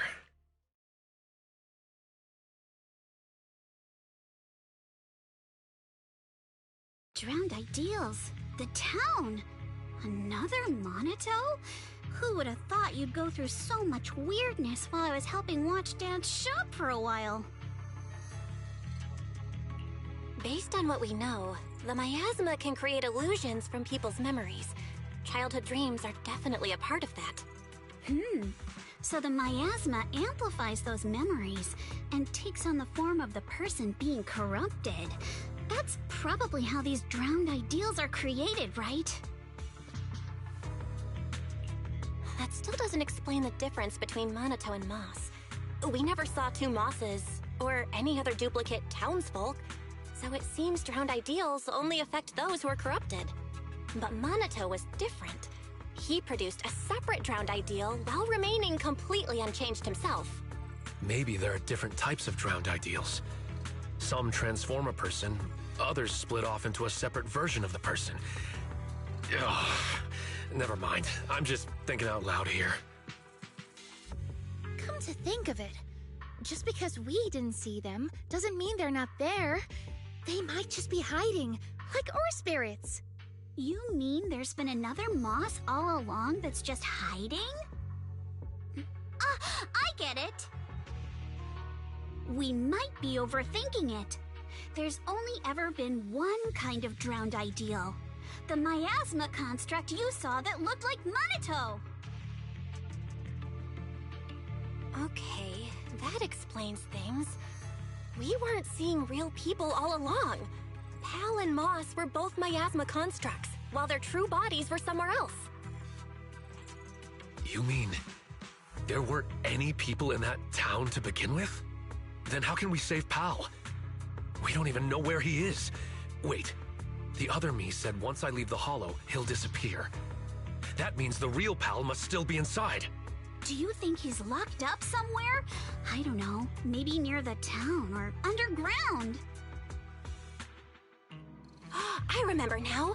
Moss said the auditorium has something extremely important to the drowned ideals. I was going to go in with Lucia and... Wait, where's Lucia? Yeah, where did she go? She was just here a second ago. Ugh, never mind her. She was always running off when we were in that town, too. Anyway, we have to get in the auditorium, but I'm sure Moss won't make it easy. That scary ethereal you mentioned is probably working with the drowned ideals. It won't be easy if you want to get in that auditorium. I'll tag along too. But aren't you watching the shop? And if the drowned ideals are tied to childhood memories, you probably shouldn't go there. Don't worry. I'll try to find some other help. Worst case, we can get Porcelumex involved. It's time they did their part. And if we can also get the mystics from Swabian Temple to join, then we'd be set.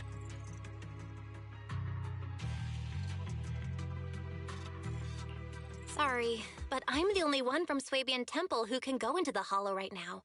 The others probably won't be back anytime soon. Really? Talk about bad timing. There are still others at Swabian Temple. I saw someone with gray hair talking to a giant lion.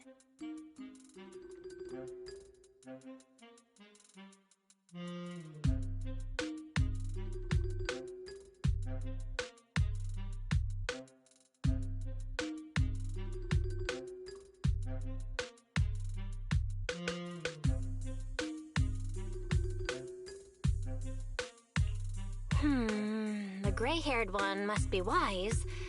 Wait, how do you know that? Have you been to Swabian Temple? Yep, I was just there. I wanted to ask Bee Lion where I could get more ginger tongue sway.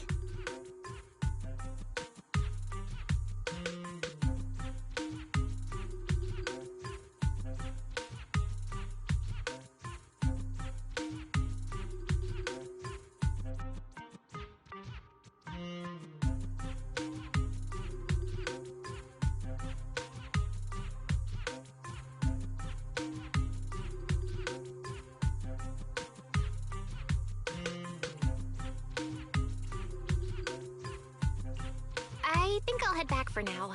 I'm kinda curious about the giant lion Lucia just mentioned. All right. Head back and get some rest. I'll reach out if there's any updates. Yeah, get some rest. But remember, don't fall asleep.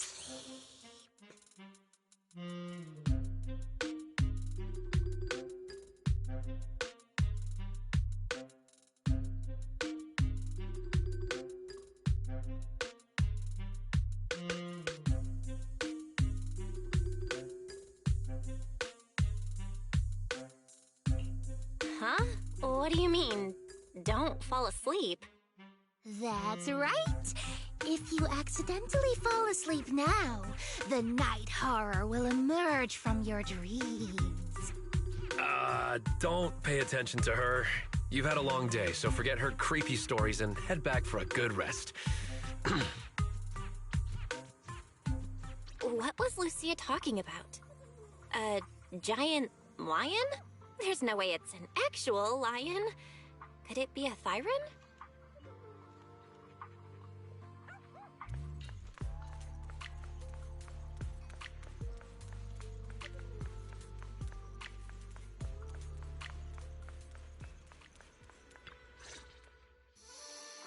Vel, you're back. Someone's looking for you. You must be the new disciple Yixuan spoke of. Pleasure to meet you.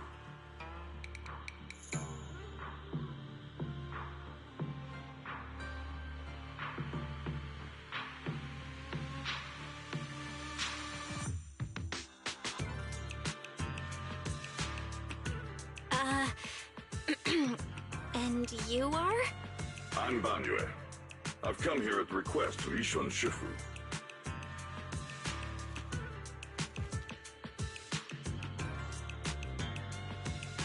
My friend, I've been tied up with affairs since returning to Waifei Peninsula and haven't been able to visit.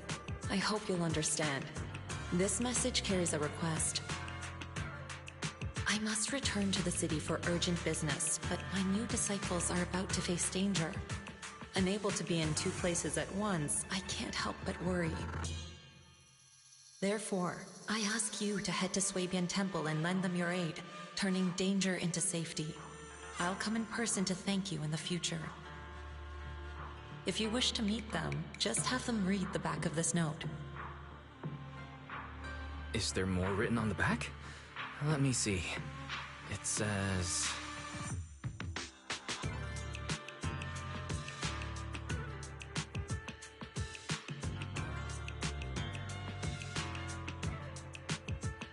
Using one note to address two people. That's our Shifu.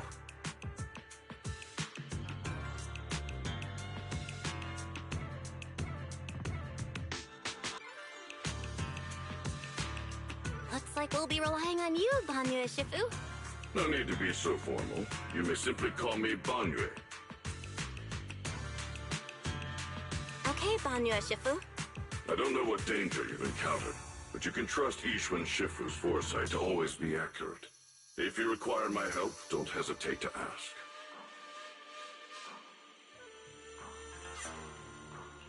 Great. We just ran into a tricky situation.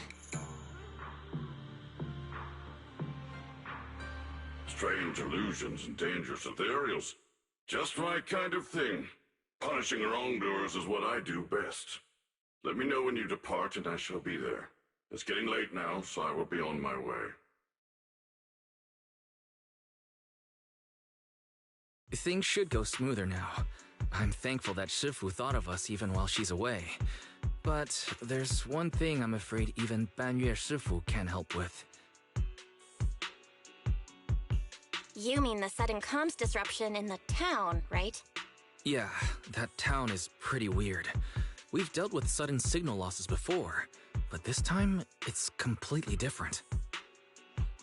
The master signal was still active, and we could track your current location. However, two-way communication was blocked by numerous layers of unanalyzable data. It was as if you were wrapped in layers of film. We could see you moving, but we couldn't get through to you. Things only returned to normal once you left the town. It was pretty nerve-wracking. We still don't know enough about the miasma. It's like there's an unknown power at work. And what we've encountered over the past few days is likely just the tip of the iceberg. Fairy and I will look into it, but until we find a solution, Belle, don't go anywhere near that town alone. You should stay with Monato and Banyue Shifu. Okay, I'll be careful. It's getting late. You should get some rest. It's already late. Time to rest.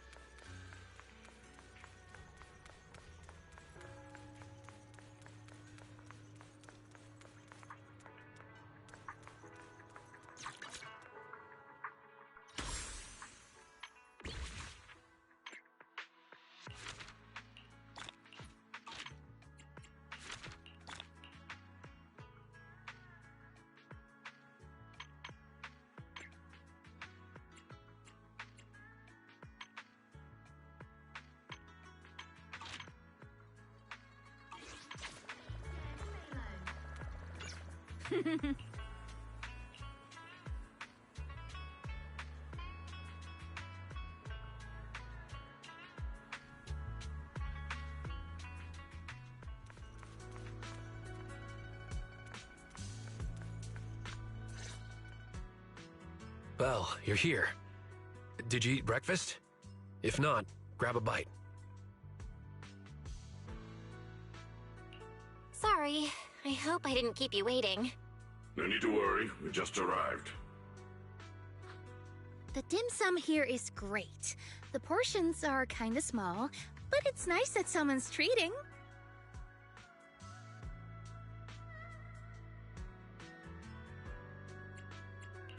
Someone's treating us?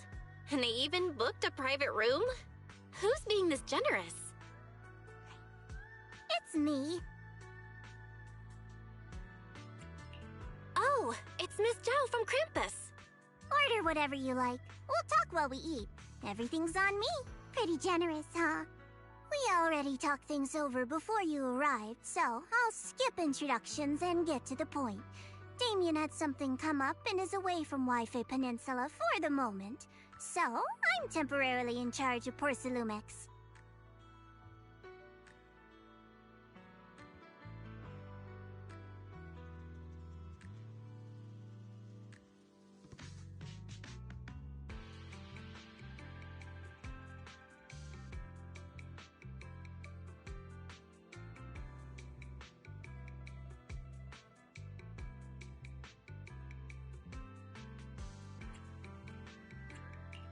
So, Shifu and the others aren't the only ones who've left Wi-Fi Peninsula recently. Damien has also left. Could that be a coincidence? I found an employee who violated Damien's work stoppage order by secretly bringing Hollow Raiders into Lemnian Hollow to seize Lumite ore. Stranger still, he soon went missing and hasn't returned. Digging a little further led me to you. She means Pal and West. I told Miss Zhao everything that happened yesterday. From what you saw in the town, it's clear that those two aren't the only ones missing. Others, including some Hollow Raiders, are probably trapped there as well. I've already halted all of Porcelumex's operations in Wi-Fi Peninsula to make rescuing those people the top priority. I really appreciate your help. Honestly, if another employee has an accident in Wi-Fi Peninsula, not even Krampus will be able to protect Porcelumex. I don't have a reason to back down now. The more people helping, the sooner we can get Pal and the others out. I don't have a reason to refuse either. Can I get another order of shrimp dumplings? Of course! Have as much as you like.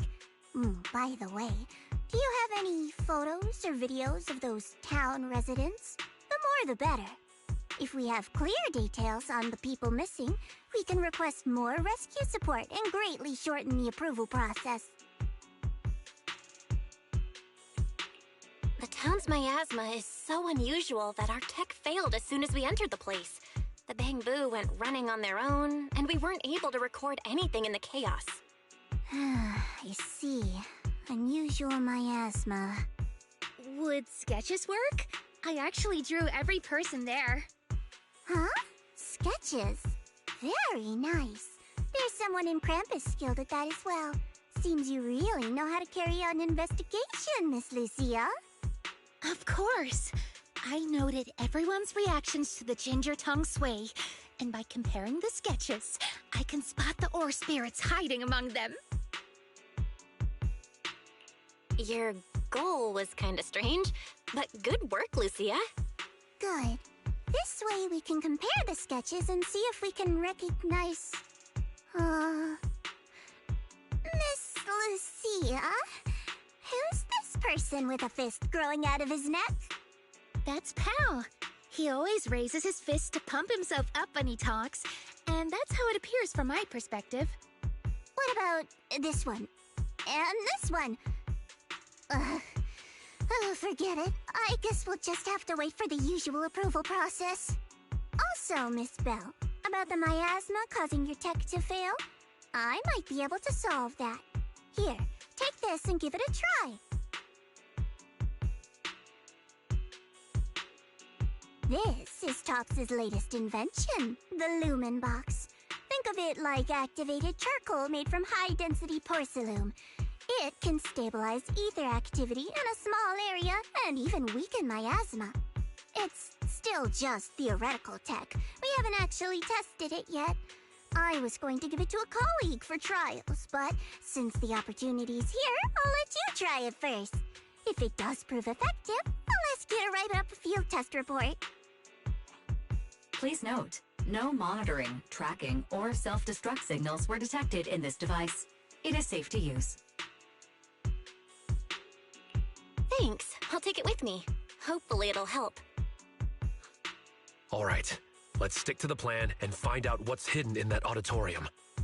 If that ethereal shows up again, just leave it to me and Banyue. We'll handle it. I'll be waiting for your updates here in Phylum Heights. I'll ask the owner to keep this room reserved, so we can meet here whenever there's any progress.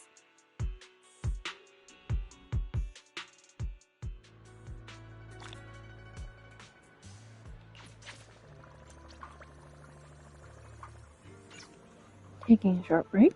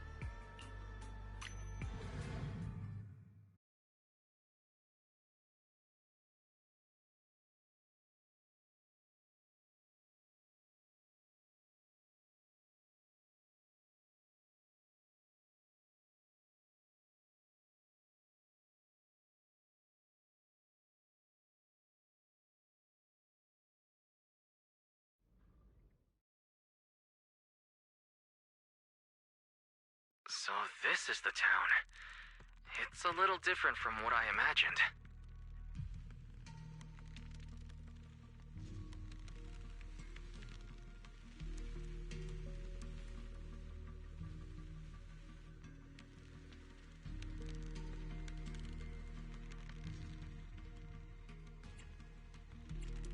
The Lumen box works. Just what I'd expect from Miss Zhao. All right. The connection is stable. That's a relief. Tops may be overbearing and arrogant, but at least their technology is reliable. A large number of ether signatures matching the drowned ideal Komano Manato have been detected. Preliminary analysis suggests that this is a gathering point for drowned ideals. As expected, none of them are human. No matter how human-like their behavior may seem, their infrared signatures reveal their true nature. In that case, let's not waste energy on them and focus on getting to the auditorium. Oh, Monato. Back looking for Lumite ore again? Need a hand? I'm good. By the way, I'm putting together a set of self-defense techniques for everyone to practice. They might come in handy someday. Want to join? When you're unarmed, your fists are your last hope. Pal, if you really love martial arts so much, why not just do it? Why leave it as some fantasy illusion? Come now, don't be like that. Fantasy is humanity's greatest gift.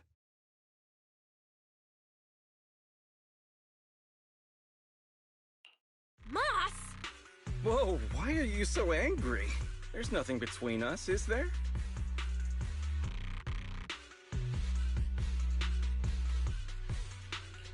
The ethereal you let loose chased me all the way down the road! Ethereal? That I set loose? I see. You must have run into Lantern Bearer and Wandering Hunter.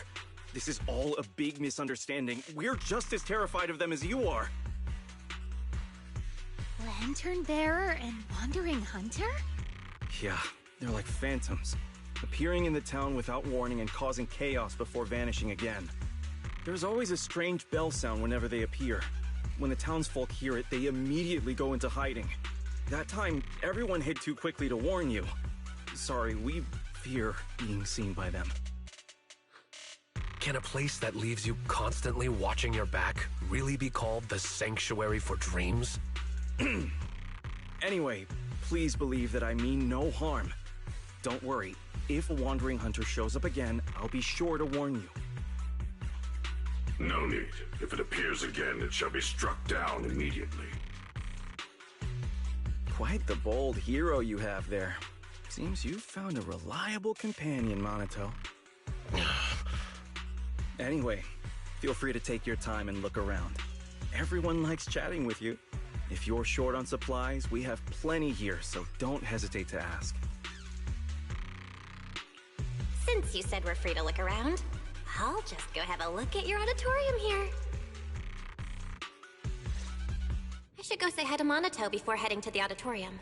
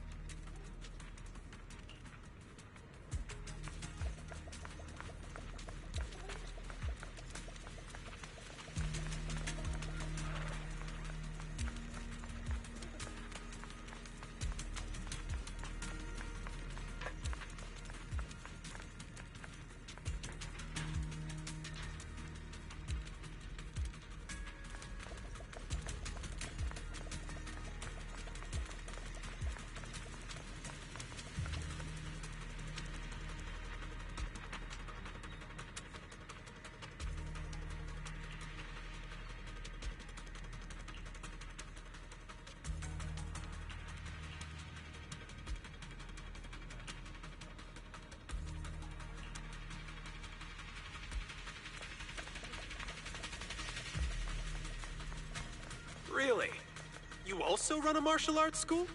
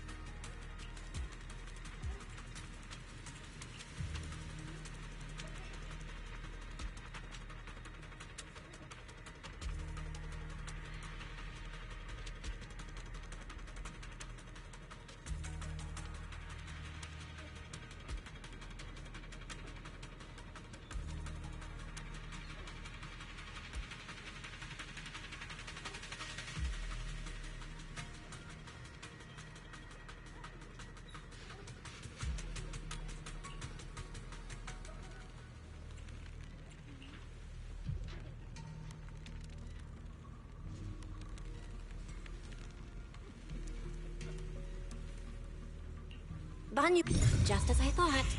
Hal shows the same ether frequency as the miasma tumor. This town, is there really not a single living soul? Never mind. Let's check out the auditorium.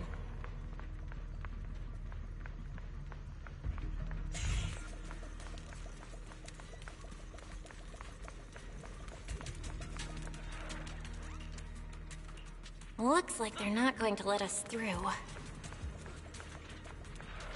Hey, Val! Over here!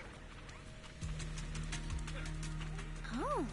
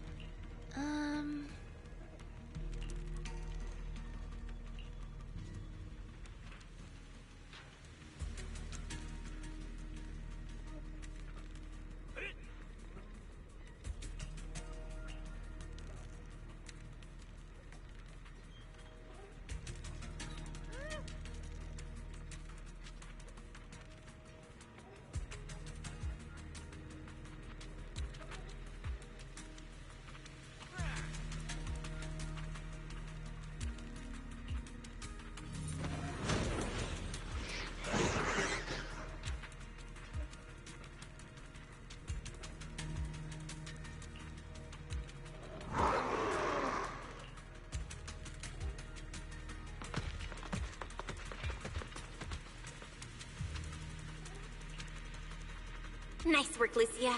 Quick, get to the auditorium before they come back.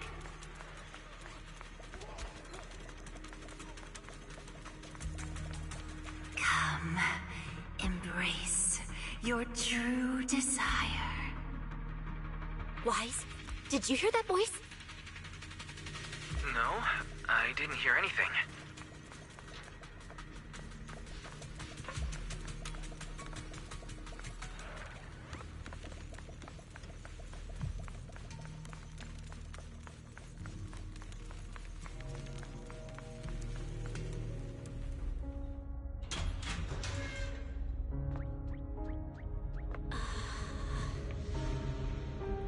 Someone's trapped in the miasma! We have to find a way to help her.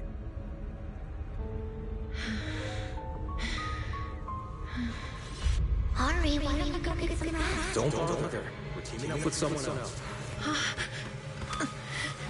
You can do this, Midori. Let's try it again.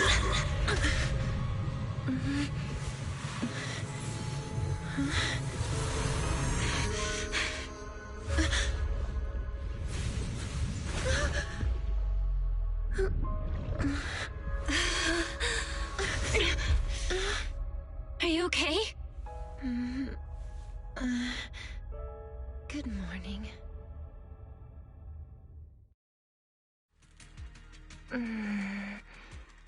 Good morning.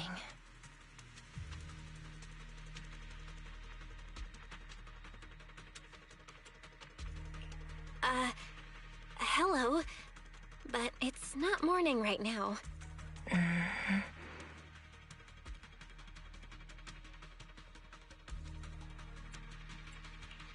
What's wrong? Are you still half asleep? Such beautiful eyes. Am I still dreaming?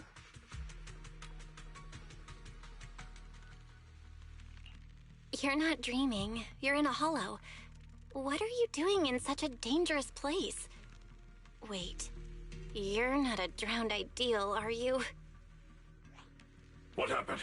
We heard some commotion from outside. Hold on. This girl. There's a human in this town full of non-human entities? She was trapped in the middle of the auditorium.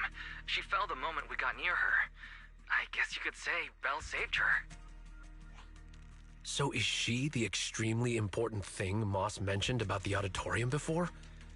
Just what is that guy plotting? She keeps staring at you, Belle. Do you know each other?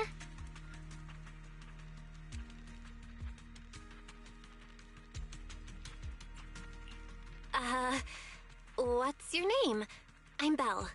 Have we ever met before? My name is Idhari. I think this is the first time I've met you.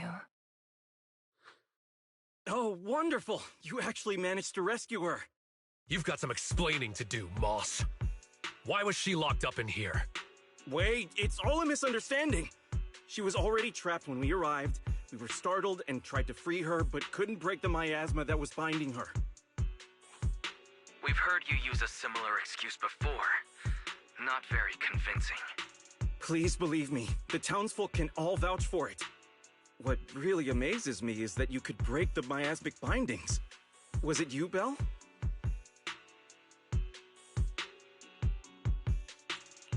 I'm not even sure what I did. I just suddenly felt something through my eyes. I remember now. A few images flashed before my eyes, and I saw Sarah in them. I need to find the right time to get to the bottom of this. No need to tell him about that. Let's get her to a safe place first. Can you walk, Idhari? Can you walk, Idhari? We'll take you out of the hollow. Yeah, I can walk on my own. Hey, are you ignoring me? But I can't leave the hollow. I've already tried many times. Don't worry, I'm a proxy. I promise I'll get you out of here. Are you planning to take this girl with you? She doesn't seem very stable. I'll ask West to bring some medical supplies since we still have plenty. Huh? You're not trying to stop us? I thought there'd be a fight. Why would I try to stop you? We couldn't bear to see her stuck in the miasma like that either. Please make sure she stays safe. Let's go. Although things didn't quite go as expected, we still gained a lot. I've recorded most of the town folks' appearances.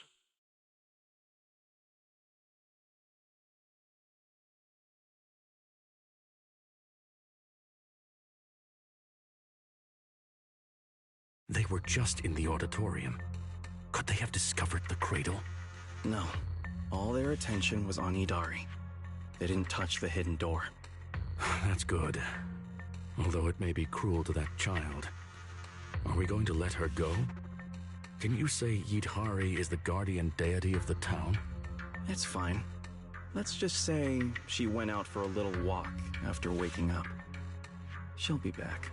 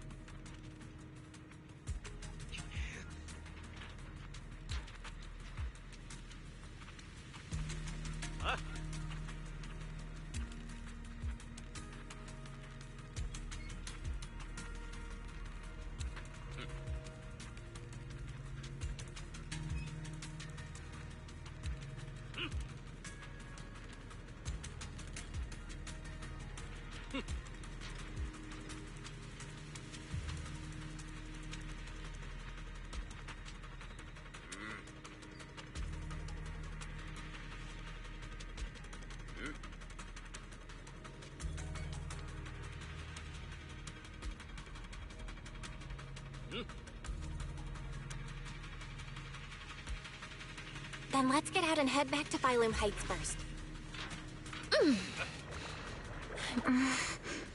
But... What's wrong? no, it's nothing. Speaking of which, do you know Sarah? Yes, I'm stuck here most likely because of her. Do you know Sarah too? I've got a score to settle with her. Let's talk about it in detail once we're in a safe place. The little ones and I are all rested now.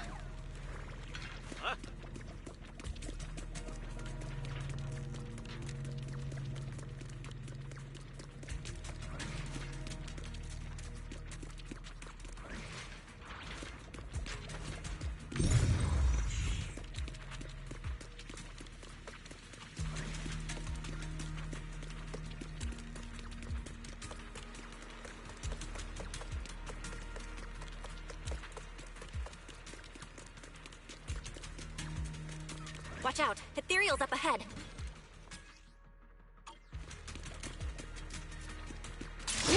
I'll handle them. Just woke up, so it's a good chance to stretch a bit. Not sure how many ethereals there are. Impressive, Idari. She may sound drowsy, but she's full of fighting spirit. All right, that should be the last of the enemies. Let's head towards the exit.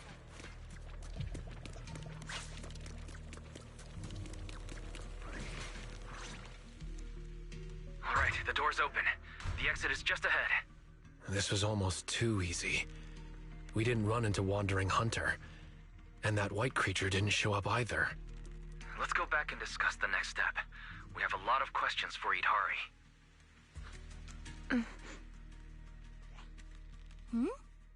Idari stopped. Idari? It's no use. I can't go any further. Why? The exit is just ahead. I see darkness blocking the way ahead. It's gathering, rising, and twisting into a vortex. One more step and I'll fall in. Belle, go on without me. I can't this time. The exit has rejected me. A vortex? I don't see anything.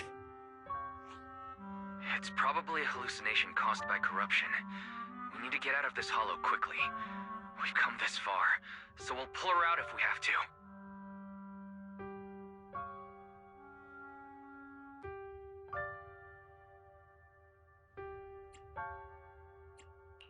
Just keep going. You can make it through. You're only a few steps away. I'm sorry. I really can't. I'll fall in. Just leave me or you'll fall in as well. Stop overthinking it. Let's go. Don't overthink it. Let's go, Itari. Hold on. Careful!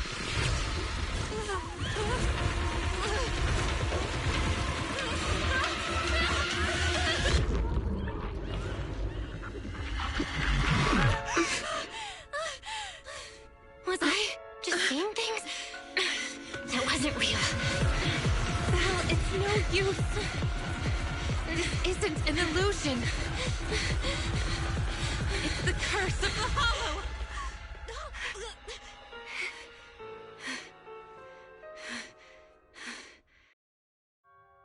Why did you come back? We were just about to catch up. Was that not the way out? Let me check. The path seems clear. Anomaly report. Master's coordinates were detected at multiple locations throughout Lemnian Hollow over approximately 10 seconds. It feels like something big just happened. Like I expected, it didn't work this time either. This is the curse the Hollow has placed upon me. I reviewed the data. From the moment Idhari got close to the exit, the ether particles around the fissure started fluctuating, almost to the point of being reshaped, making it impossible to leave the Hollow.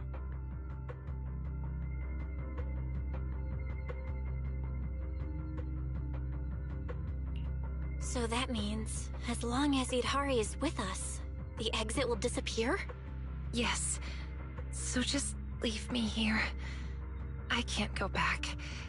But at least you still have a place you can return to. Let's look for another exit. If we can't find one, then we should find somewhere to rest. We can't just leave her out here. I agree with Monato. I agree. After all the effort we put into rescuing her, we can't just walk away now. And we still have so much to ask her.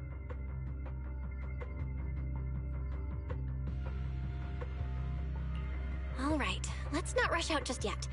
We can find a safe place to rest first, and then figure out our next move. A safe place? Oh, I know a safe house nearby. Should we go there?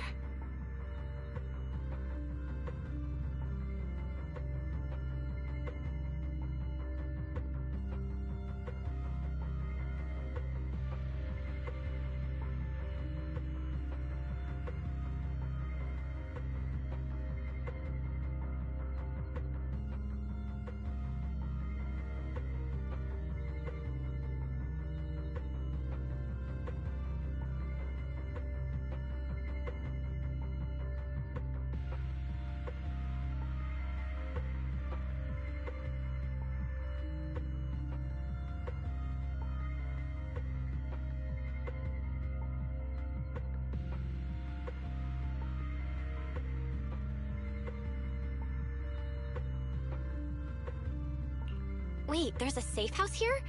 How do you know about it? When I first entered the Hollow, I scouted the nearby routes. The truth is, I'm a proxy too. A proxy trapped inside the Hollow. Pretty pathetic, isn't it?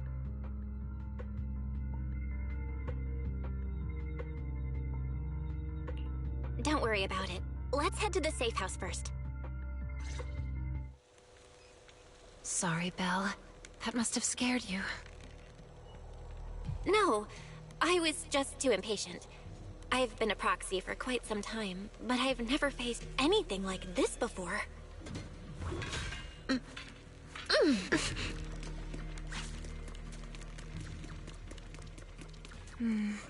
We're heading the right way. Let's keep going. You don't have a bamboo or a carrot. How do you know the way? The simplest way is just to follow the others. Others? Where are they? It's my ability as a proxy. For instance, I can see investigators' illusions up ahead. By following where they go, I'll find a path to follow. The footsteps of those before me are my carrot. But I don't see any footprints. Or people at all. Only I can see them. Those twisted faces, familiar yet strange, drifting back and forth. I'll explain more once we reach the safe house. For now, we need to follow those illusions.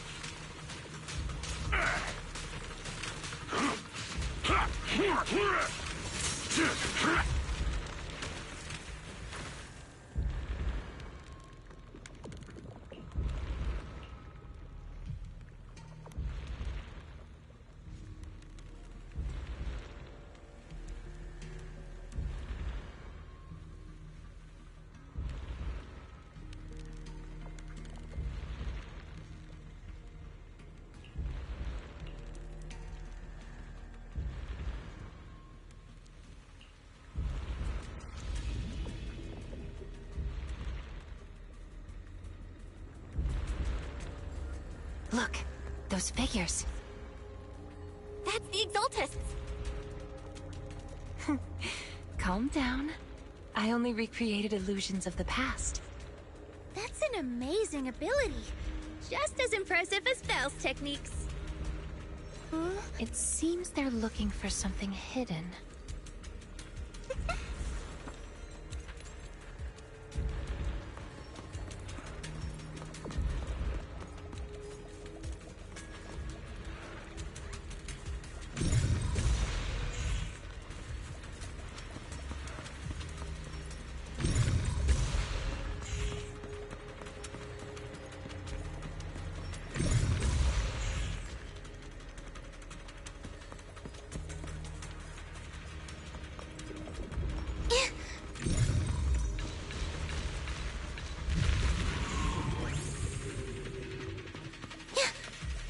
These illusions look so strange.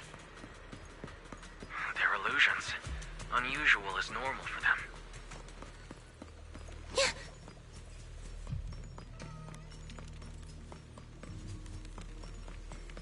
Hikari seems to have been in the hollow for a long time.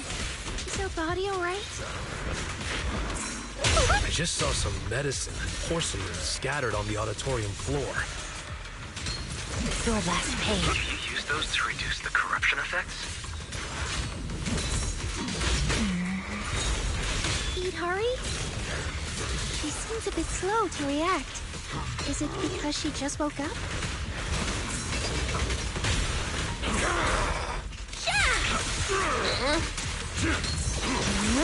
I'll take it from you. Don't worry. My turn. I trust you. Thanatos Storm!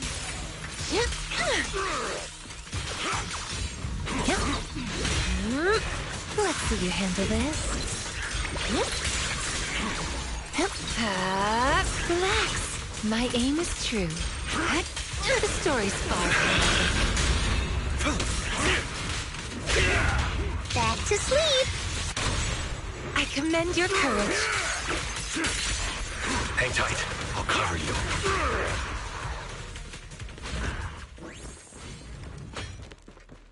Look, the gate up ahead. There's a safe house.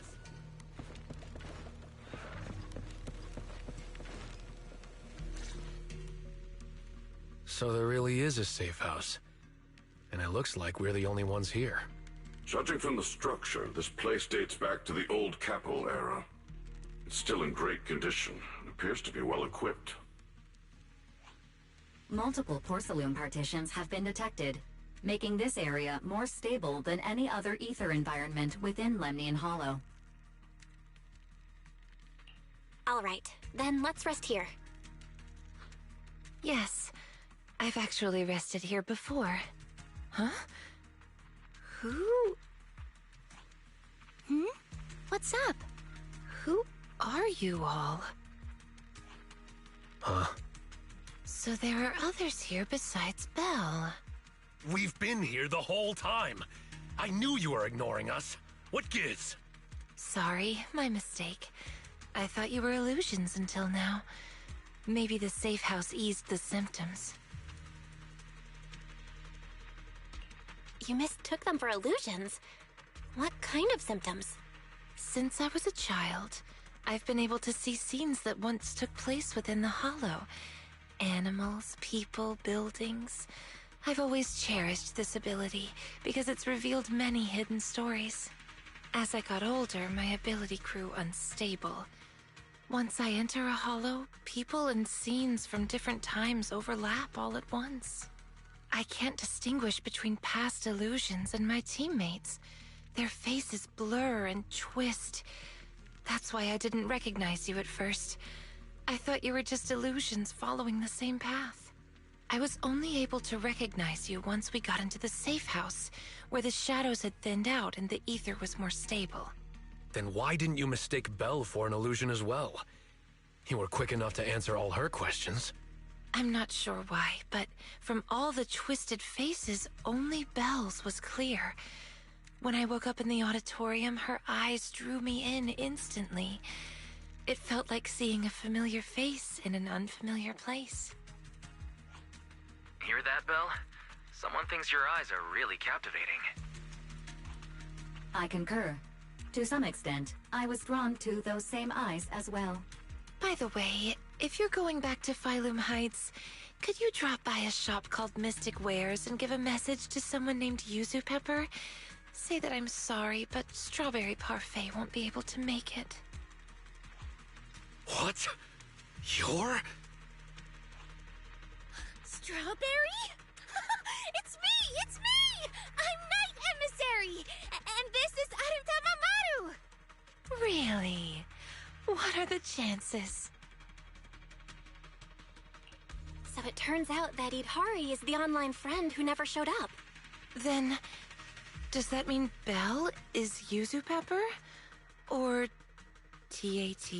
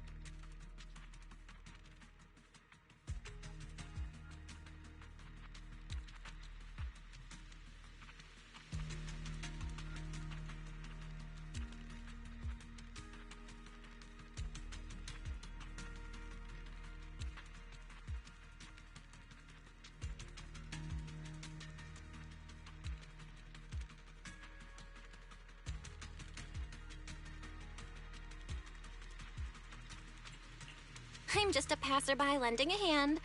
But I could always go back and register a fake account. I wonder how Yuzuha and Alice would react. Weren't you supposed to be coming to Phylum Heights for the meetup? How did you end up in the Hollow beforehand? Sarah invited me here, and I thought it was just a routine commission. But I didn't expect that foul miasma to amplify my ability, allowing me not only to see past scenes, but also to project them for others. So Sarah trapped me here, forcing me to project past scenes over and over, and in the haze, I heard her mention she was searching for a door that exists in the past. I've tried to escape the Hollow, but just like before, no matter what I do, I can't get out. Each time I end up losing consciousness, only to wake up back in the auditorium.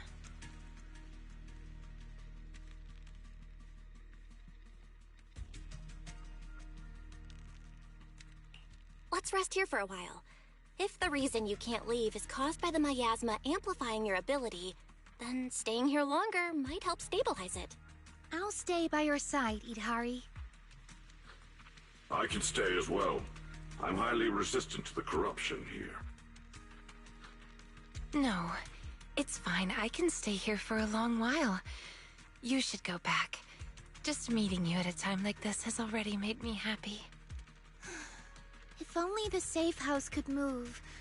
Like a little car that drives itself out of the hollow. Now that you mention it, maybe we could create a moving safe house. A moving safe house? What do you mean? The lumen box that Miss Zhao gave us can weaken the miasma. Keeping it on hand restores communication, but it doesn't solve Yudhari's problem of being unable to leave. I thought maybe it wasn't weakening the miasma enough, so I contacted Miss Zhao. She said she still has a few more devices, and she can lend them to us to see if they can enhance the effect. All right, then we should head back to Phylum Heights. Idhari, wait for us here. Sure, okay. Oh, by the way, Lucia, did you find the mind-reading monster? Not yet. I'm gonna keep looking. I'll bring it back to you when I find it.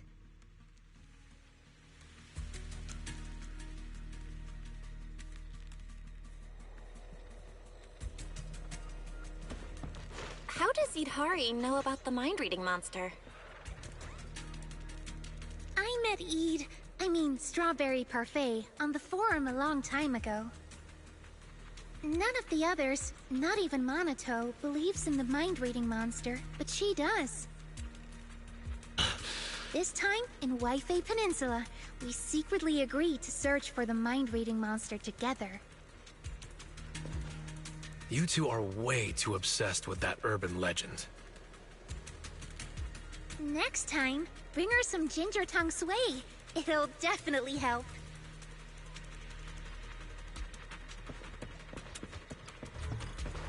Here I come. The stage is mine!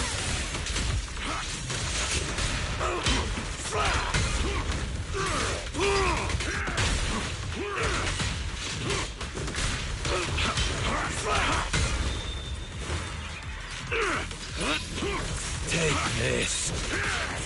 Did you hear that? It's the bell. The same as the one we heard in the town last time.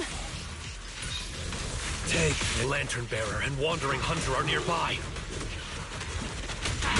This feeling. It's like playing hide and seek. Belle, stay close. Let's not get separated this time.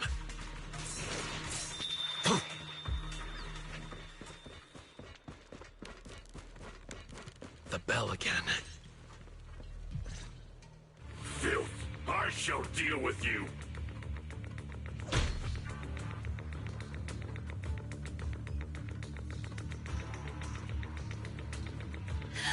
It's a new kind of ethereal I've never seen before. Must be native to Lemnian Hollow. Better write this down, write this down.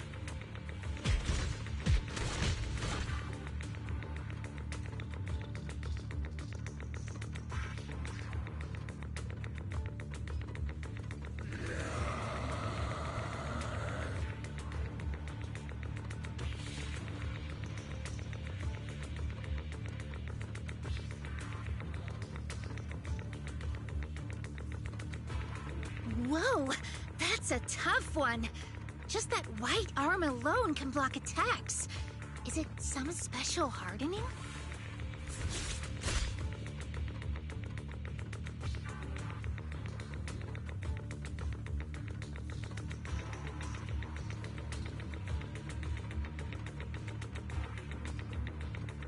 I'll help you.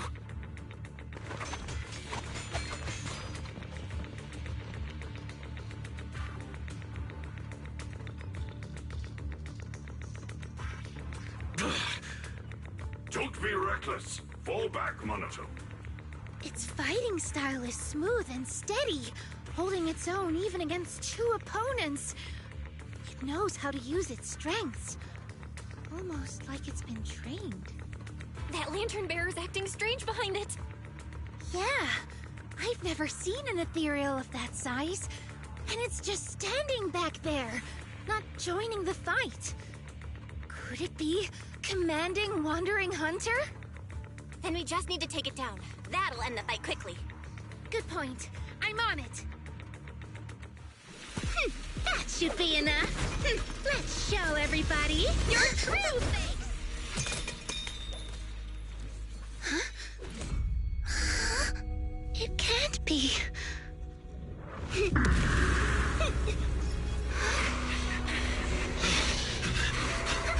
Lucia! That's...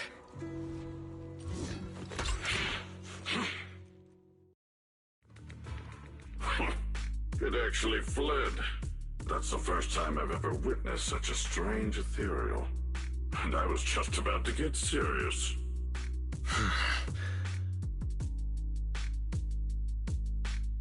Same thing happened the last time I ran into it. It just vanished all of a sudden. Completely different from the regular ethereals that have a strong drive to attack. Did you see that lantern bearer?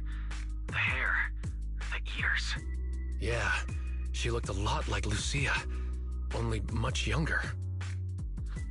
I feel like I know her, but I don't have a sister. We won't get any answers here. Let's head back. We still have a lot to do.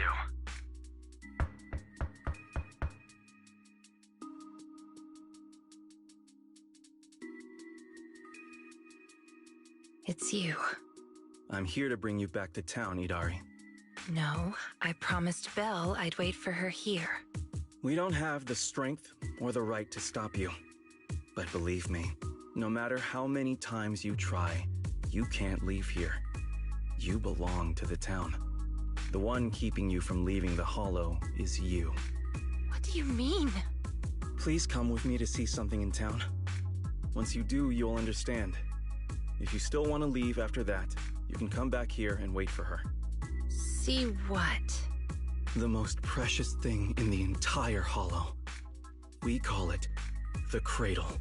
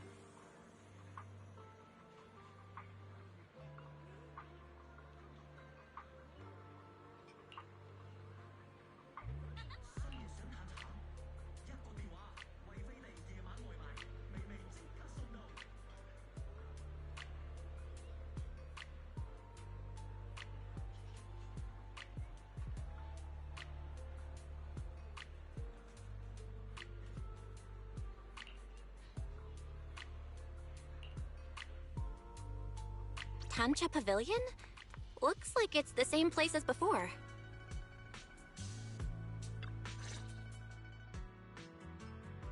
Belle, you're here. Come, sit down. I just ordered another plate of prawn dumplings. You've already started eating? Don't tell me Miss Zhao is treating us again this time. It's fine. Everything's covered. Everyone, grab a seat and let's eat while we go over the situation. First, regarding the missing persons. The town is filled with drowned ideals, and no real people were found in the auditorium. The investigation has led us nowhere. I recorded the appearance of all the drowned ideals there. If needed, you can check my operation logs. Is that okay, Banyu Shifu? After all, you're not just an ordinary machine. Accessing an intelligent construct's operation logs is like peeking into their memories. It's a breach of privacy. It's fine. If it helps save those who are suffering, my feelings are irrelevant. Then, let me thank you on their behalf. If everything matches up, we can quickly identify the missing and launch a large-scale search. Next, about Idari. Mr. Wise has already told me about her. These are all the lumen boxes I have. 5 in total, counting the ones I gave you earlier. Go ahead and give them a try.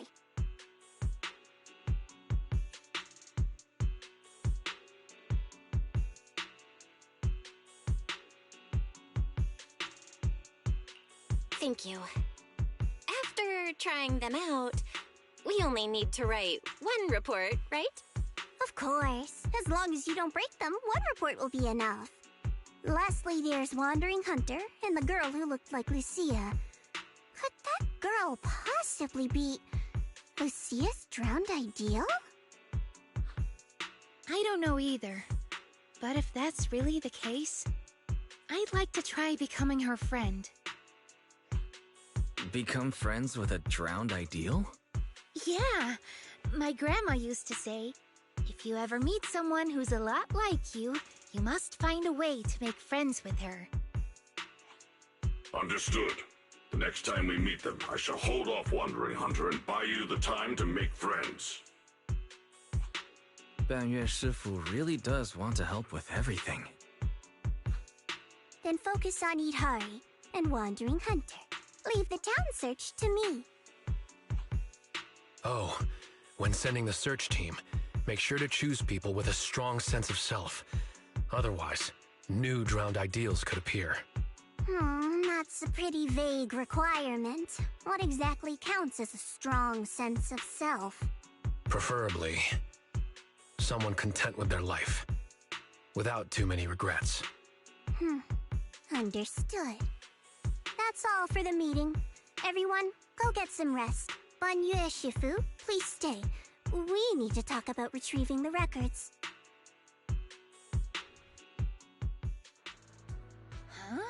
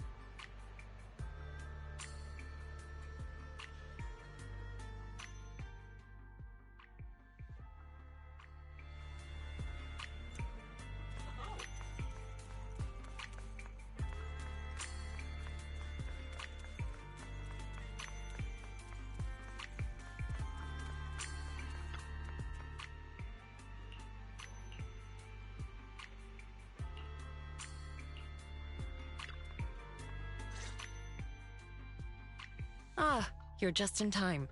This is Miss Miyabi from Hollow Special Operations.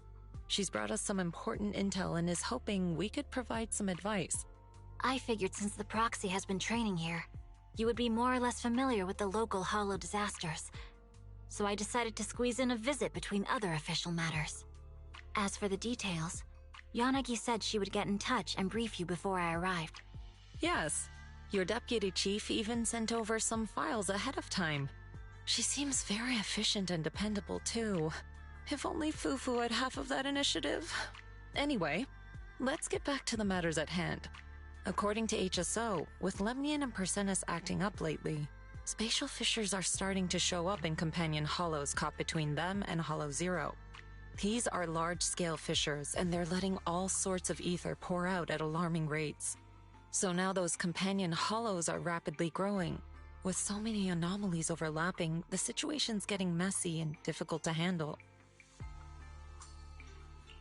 So you're saying, without knowing much about how big or weird these hollows are, we're supposed to somehow patch up the situation using as few resources as possible? Wise, what's your take? Master, as your one and only supreme assistant, I'll be sure to offer reliable strategic solutions before anyone else can even say a word. Based on the current intel, if we gather enough data samples on the hollows, ethereals, and the agents, I can run simulations to calculate every possible outcome. Master can use the simulation system to make key decisions and pick the optimal solution based on its final results. Solid plan. Let's roll with that. Command received. Now that my position as Supreme Assistant is secured, I shall switch to a more efficient algorithm and begin constructing the simulation system. Please stand by. Judging by your faces, I think you've made up your mind. All right. It's in your hands now, Proxy. I'll stay nearby and continue training while gathering more info on the companion hollows. Keep me posted if anything comes up.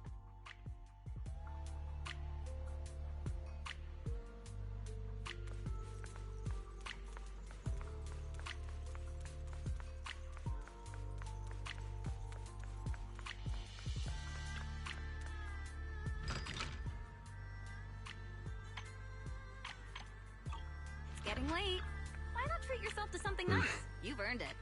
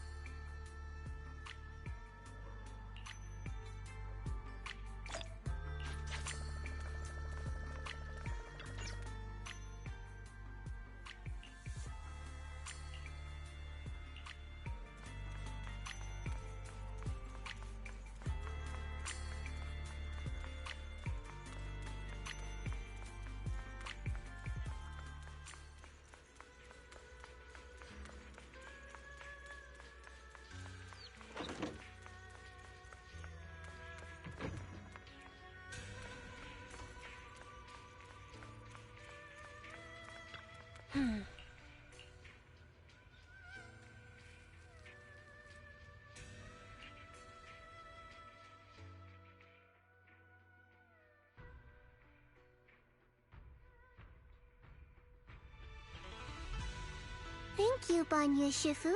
I have the data. I'll get it archived now and push the higher-ups to finish the review process tonight. Sounds good.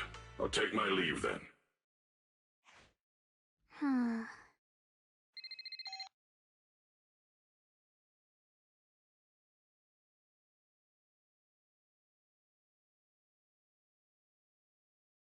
Dylan, I know you've been looking for that Purge Unit Type 0.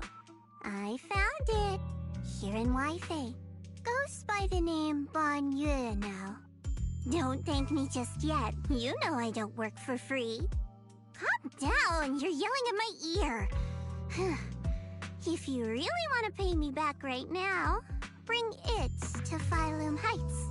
I think they'll know how to put it to use.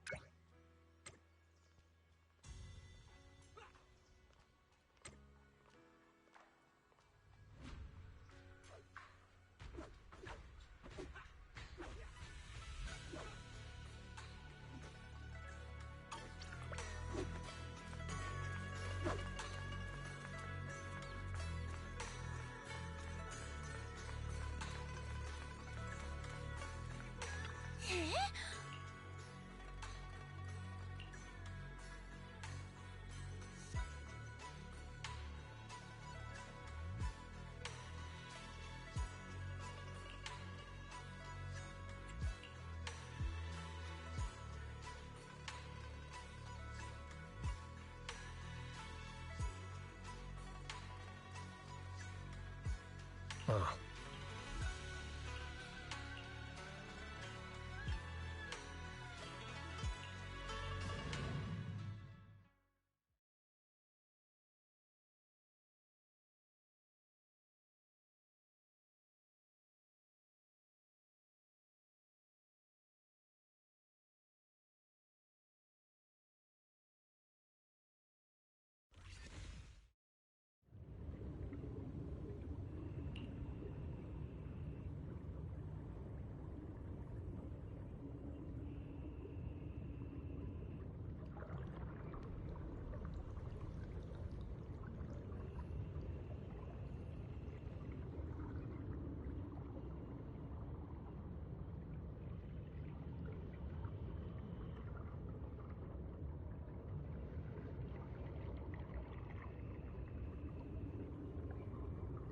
Belle.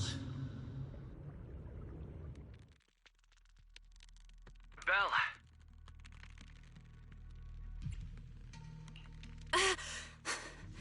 What was that? What's wrong? We've barely set foot in the Hollow and you're zoning out already. Rough night last night?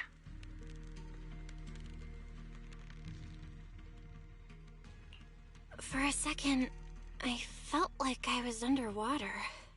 Like in a dream or something. Never mind. I think I'm probably just tired. Maybe you've been pushing yourself too hard these days. After working all day, you've really got to get some proper sleep at night. Are you all sleeping at night? Yeah. When else would we sleep? During the day, of course. Just like Belle, I nap when I can. So you do sleep. You've been saying how the night horror would take you in your sleep, so I thought you chose not to.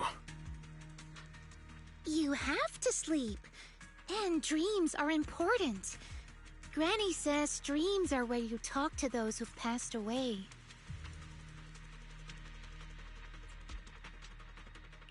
I wasn't actually sleeping. I was just zoning out a bit. These past few days have been exhausting. Good thing Miss Zhao's helping us out. Let's finish up quickly and head to Fantasy Resort for a proper break.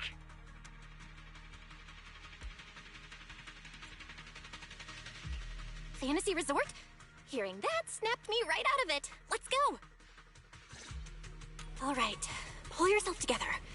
Let's head to the safe house to find Itari.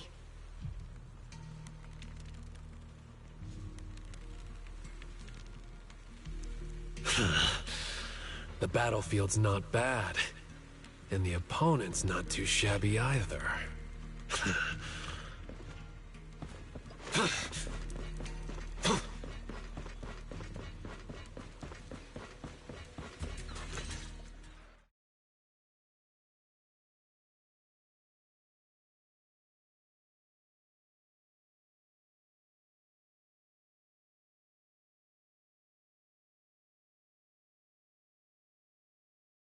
Let's make this quick. As soon as we pick up Itari, let's... Huh?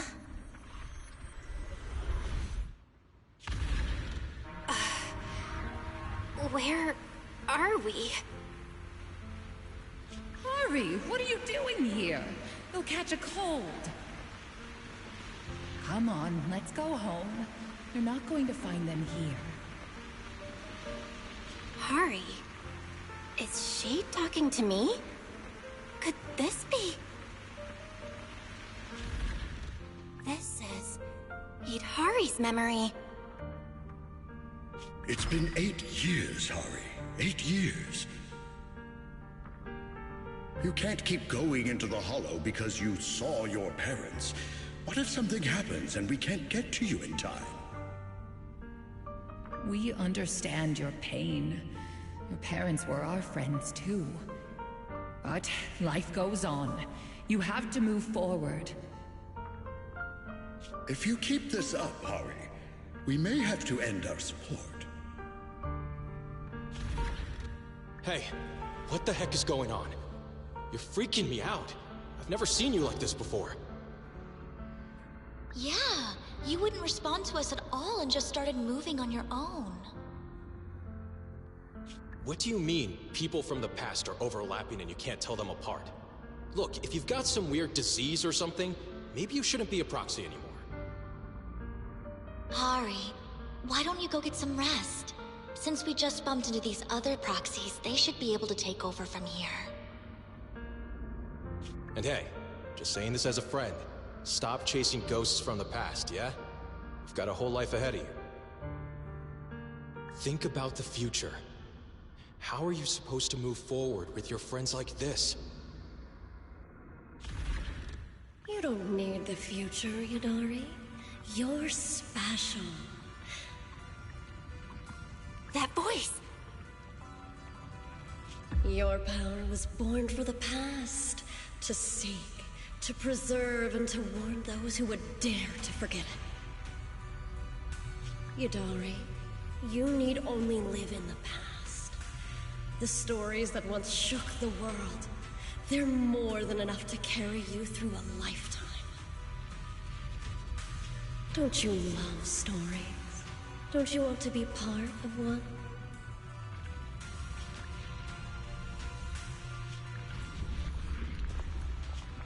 Sarah! What's wrong, Belle? Huh? No one's here. Where's Sarah? There's no one in the safe house, and I don't see Hari. The moment I opened the door, all these images flooded into my head. The harbor, Hollow Raiders, the auditorium of the town, and Sarah. It's like I was looking at Idhari's past through her eyes. Detected unstable ether residue on the door handle. It's a strong match for the ether environment we observed around Idhari at the auditorium. First contact triggered a significant reaction from the smart lenses in your eyes, Master.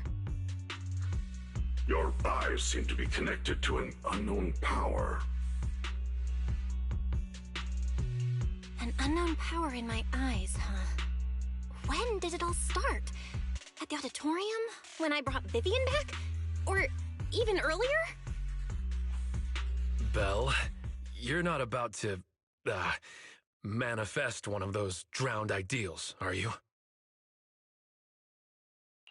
Huh? No way. It's probably just because I slept poorly last night.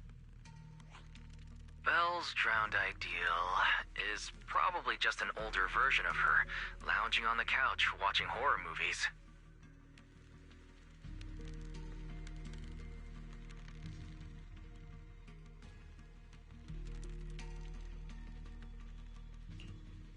All right. No more imagining things or daydreams. Let's find Idhari already. Look! There's some notes on the table. They must be from Idhari. What's it say on there? Strawberry Parfait Memo. Once I'm back at the inn, copy this into the storybook. This is a tale awakened by the light.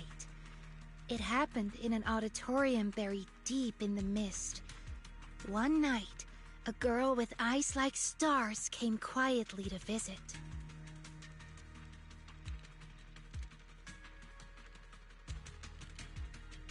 There's no need to read the whole thing. Pretty sure we all know where the story's headed. Read it all out. What, are you embarrassed, Belle? This is your first time as the protagonist in a story. Let me see if there's anything we don't know yet. Here, on the last page. Moss's words make me realize that was Belle's story, not mine. I should return to my own story. Thank you for coming to find me. What does that mean? I'm not entirely sure what that means, but one name clearly stands out. Yep, Moss again. Idhari's probably gone back to the town. Let's go ask her in person.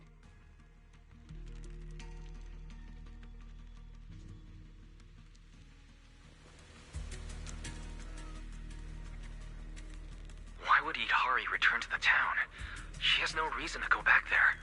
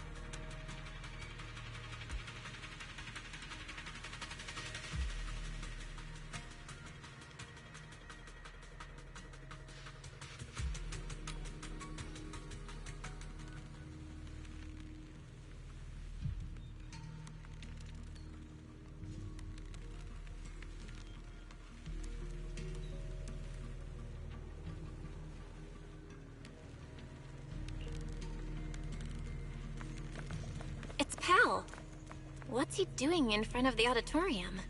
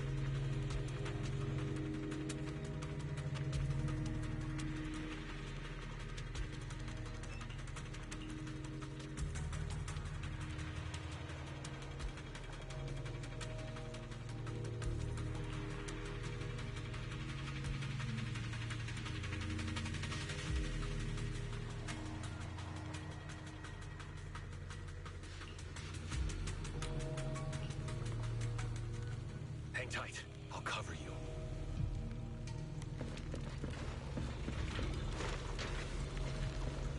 Behind the door?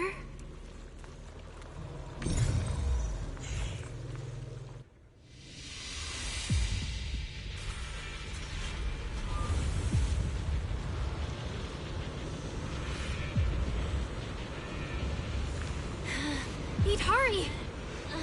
That voice.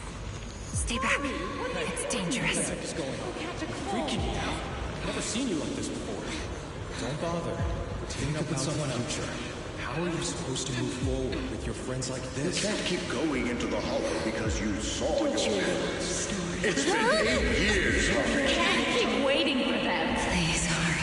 Mommy is begging you. Why are you pretending not to know Seen the me? past. You shouldn't scare your classmates like that. I always go with the flow. Believing that I could... Why don't you go get some rest? I'm cutting off your funding. I'm just Maybe you should have I want to Come at your pace. Goodbye, I've had enough! I want someone else! And in the end, I'll remain here. Voices are calling me. I can't abandon them. I should embrace my true desire. Don't listen to those voices!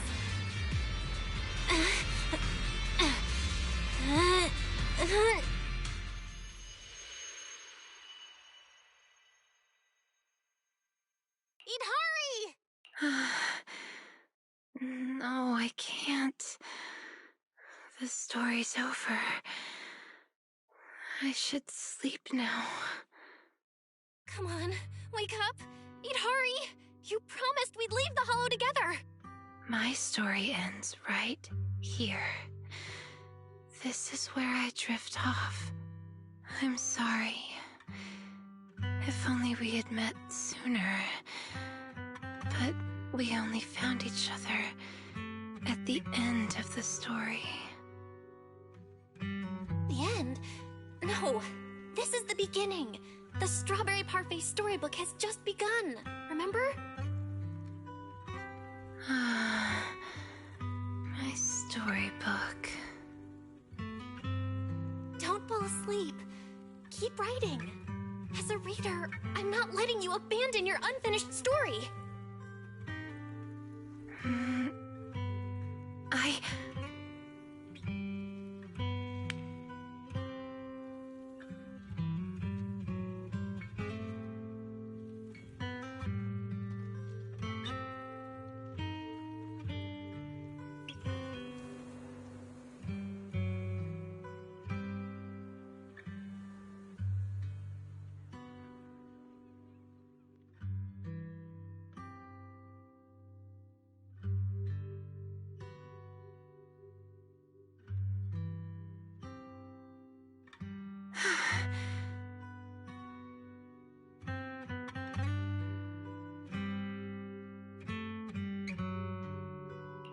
How do you feel? Any more awake? I think I had a nightmare about someone pressuring me to finish the next chapter.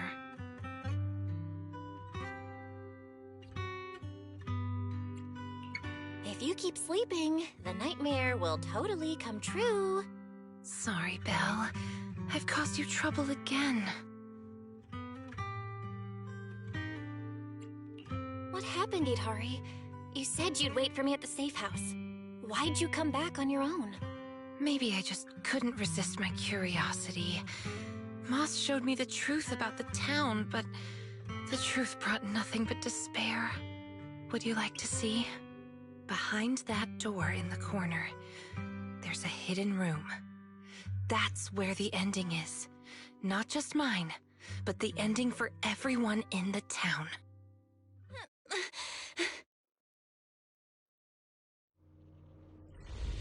The hidden door is right here.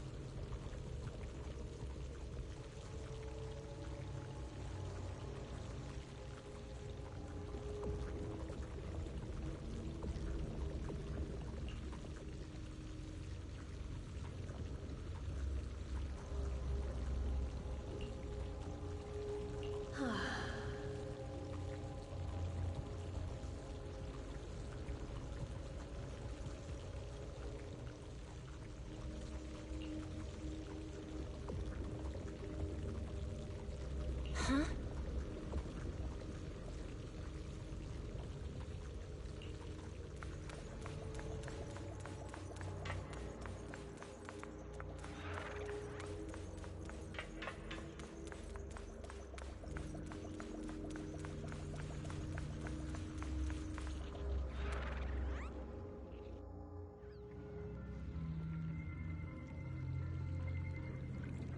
In those cocoons, this is the truth the town holds. And the reason I can't leave.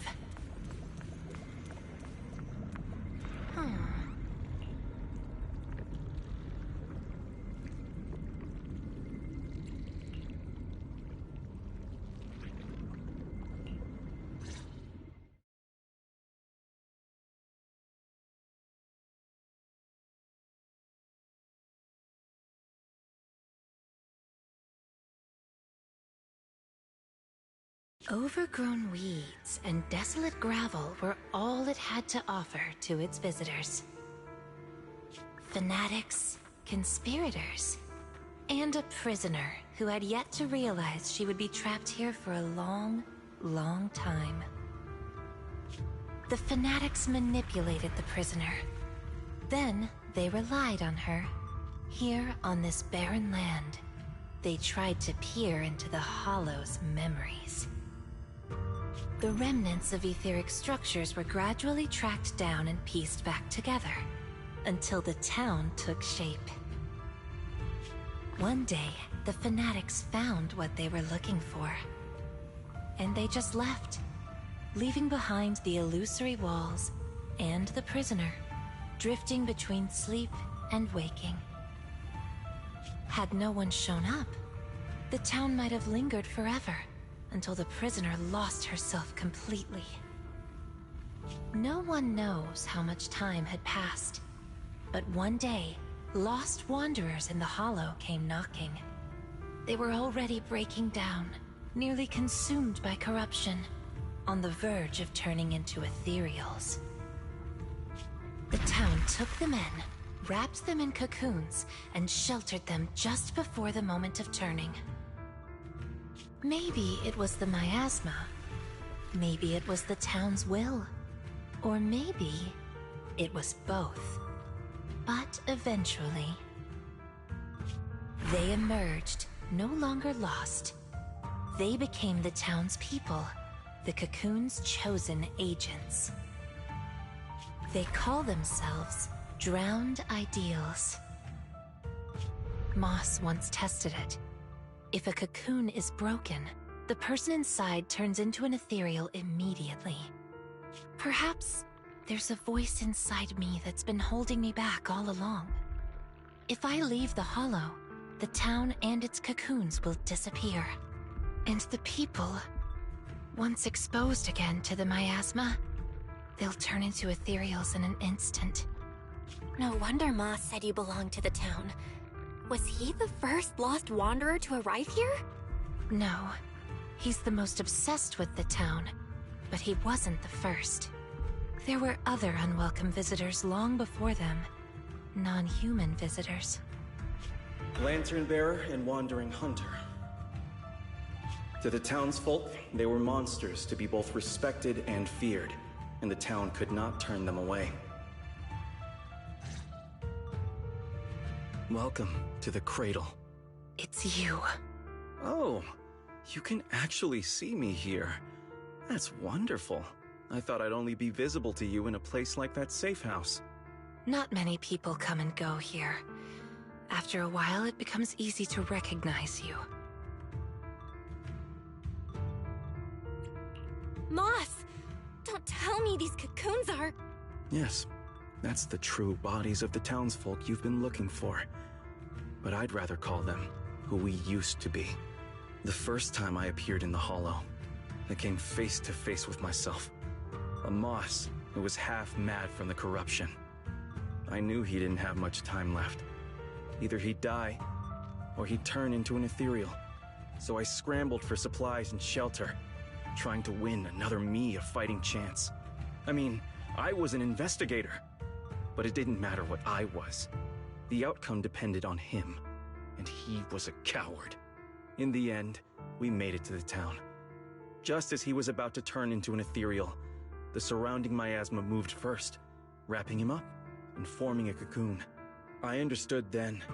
The town had stopped him from becoming an ethereal, and the town had chosen me. I owe you my thanks, Idari. The town's choice was your choice. The cocoons and the town are bound together. If you leave the Hollow, they'll vanish, and the people sleeping inside will likely turn into ethereals instantly. So that's why I can't leave the Hollow. But the last few times I tried, I didn't even know about the cocoons. I think it was because she marked you and stopped you. She? Who's she? Have you heard the town whisper? Back at the auditorium, half asleep, I heard a voice that sounded just like mine, telling me over and over to embrace my true desire. Now that you mention it, I did hear a voice like yours when I first arrived in the town. That's her. She's the will of the town. The town is alive, breathing, thinking, speaking to everyone who walks its streets. Hidari, the town told me itself. She's your drowned ideal. One day, you'll be fully cocooned too, becoming the town's heart, watching over every lost soul in the cradle, sheltering them, guiding them into their new lives. That's how it was meant to be. But because of Belle's interference, you've stopped wanting to dream. She gave you new dreams, didn't she? The new dreams made you want more than just watching other people's stories. I don't want to abandon the cocoons. And I don't want to break my promise to Belle. I hate the feeling of being left behind. That's why this time, I'm going to find an ending where I can hold on to both.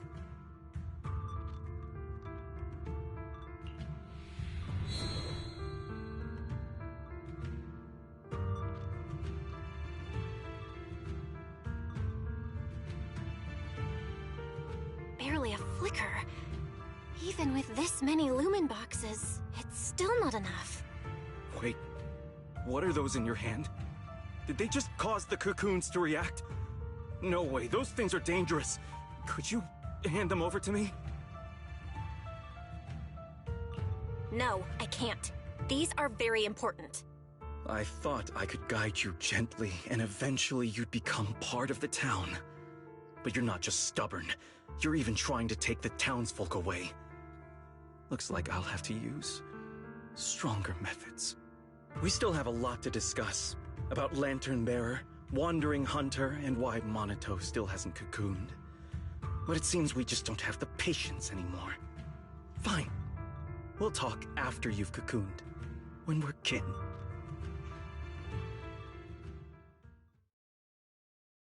Let's get out of here and tell everyone about the cocoons.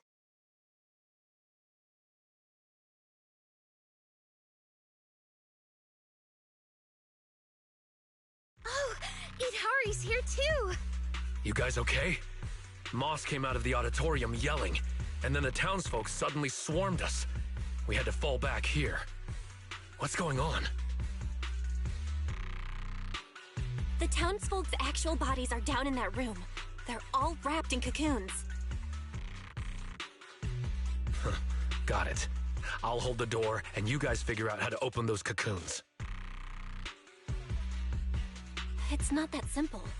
If we destroy the cocoons, the people inside will be corrupted and instantly turn into ethereals. What if we take the cocoons out of the hollow?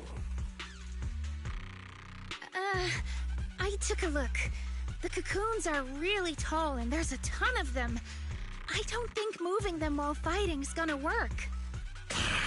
Can't fight, can't move them. These cocoons are basically hostages. Looks like our only choice is to fight our way out and get word to Miss Zhao's rescue team. Let's go!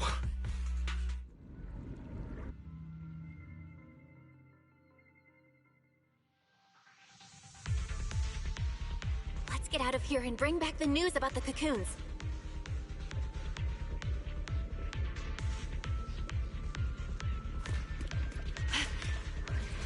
Quick, to the auditorium! Stop them! Get to safety if you can't fight!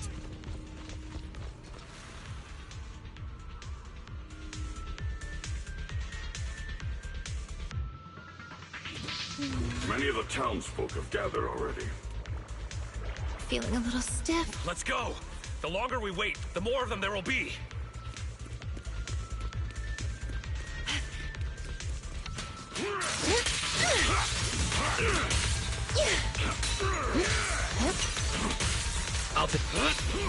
Here I come. Monito, pretty cool, huh?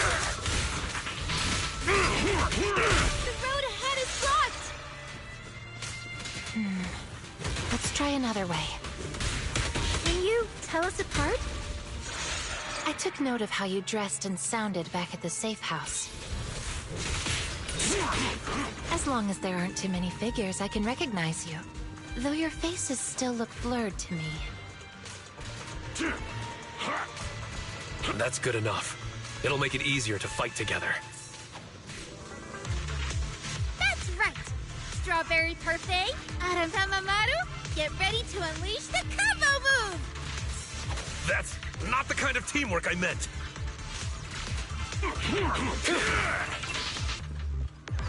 Move it! Watch and learn. Skip breakfast. Yeah! It's showtime! My turn. I'll take you. Ben! Close it open! Get behind it.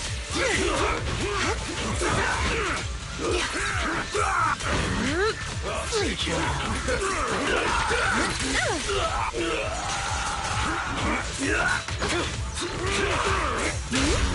Patient lightning strike!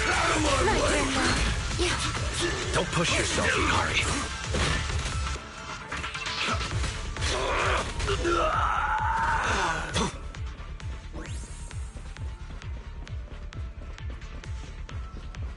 Belle, watch out! these things seem just like the miasma monsters. They can't be killed. Exactly. Even if they disappear, they'll come back after a while. That means we really can't waste time fighting. Let's push straight for the exit. I'll lead the way. These townsfolk suddenly attacked us. It must have been an order from Moss. It must have something to do with the cocoons. He was pretty calm before we discovered them. The cocoons are their hostages, and also their lifeline. Are we not one and the same?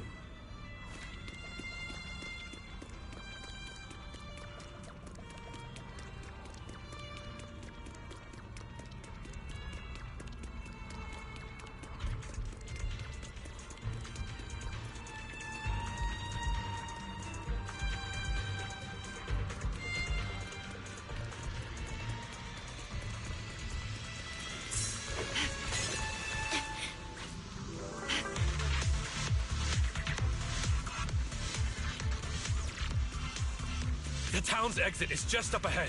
Hurry! It's Monato's drowned ideal. He doesn't seem hostile. Is he waiting for us?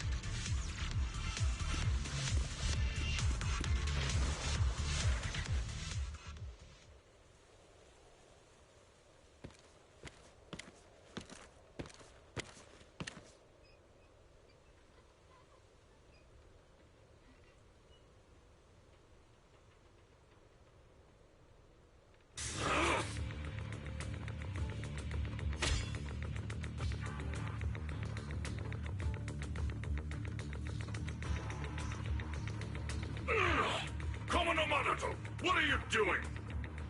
Don't yell at me. It's not like I... Hey! What the hell are you doing? What am I doing? You know damn well. I'm doing what you really want to do. Don't deny it.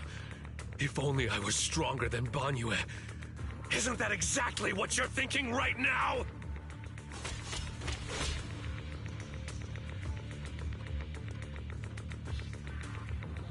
You... I'm the dream you can't reach, and I'll prove Komono Monoto can! Stay out of this. Just watch. That's the difference between us. I can swing my sword for me, for Komono Monoto, and you can't! Come on, Banyue. No one's here to interfere. Stop blocking! Fight me for real! I refuse. I vowed to fight only to save lives. I shall never swing blindly again. Then I'll hit you until you fight back! You'll see who should be running with their tail between their legs! That's enough!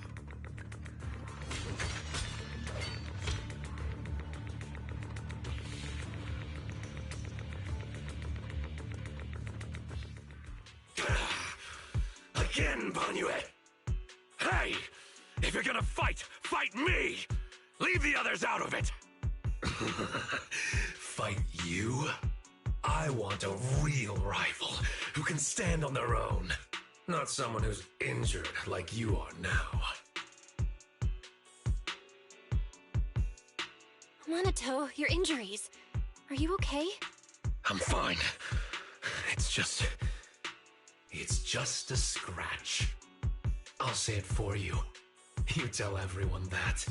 But can you really fool yourself? You're always covering the rear, always taking direct hits. How can we fight fair when you're never at full strength? One of you fights to protect his friends. The other swings for pride when attack even the innocent. Who is truly stronger? The answer is obvious. Friends? Komono Monoto doesn't need any friends. Carrying something meaningless like that will only weigh your sword down.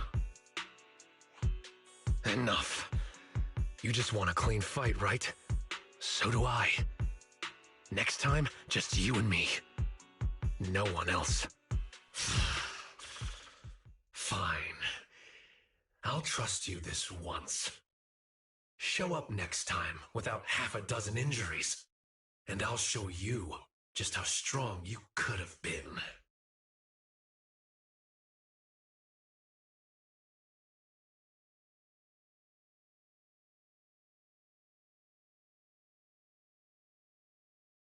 Forget about him. We're out of the town now. But what's next? Yidhari, what do you want to do? All right. Pass this message for me, Belle, please. Yidhari, what do you want to do now? I want to go to the safe house.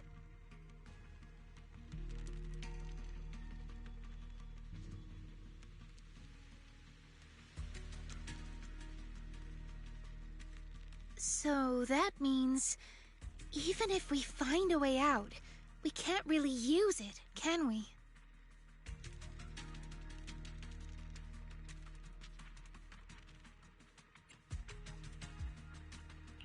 If Moss is right, the town trapped Yidhari to protect the cocoons. If we can solve the cocoon problem, everything else should fall into place. I'd trust half of Moss's words, at most. I tend to muddle through things without thinking too hard, but once I start something, I can't just quit halfway. To keep the cocoons safe, I can't leave the Hollow yet. Sorry if this weird ability of mine's been a burden. Oh, don't say that. Because of your ability, many of the Lost Ones finally have a chance of making it out alive. So what if it's a little peculiar? That said, protecting others means protecting yourself too. Don't just put your life on the line every time. Yeah, I agree. You hear that, Monato? Huh? Oh, it's really just a scratch, I swear. I'm curious. Yidhari, if you can't tell who's who in the Hollow, how do you even fight? By sensing hostility. I don't ignore anyone who tries to attack me, illusions or not. Better to hit them all, just in case. Sometimes I do end up swinging my hammer at thin air, but most of the time I'm on target. And now that Belle's here, she can steer me toward the real enemies.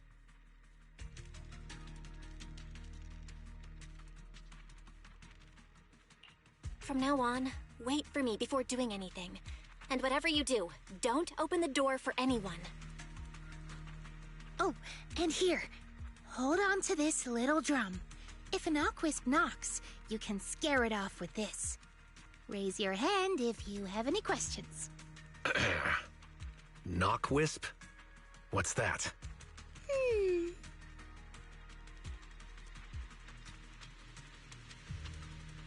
Knockwisps, a clever variant of doppelgangers. They come by the safe house at night, knocking and calling your name to open the door in a human voice. If you hear them calling, don't answer. Hit the drum instead.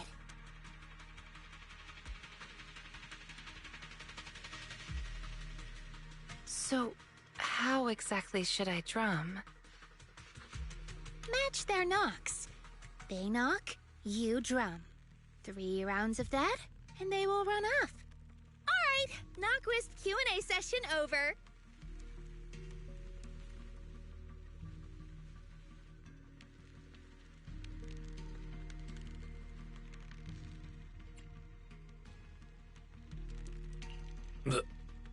What are you doing? Nothing. I just couldn't help pushing it down. Since everyone's rested up, let's get back to Phylum Heights. Now that we know the location of the cocoons, there's no need to tiptoe around anymore. It's time to take down the town.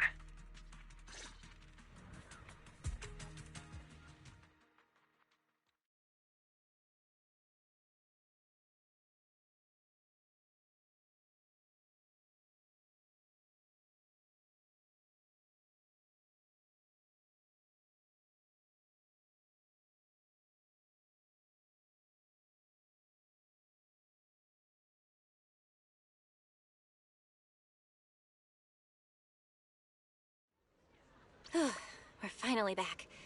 We need to discuss the cocoon situation as soon as possible.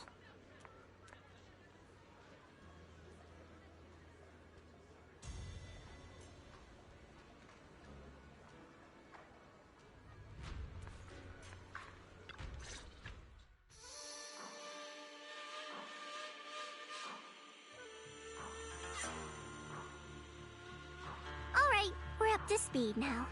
The rescue team's already assembled. We can head out tomorrow. Your intel came just in time. It'll save us a lot of wasted effort. Now, about the plan.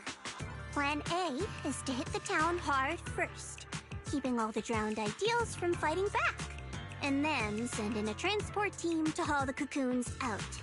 The problem is that's easier said than done. You can't take down a drowned ideal for good with brute force. If you knock them down, they'll just respawn in no time. If we can't push into the cocoon room real fast, it'll turn into a war of attrition. And that's not in our favor. So you're implying there's a better plan B, right? Yes, you're right. And that brings me to my colleague here. Hey everyone! I'm Senior Zhao's coworker. You can just call me Dylan. And now, I'm here to give you the grand reveal of Plan B! She's, really cheerful.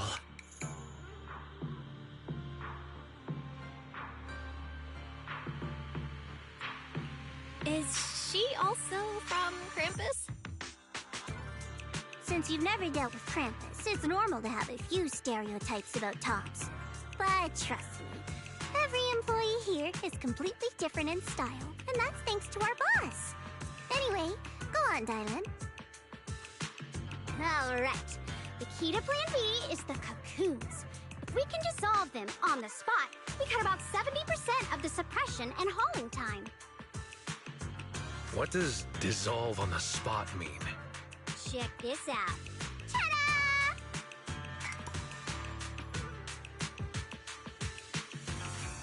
The Lumen boxes we gave you before were just a weakened portable test model. This one is the prototype, and its name is... Master Lumen! Huh? Master Lumen? Hey, Lucia finally perked up. That name is, kinda weird. Wait, isn't it called the high-frequency loom? Shh! Boss said the real name's classified! This is one of Krampus's secret weapons. Only a handful of people in all of TOPS know it exists. Now we all do. Ah, hey, that's alright. Boss also told me since bringing it here in Wi-Fi is a top secret op, I should give it a low-key nickname to blend in. And since that Master Tiger movie is super popular now, I borrowed it. Nice. It's a great name. Thanks for the compliment. Anyway, this baby is way more powerful than a Lumen box. If it fires up properly, it can suck up a whole room's worth of miasma in no time. So, if it fires up properly, we'll basically make the room with the cocoons a temporary safe zone. That means, even if a cocoon breaks, nobody's turning into an ethereal. We could save everyone trapped inside and wipe out all of the drowned ideals on the spot. But you just said, if it fires up properly twice. Kinda hard not to be concerned about that. Because Master Lumen has a nasty temper. One bump here or there and its energy starts leaking. Mess up the start sequence even a little and the absorption rate goes all over the place. That's exactly why we've been working on a safer, more portable model. But I figure no harm in trying it here, right? If it works, we can make this whole op a lot more efficient. My plan's to split into 2 teams.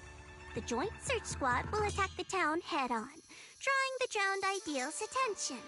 You guys slip into the auditorium with Master Lumen, get as close to the town's heart as you can, and fire it up! If it fails, no big deal. Just bring it back out and we'll fall back on Plan A.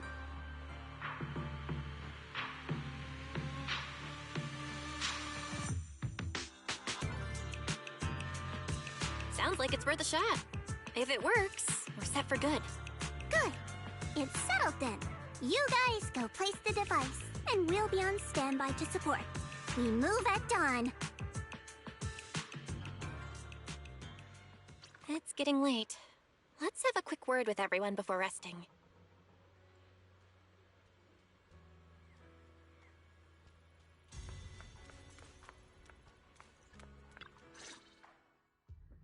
Get some good rest tonight, okay, Belle? Don't stay up. Tomorrow's gonna be busy. Are you sure your injury's fine? I'm fine. It's just a couple of scratches. I'll be all good after a good night's sleep. Don't let that drowned ideal talk you into worrying.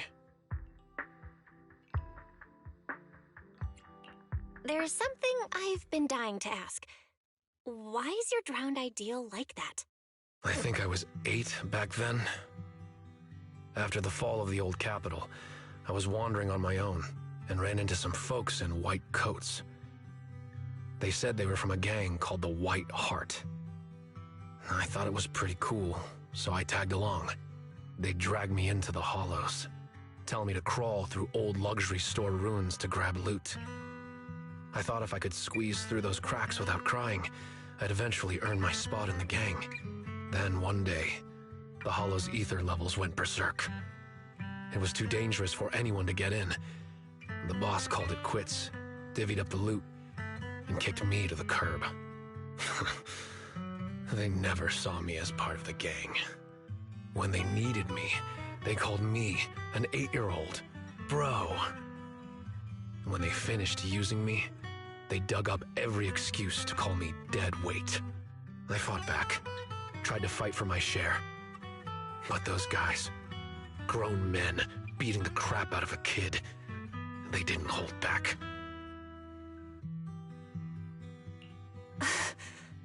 That day, when I could only crouch on the ground with my head in my arms, I swore to myself that Komono Monato needed no friends, trusted no one, and he'd fight for himself and himself alone. And that, one day, I'd go back to the White Heart, beat every last one of those laughing jerks to the ground, and make them kneel and call me boss. So that version of you, that's the person you wanted to be back then. The second I saw him, I knew what it was all about. Actually, I had chased that goal for years. If it weren't for the kids, maybe I really would have become just like him. The kids? Yeah. I guess you could say I found them. Or maybe they found me. Either way, we're family now. I've got a soft spot for being called brother. But the kids taught me there's a difference between asking something of you and treating you like family. Bro and brother can be really different. Belle, tomorrow, I want to go alone.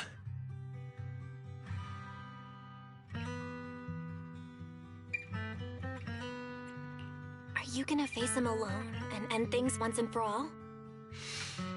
Yeah.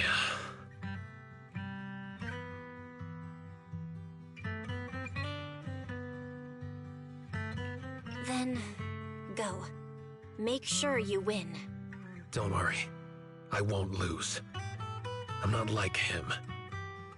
I've got people waiting for me to come back.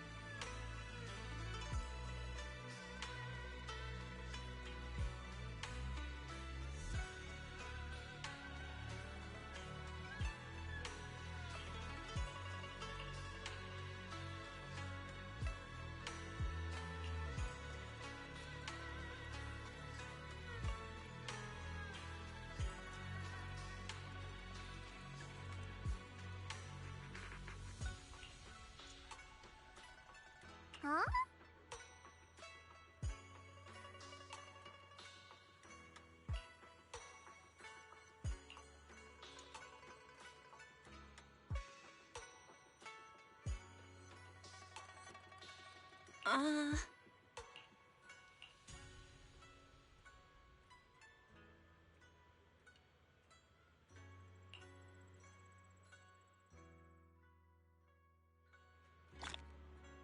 Time to head back and get some sleep.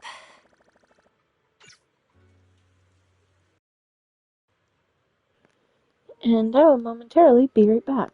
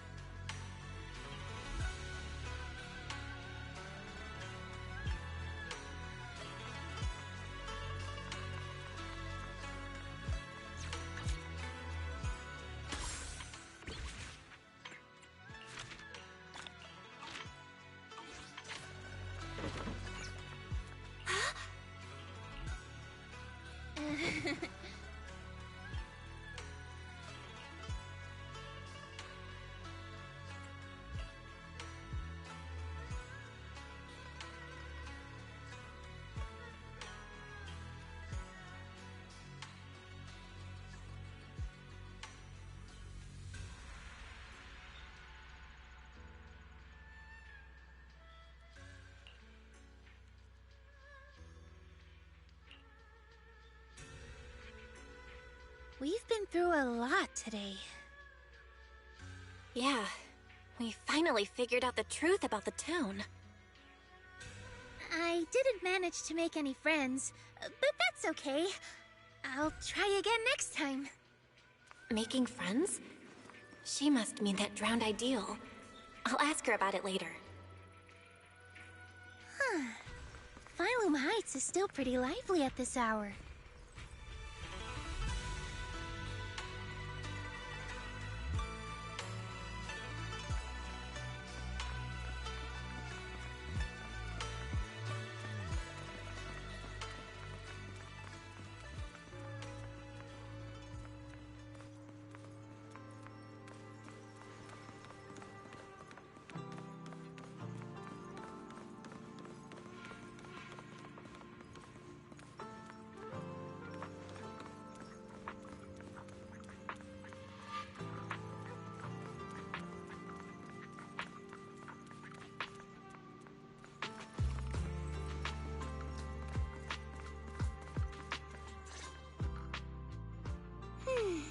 Such a lovely view.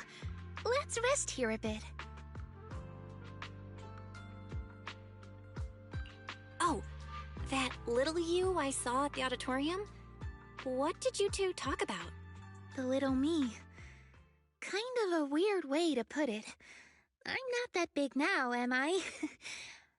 But, yeah. I could tell she's deeply connected to who I used to be. When she said Ade, I nearly jumped. That's what I used to call my father. Ever since I left the tribe to travel alone, I've never said it again. Only when I'm with my closest family or dearest friends would I use it.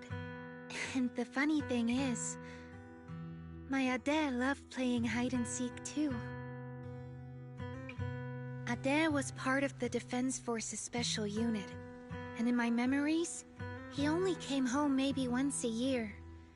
Those were the only days I got to play with him. One time, not long after he came back, he got called for an urgent mission. An urgent mission?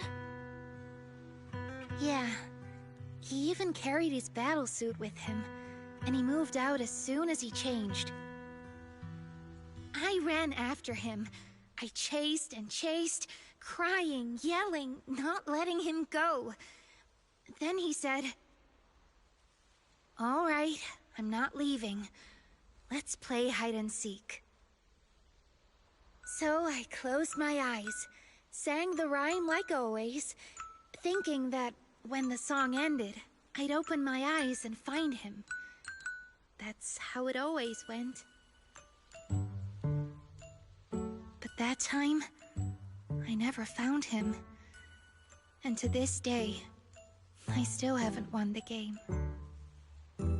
Lucia, you're Ade. Impressive, right? Ade is a hide-and-seek master. If I see him again, I won't ask him to play with me anymore. At the very least, I just want a proper goodbye. Another reason I came to Waifei Peninsula was to find the mind-reading monster.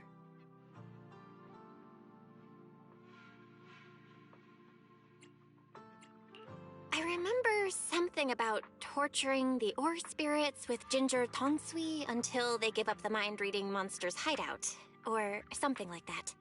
Yes, that's right. It's said that when you find a mind-reading monster, it'll turn into the person you miss the most and answer 3 questions. That's why I want to find one. Ask it where Ade is and when he's coming back. Idhari too. She wants to know where her parents went when they left without a word. What about you? If you met the mind-reading monster, is there someone you'd want to see? Something you'd want to ask?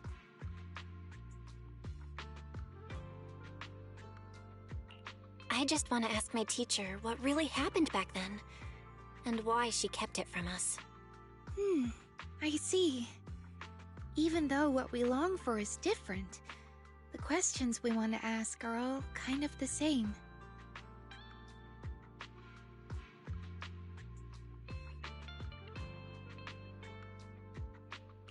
Can I have some ginger tongsui?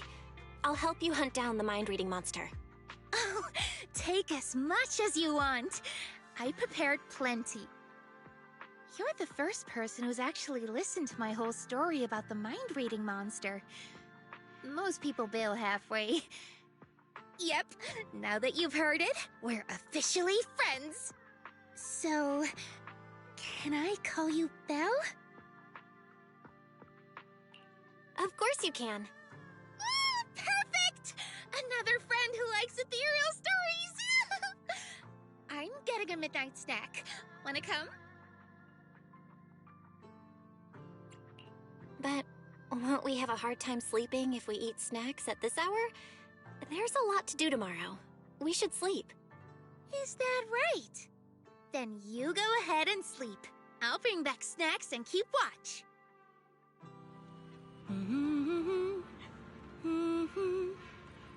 Huh? Huh? This looks like the sketchbook Lucia always carries with her.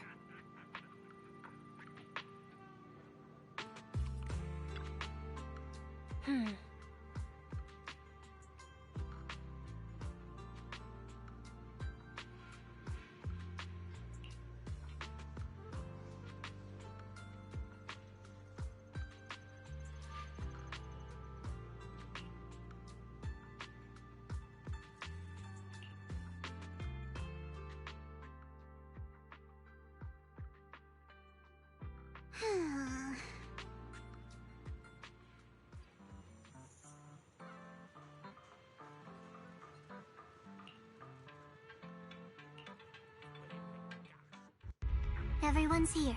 Let's move out.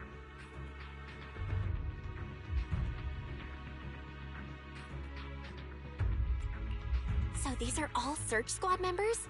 They look like they come from all sorts of backgrounds. That's right. We handpicked these people based on intel about the drowned ideals. They come from all sorts of backgrounds, yes, but every single one of them is perfect for this mission. One last run through the plan. Team 1 is the search team. They'll be the first into the town. If they run into drowned ideals resistance, they'll suppress it by force. Team 2 is the transport team. They'll enter the hollow 30 minutes later and, depending on the situation, decide whether we can get all the cocoons out. Team 3 is a special squad, led by Miss Belle. Once Team 1 is in combat, she'll slip into the auditorium and set up Master Lumen where the cocoons are. Also, Miss Belle, I'd like to borrow Banyue Shifu from you. Team 1's got plenty of firepower, but Team 2's slower and has fewer fighters. That's why we need a reliable agent to hold the line in case things go sideways. No problem. Banyue Shifu can make the decision himself.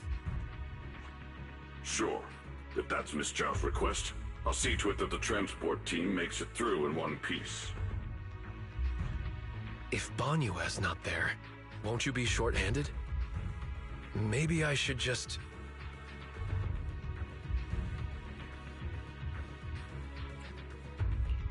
Don't worry about it. Just do what you really want this time. Swing your sword without holding back. Thanks. I'll head to the town first.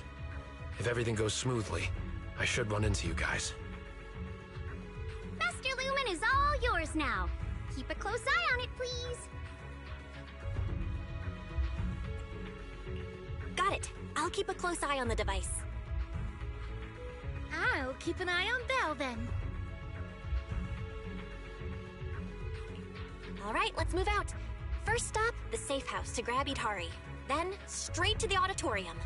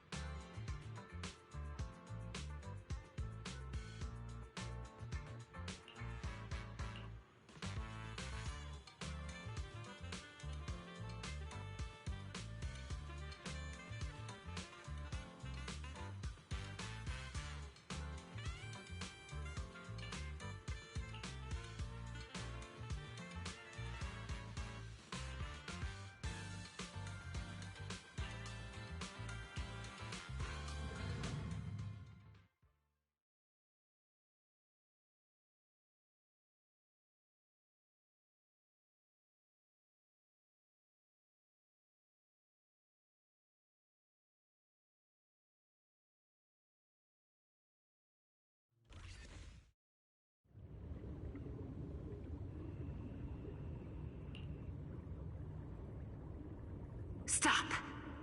This isn't the ending you want. Don't throw us away. Stop and embrace your true desire.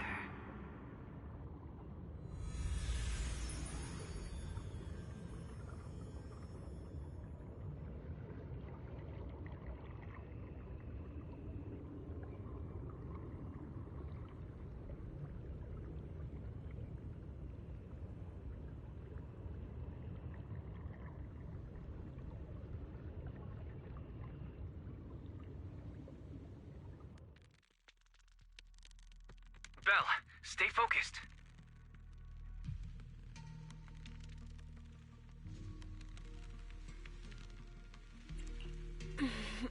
I just had another flash. Like that underwater dream before. But I'm good now. You don't look fine. You almost dropped Master Lumen. If Lucia hadn't swooped in to catch it. What's wrong, Belle? Didn't get enough rest last night? That can't be. I was keeping watch for you.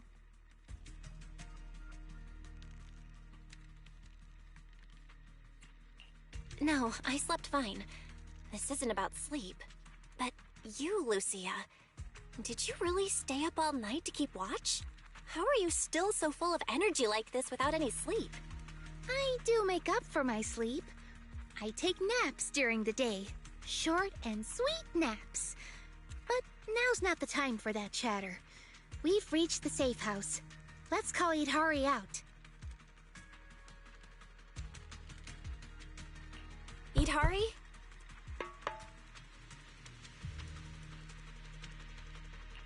Idhari, it's us!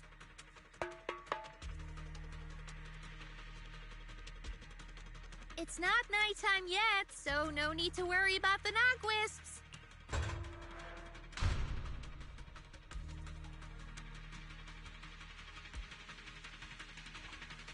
You're right. Morning, everyone. Well, it's already afternoon. Why are there two people missing? Or is it me? Sorry. Monato, Banyue, I can't see your faces again. No, it's not your fault. They really didn't come. There!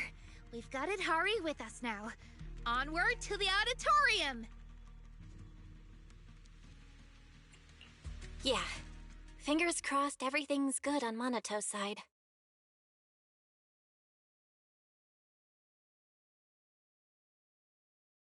Oh, you made it. Much earlier than I expected. Do we really have to fight, Moss? They're not ethereals. Some of them were even my friends. Is this really the only way? Settling everything with violence? Yeah, we don't have a choice. They didn't come here to join us. They came to wipe us out. We've got to fight back. But all we need to do is stall them. As long as the cocoons are intact, we can't die. If we drag this out long enough, their drowned ideals will show up, and the tide will turn. So don't see this as a disaster, West. It's a gift. What about Lantern Bearer or Wandering Hunter? Will they help us? Sure, they scare me, but they're strong. If Wandering Hunter is in town, it won't matter how many enemies show up. I doubt it. I begged her for ages, but she couldn't care less, saying something about her Ade wanting to see the reed fields again. Plus, they come and go as they please. You just can't count on them. We must defend the town ourselves. Hold the line long enough and we win. Besides, look, we've got even more reliable backup now.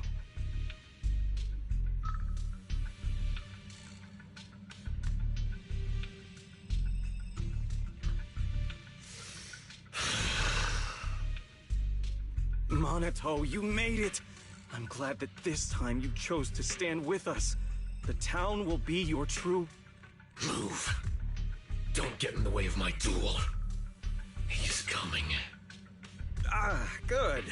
Then the auditorium doors are yours. Defeat him.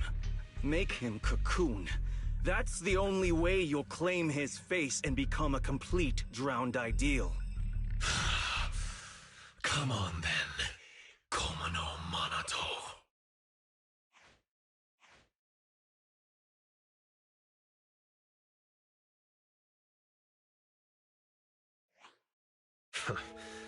I knew I'd find you here. That's what I should be saying. So, you've made up your mind now? Protecting the town, huh? Protect it? Lone wolves don't care about that. I'm here for one thing only. To break you. So, are you waiting for your pals, pup? I don't mind taking you all at once. No, this is mine to handle. I won't drag them with me, especially not now. Still worrying about others at a time like this? You've already lost. Focus on yourself for once. Come on, quit running from your dream.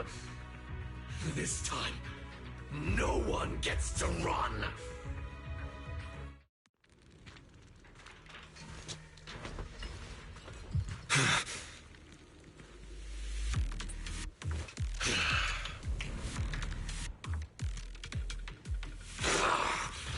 Come on, pup. Face the wolf in your heart. Your sword carries far too many unnecessary burdens. You can't even swing it anymore. Shut up! This is the path I chose! Is that so? You chose to play the supporting role, willingly taking the blows meant for others. Wake up! It's over! You should just cocoon yourself. And let me keep going in your place. Shake off all that dead weight and become king of the White Heart! Dead weight? If that's really what you think, you don't deserve to be called Komono Monato!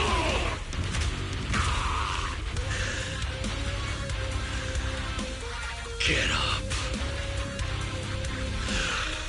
I'm getting serious now.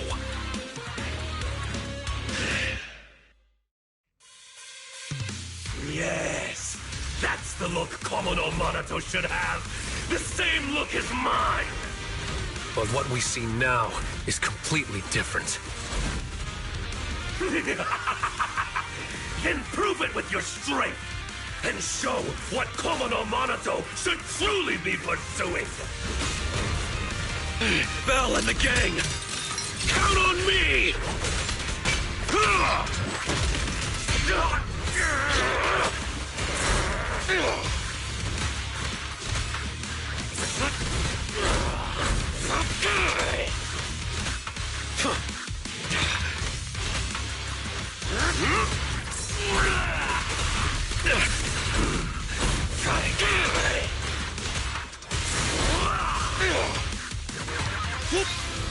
Here I come.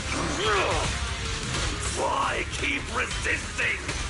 Why won't you go into the cocoon? Isn't it obvious? If I'm in a cocoon, I'll never see them again. They were never meant to be in your sight to begin with. You should set your sights on the battlefield of vengeance, where blades clash, to see the throne draped in white amidst the ruins. See the shock in their eyes, hear their gasps, their pleas, their regret, their submission. And before that, take a look at yourself. Over the years, I've learned an important lesson from kids far younger than me. Imitating someone you despise won't truly make you stronger. What exactly are you trying to say? No need to rush. I'll tell you all about it after I've knocked you out. Scram! Komono Monato! Are you giving up on the dream you once had? My dream is still the same. I just want to pursue it in a different way. Here I come.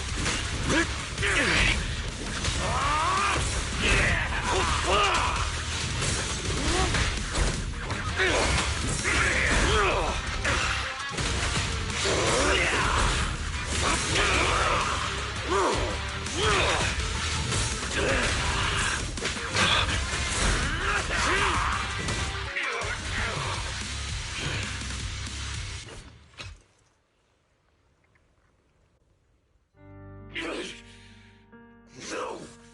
Impossible! How is my blade not strong enough? I beat you. Now get lost already. No, no way!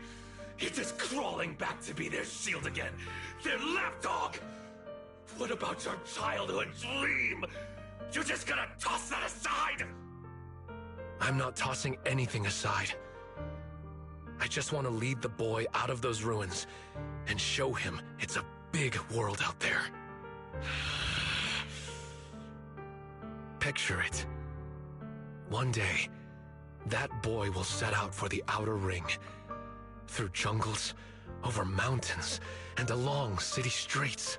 To ruins, to the deep sea, to the sky, hell, even to the moon.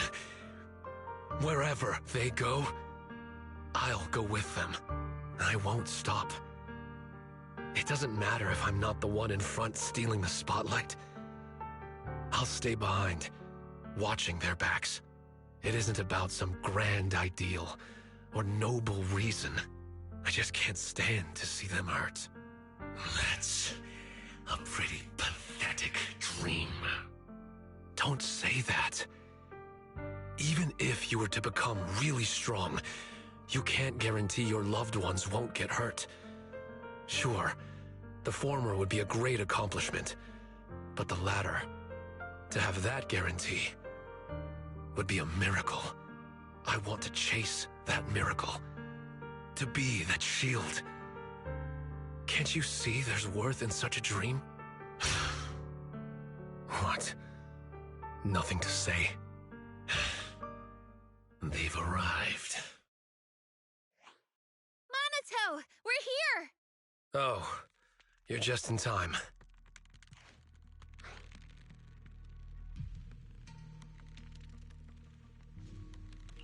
Looks like the fight's over, and the winner decided. Yep. No point wasting time on him. Let's go. Out of the ruins, huh?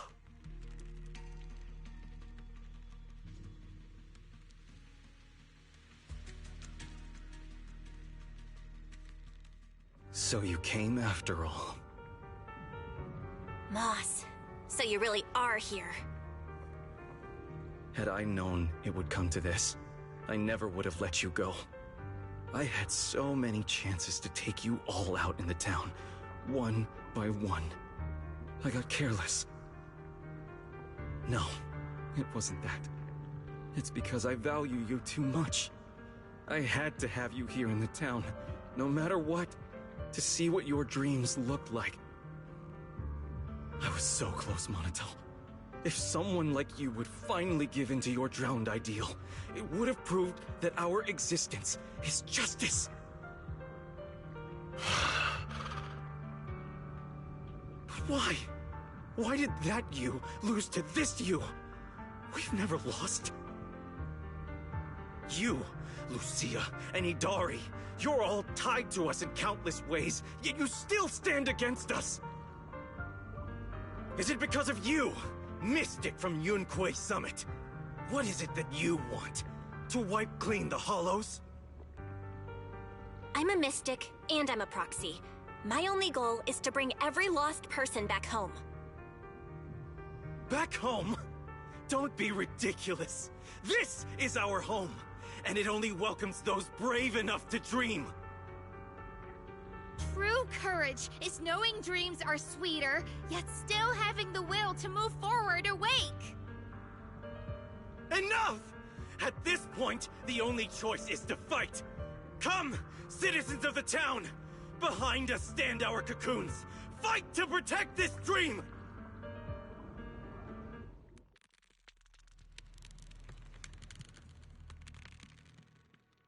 Running away? Too late!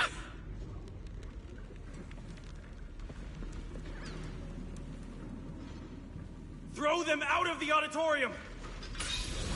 Watch and learn. Monet, watch the blind spots. Protect the town! It's all up to us! Just hang on until they make it out! Take this. Pretty, right?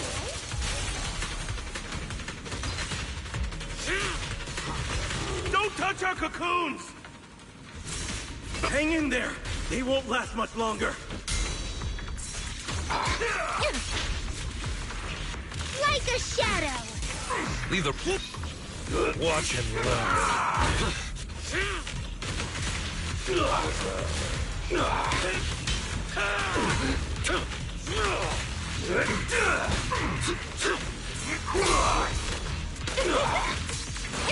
Where are you going? Strawberry shockwave!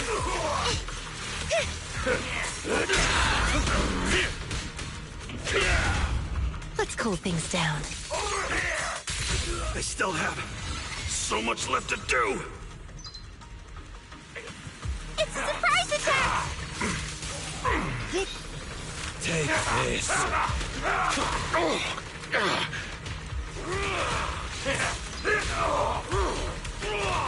For the town!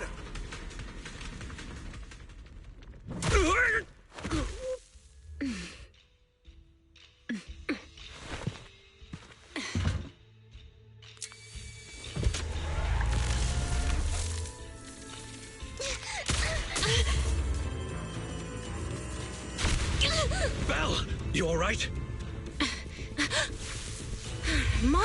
The town never dies! The device won't activate. We have to force it open.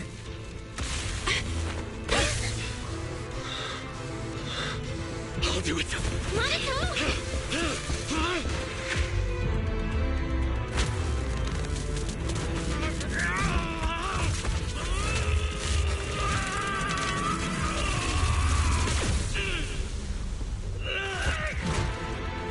Still struggling, huh?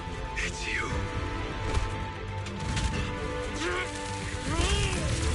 Only helping you this time. Just don't slow me down, okay? Bring it.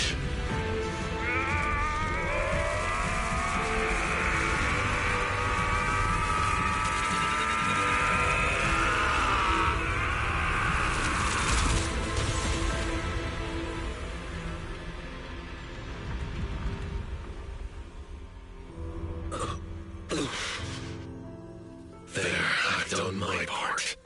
Now it's all you. Yeah, I know. Go and show me for real. A dream that's truly worth it for Komodo Monato. But wherever you go, don't forget me. The device is working. The cocoons are breaking down, and nobody's turning into ethereals. I can feel it. That dark weight tangled around my heart is fading away. Looks like you succeeded. The townsfolk outside suddenly vanished, so we just walked right in. Now we just need to get these people out of here. Some of the cocoons are taking their time.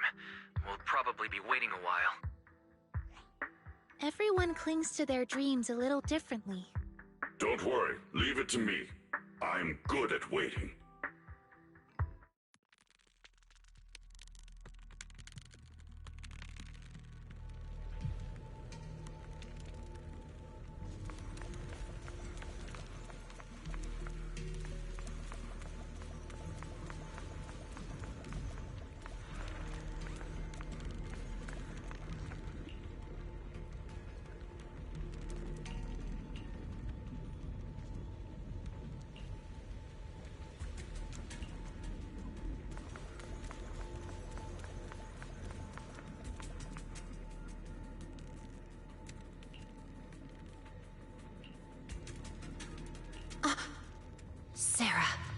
Sarah? Where is she? It's an illusion of the past. just beyond the wall. I'm not sure if I can still recreate it, but I'll try.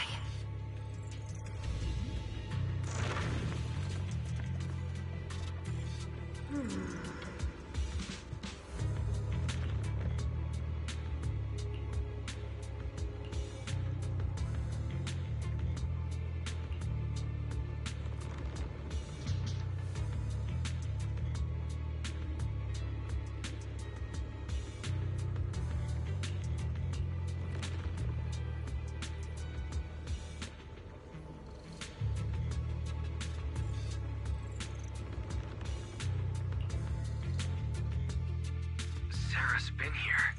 She went through that fissure to someplace else. So this is the door Sarah kept pushing Idhari to recreate. The door that exists in the past. Should we take a look? That might be where the mind-reading monster's lair is.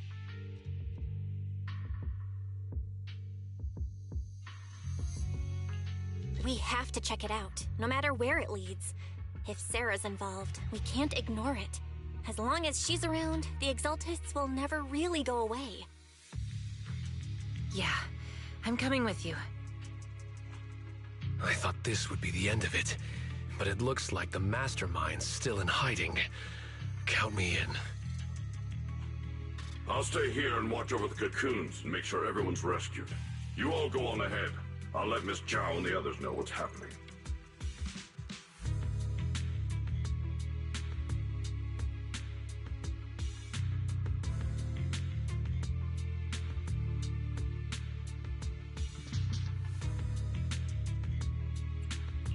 Let's get going. We have to find out where this door from the past really goes.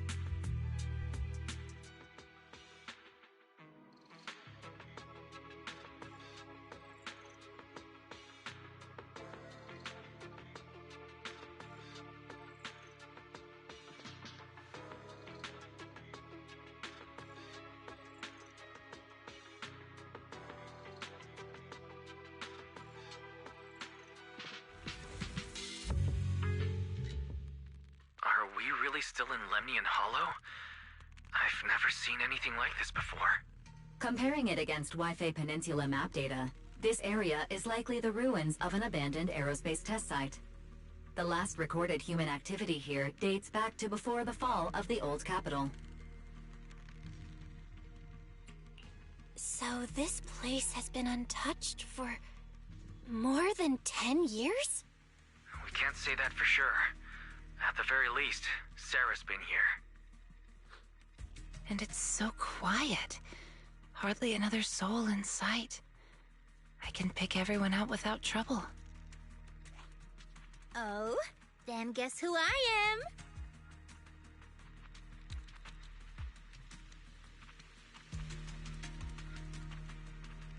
You're the Night Emissary, disguised as a Dullahan.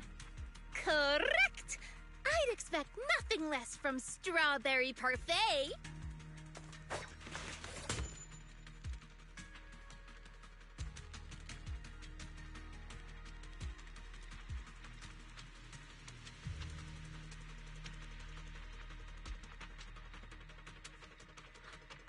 Ugh. Cut it out, Miss Dullahan. Don't you think this place feels off? Miss Dullahan just hurt her hand. Monato's right. We're supposed to be outdoors, but it feels way too dark. Is it night already? Nope, not night. It's always like this here.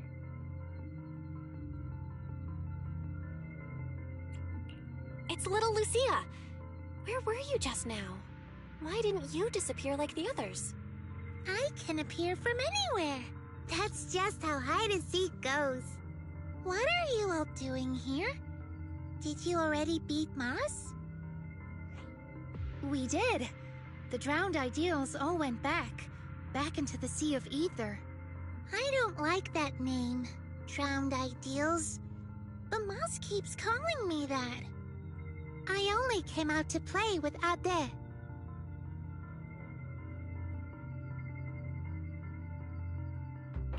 When you say play with Ade, you mean play with Wandering Hunter? Mm-hmm. I play hide and seek with Ade. Every time I get tired of playing in town, I ring the bell to call him to pick me up. Last time, when I saw Belle, we played together.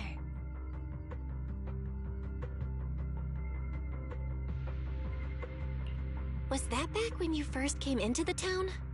It sure didn't look like playing to me.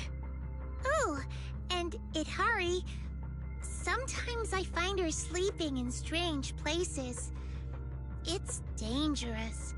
So, Ade just carries her back to town. Ah, so that's it. Every time I passed out, it was you bringing me back to the auditorium. Wandering Hunter. Why do you call it Ade? Wanna know? Then play hide and seek with me. Find me, and I'll tell you. Wait a second.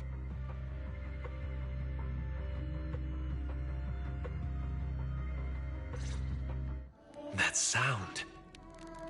Is it a children's song? It's little Lucia singing.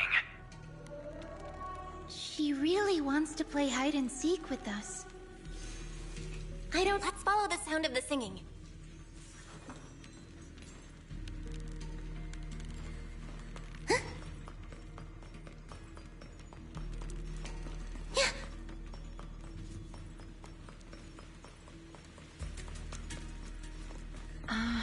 Someone's been here before, but it wasn't Sarah. Did you see an illusion? Yeah, it looked like someone from the army. This illusion. The face is unclear, but the voice. Is it someone you know? Maybe. The mind-reading monster. It could be here. Understood. I'll help you look for it. Signal cuts off here, Captain. The ether environment here is pretty unusual. Pretty cool, huh?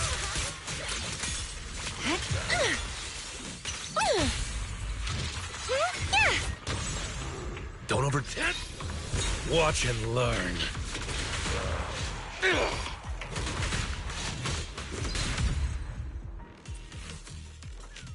Lucia, there's another illusion here.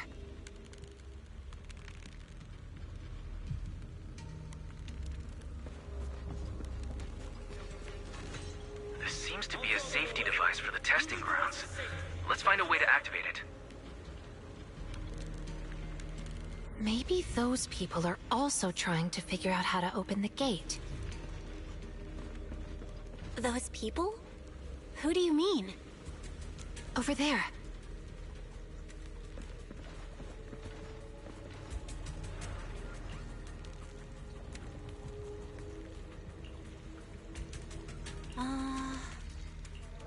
That song. She must be nearby.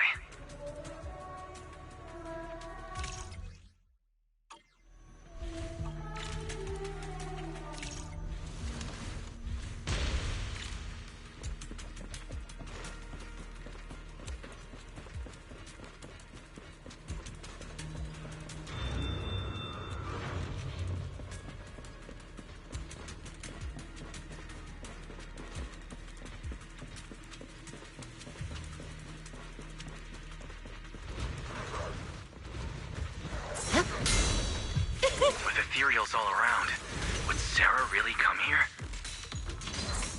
Free. Again, come on!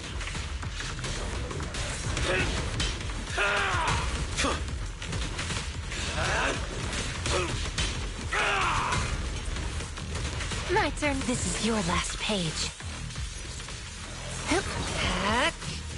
Sleep well. Back to sleep. Not giving up, huh?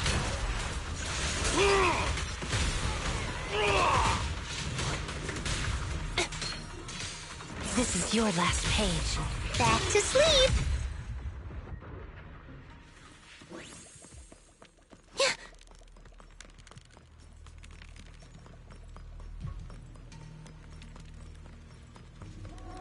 The lyrics and melody have changed. Because it's almost finished. Do you know this song? I'm afraid this is the song she used to sing while playing hide and seek with her father. Her too. Huh?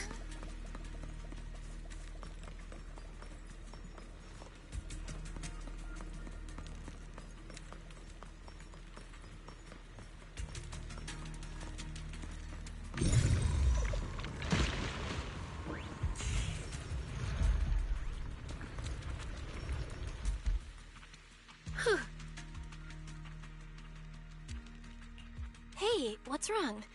Are you not feeling well? No, it's just recreating illusions is getting harder and harder. I can clearly feel my powers fading.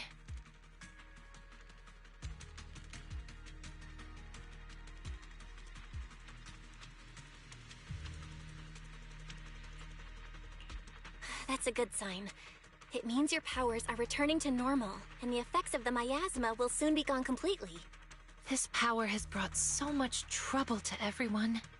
Now that it can actually do some good, I don't want to just abandon it midway. You've already helped so many people. Just once more, Lucia. I want to try one more time, so you can see the whole story. Thank you. Why'd you stop? Quitting hide and seek halfway is cheating, and I hate cheaters. Wait! I have a question. Could we be friends? With you, and with Wandering Hunter as well. Why would you want to be friends with an ethereal? I don't really know.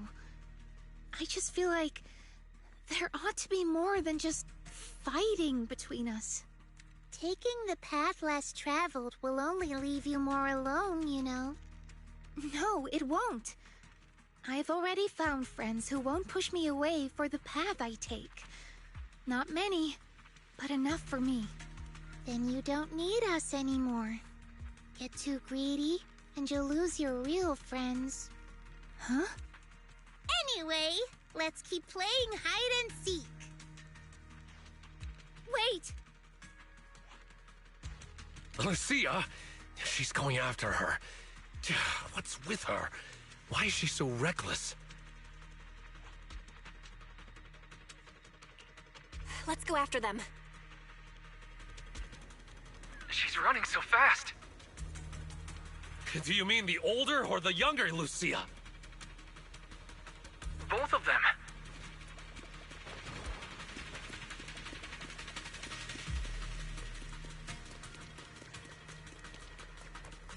There's that soldier's illusion up ahead. But this time he's alone. He's already in a pretty rough state. Can he really keep going?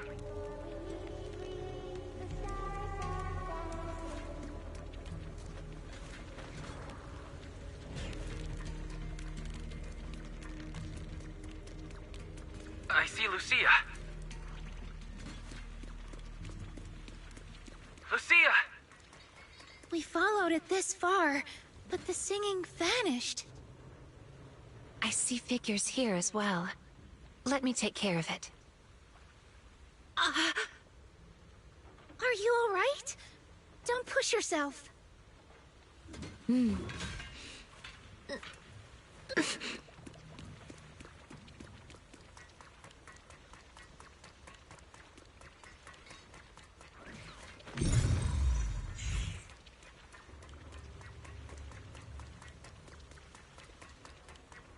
I'm fine. We promised to search together. I'll try again.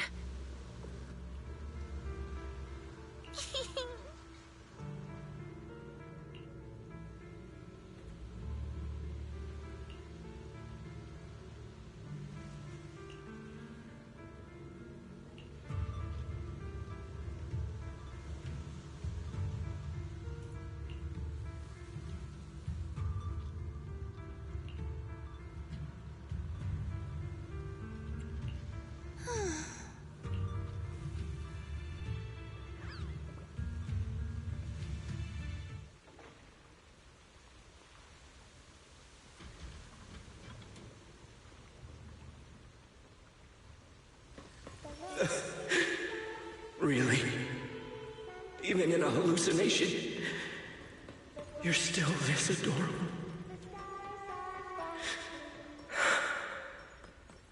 I'm sorry, Lucy. The singing came from behind the gate we passed earlier.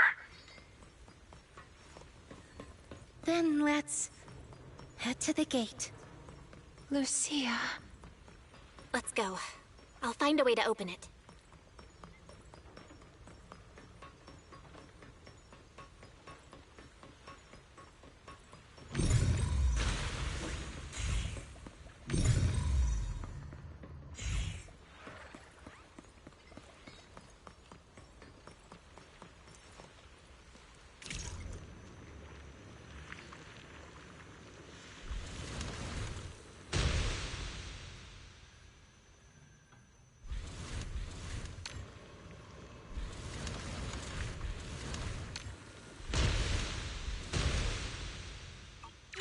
I really... Oh, I see. That little Lucia? She isn't my drowned ideal. It's him. All these years, he's always wanted... Sorry. I shouldn't have recreated all of this. Don't apologize. I should be thanking you. Now the question that has been lingering in my mind has an answer. You really did help me find the mind-reading monster. Are you ready to face him? I'll have to face him sooner or later. He's waiting for me. This game of hide-and-seek isn't over yet. I'm here, Ate.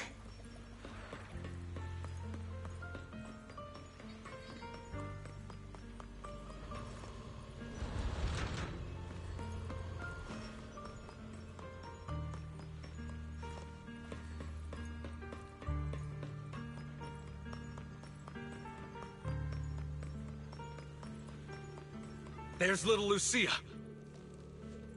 But where is Wandering Hunter?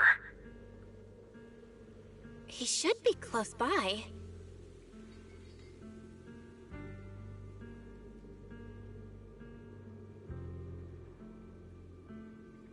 Oh,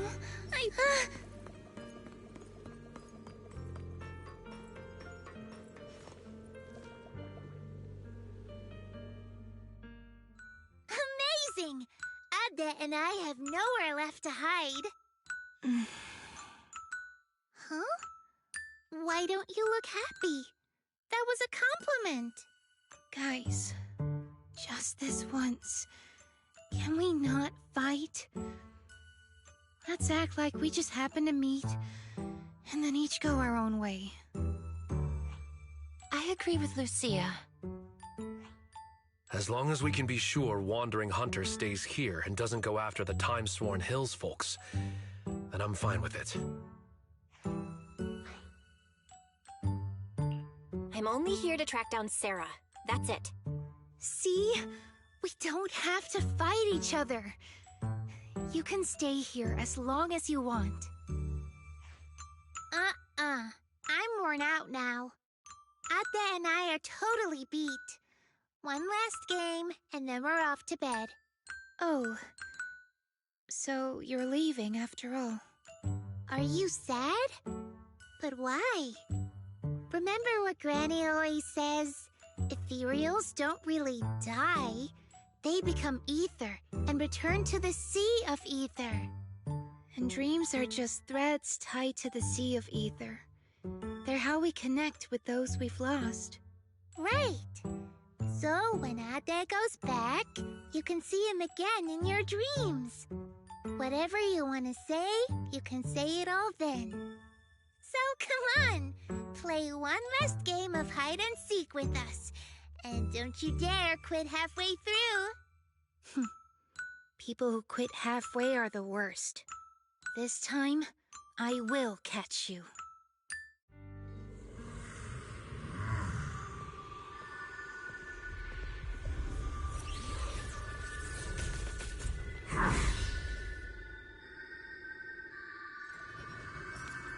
Come on, one last game of hide and seek. Let's all have fun together.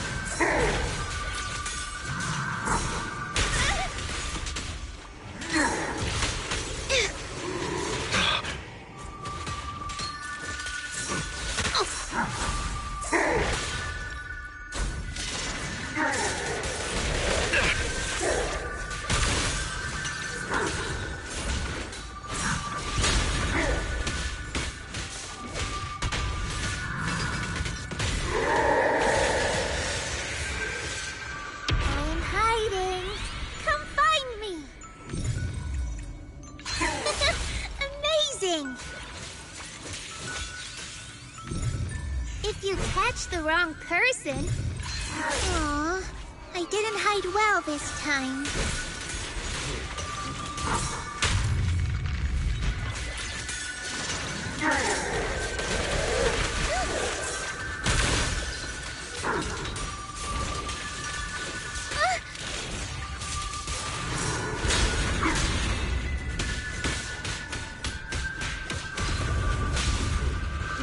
My turn then.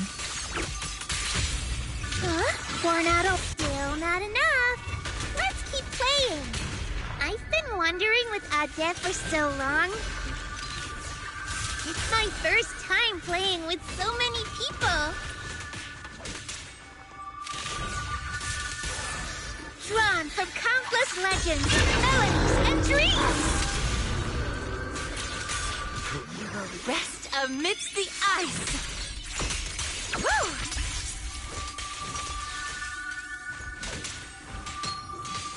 Burn!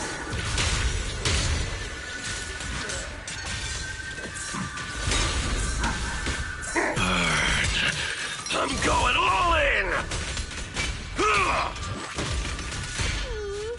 Ade can't run anymore. Aw, don't look so sad. Play with me one last time.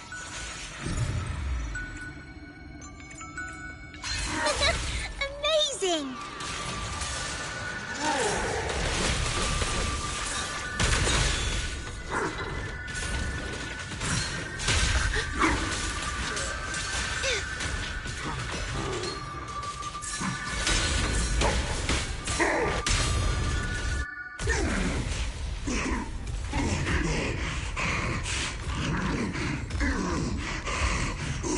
Is it over? That should be enough. Lucia, careful. One little star up high, two little stars float by, three little stars. It's time to search and find. I got you.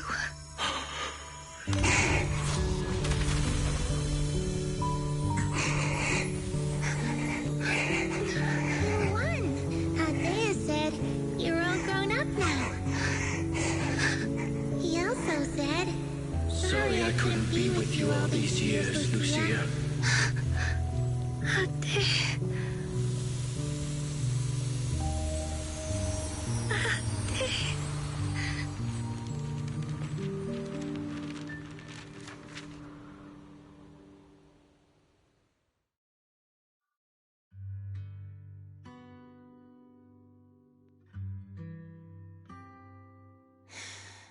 Gone again. She was barely here before she was gone again. Lucia. I'd like to stay here a bit longer, if that's okay. Let's give her a moment.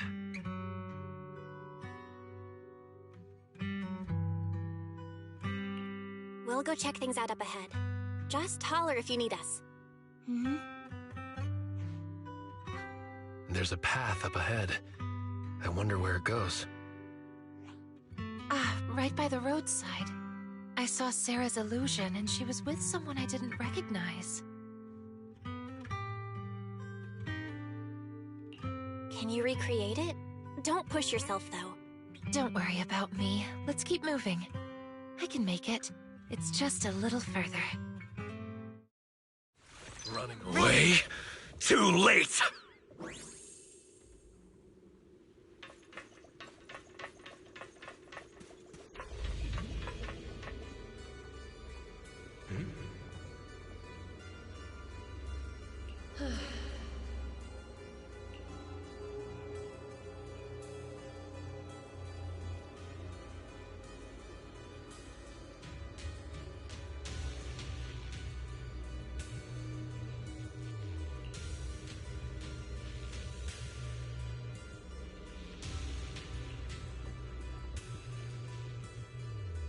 Not only did we see Sarah, but also Senior Ye.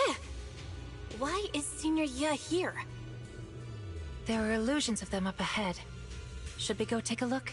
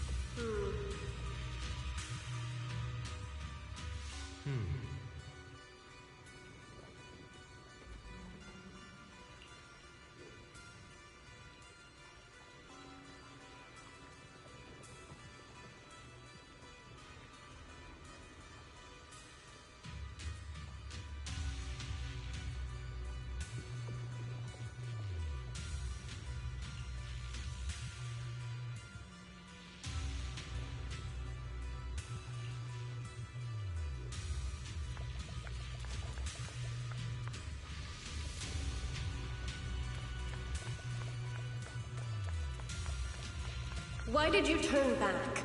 No one's coming from behind. Idhari can't hold on much longer. That door will vanish soon. They'll come. All of them will come. Whether it's my overly worried Shifu, or that unpredictable Junior Bell. I have a feeling we'll be meeting very soon. It's a dead end up ahead. Where did Senior Ye and Sarah go? I saw them pass through the ether fissure. Except this time, there's no fissure in front of us to go through. Periodic fluctuations of ether detected at this site. Estimated cycle length, 30 to 90 days. Periodic fluctuations. So even if there is a fissure, it won't be detectable right away. Let's mark this place and come back in a few days. All right, let's head back. Thanks for everything, Idhari.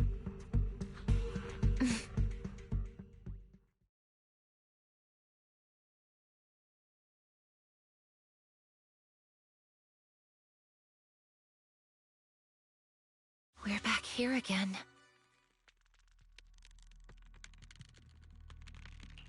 Do you have any more unfinished business? No. This time, I really think I can get out.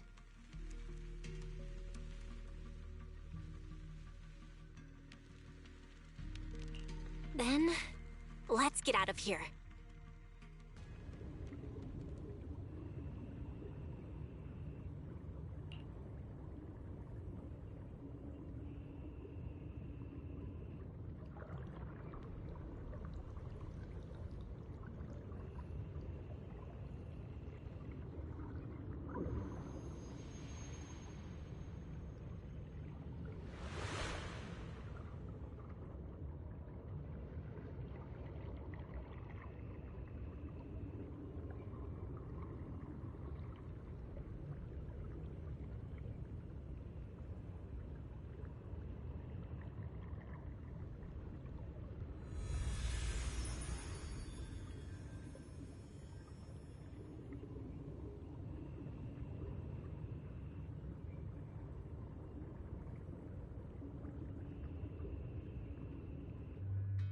Look, Idari, we're home.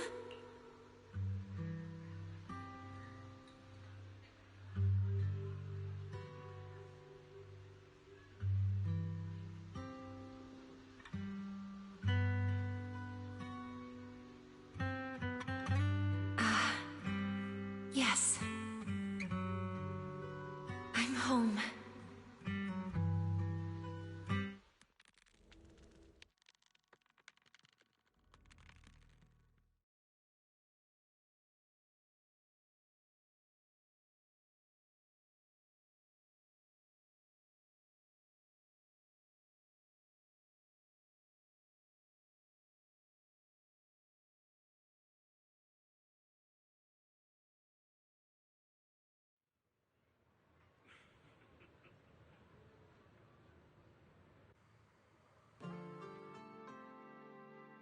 You're back.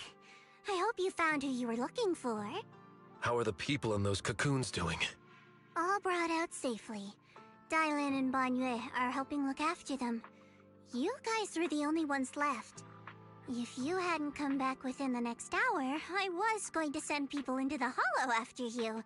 And this unfamiliar face must be Miss Idari.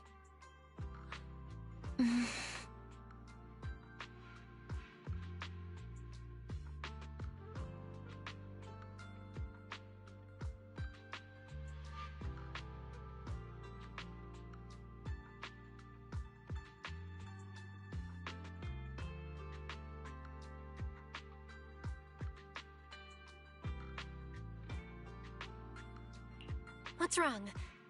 Don't tell me. You still can't recognize anyone else? No, that's not it. Now that I'm out of the hollow, everything's pretty much back to normal. I was just a little lost in thought. So that's what Knight Emissary and Aratama Maru really look like. Their handles match them perfectly.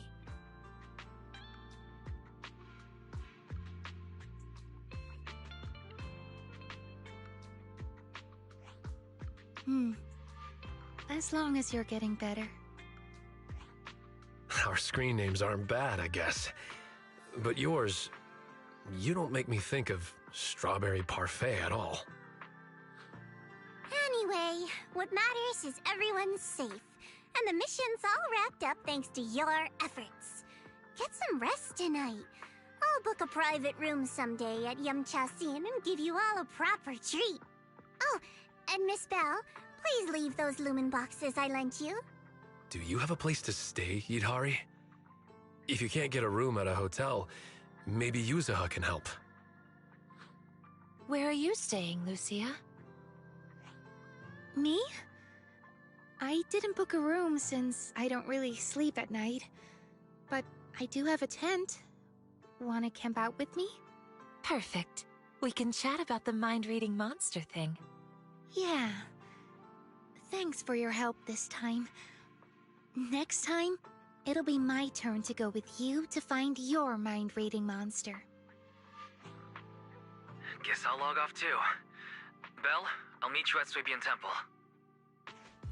Thank you for everything, Belle.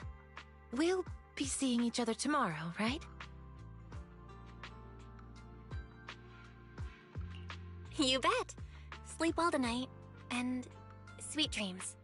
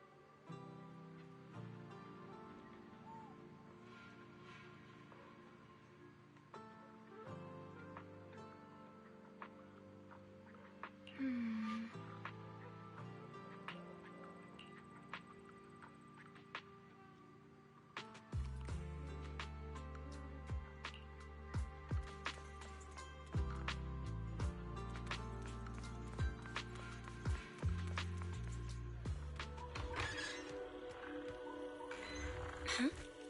Ashua? What's going on? Beeline! What are you doing up there? Hold on. I'm getting a sense of deja vu. Oh, it's you again!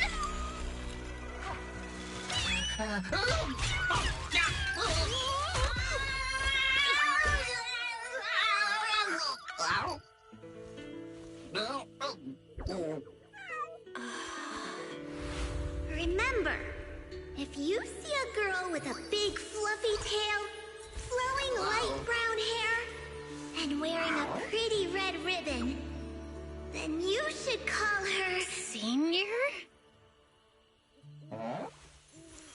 Huh? What did you just call me? I called you Senior? Wait, are you saying... I have a junior now!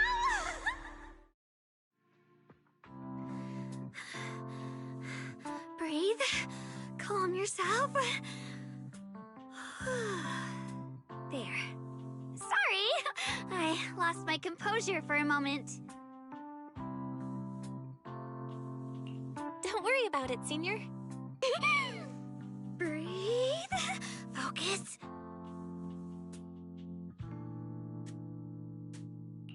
Senior Fufu told me to call you that if I ever met you. I didn't get it wrong, did I? No, of course not. It's just surprising that simply going out for a stroll could lead to something like this. I'm already being called Senior now. Oh, right. I'm Ye Xuanguang, and your name is? I'm Belle. All right then, Junior Belle. From now on, you can call me Senior Xuanguang, or Second Senior Sister. But I suppose just plain Senior sounds more impressive. You've actually got another junior. I'll go get him. That's okay. I have things to do, so I have to get going. Oh, make sure you don't tell Shifu about what happened tonight. Got it. As you command, Senior. Huh? What's wrong? Have we met somewhere before?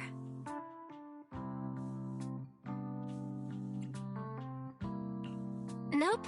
This is my first time in Wi-Fi. Well, I've got to get going, but I have a feeling we'll be seeing each other very soon.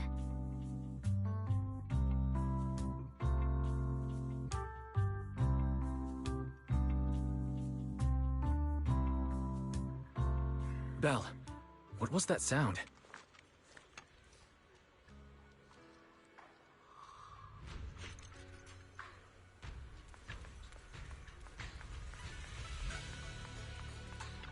Huh?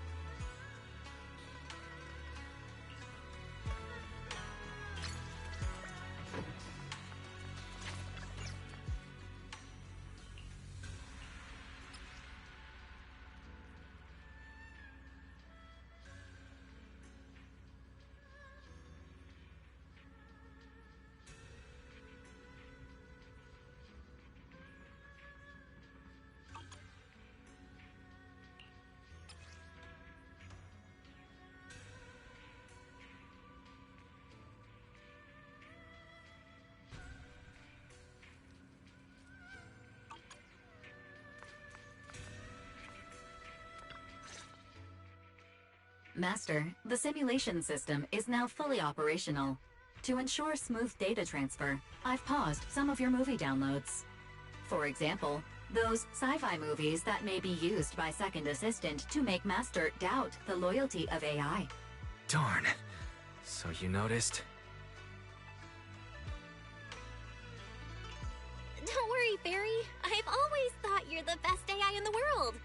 Praise received. I've logged it as part of the end-of-month electricity bill comfort message to remind you how essential I am. Just a reminder, Master. My goal is to become your best Supreme Assistant. Ever. One more thing. Starting now, you may access the simulation system right here in your room whenever you're ready. We can then plan the best strategy to stop the Companion Hollows from further expansion together.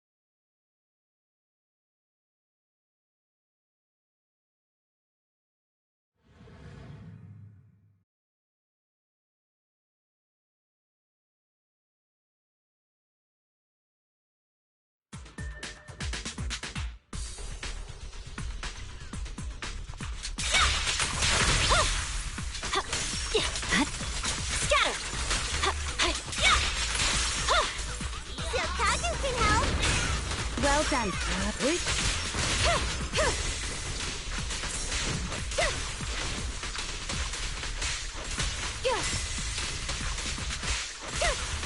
Time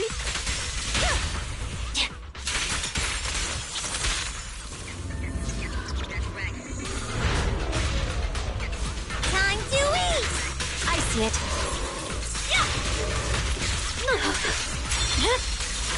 Weakling. So Kagu can help. Look at me! Recover your...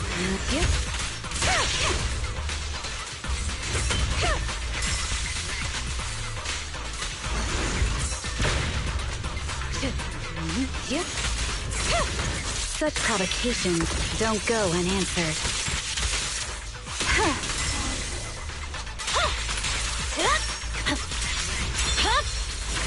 My blade is already sheathed.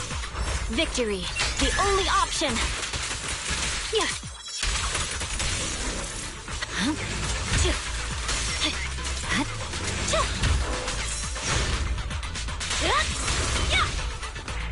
Look at me! Just don't blink!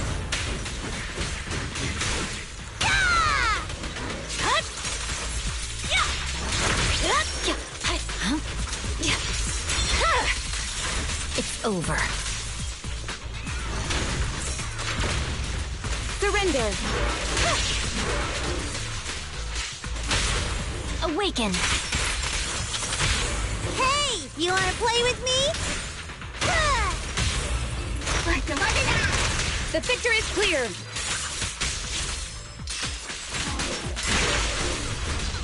Careful, the enemy's recovered.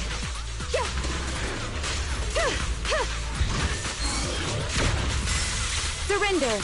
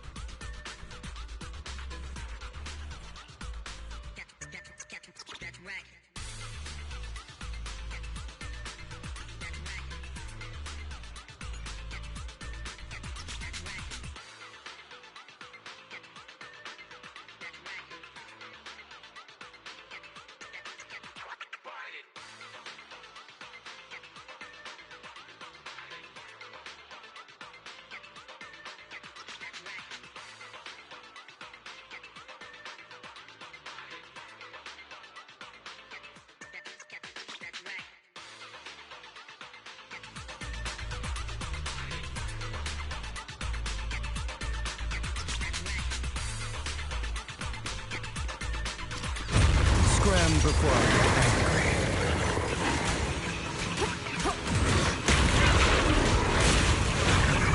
Vivian, allow me. Just this once.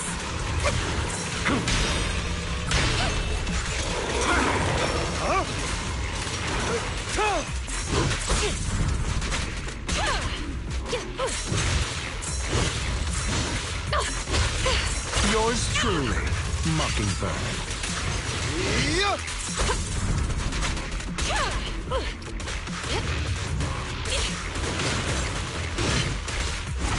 Guilty.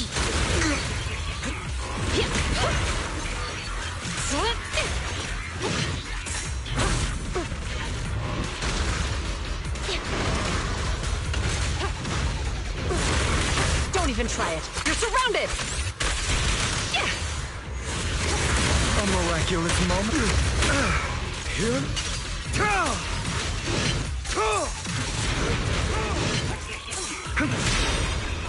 Let order and madness dance.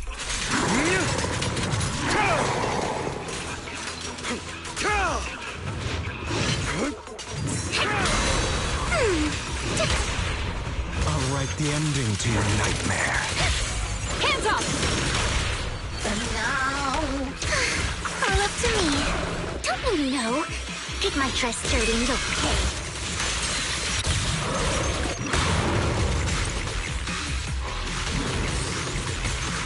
Let's teach them a lesson.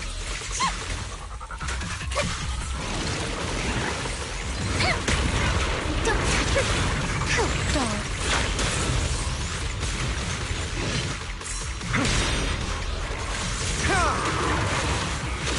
Well, scram before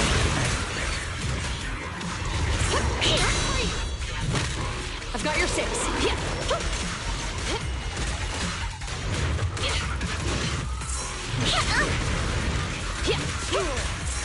Stay away. Don't touch me.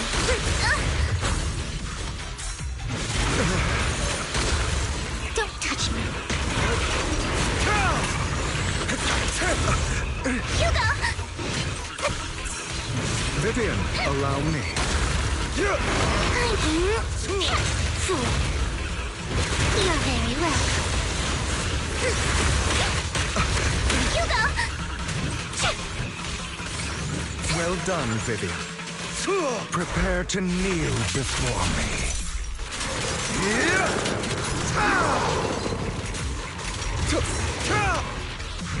I'll stay with you, Lord Nathan.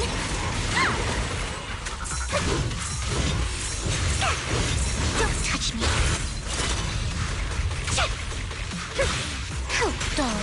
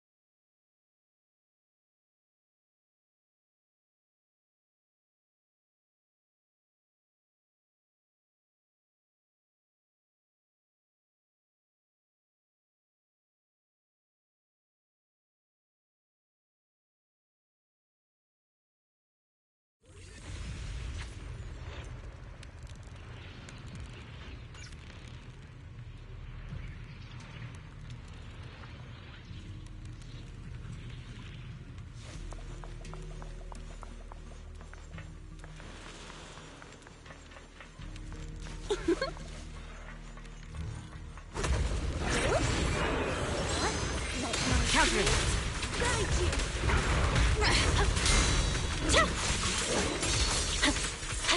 I'll take over now.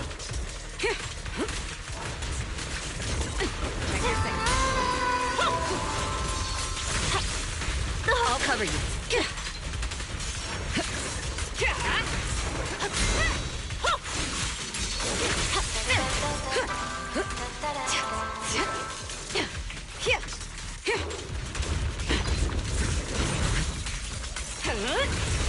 There's no time to lose.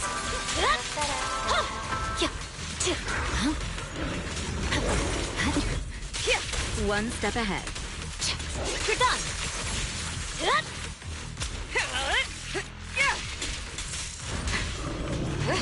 I see it.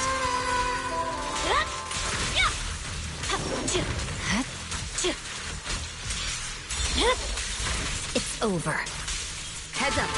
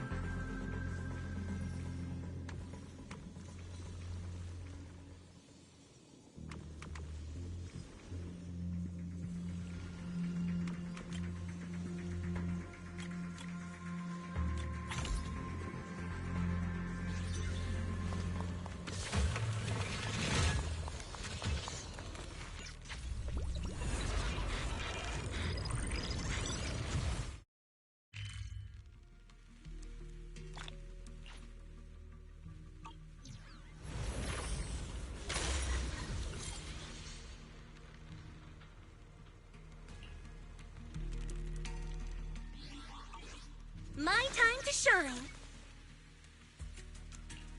This is the path I follow. Ooh. Your fortune seems pretty good lately. Long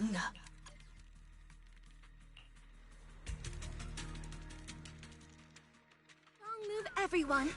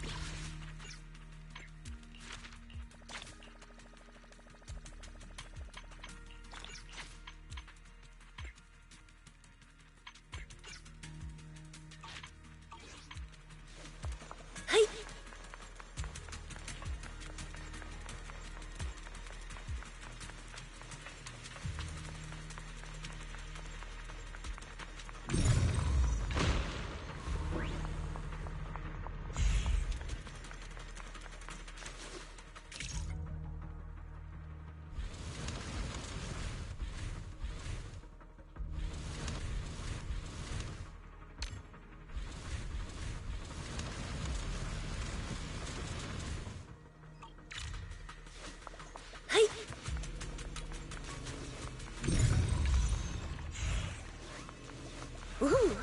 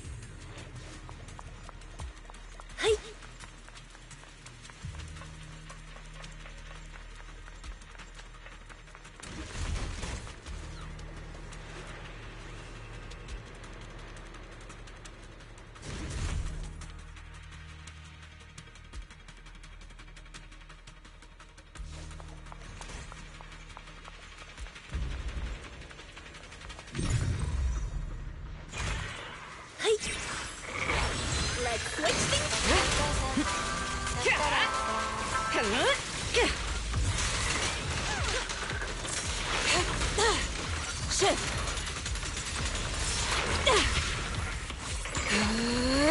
Be gone! Watch out! Focus!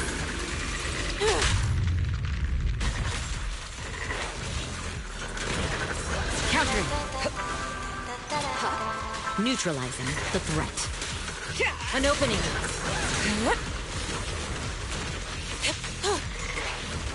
Cycle of yin and yang! Scatter!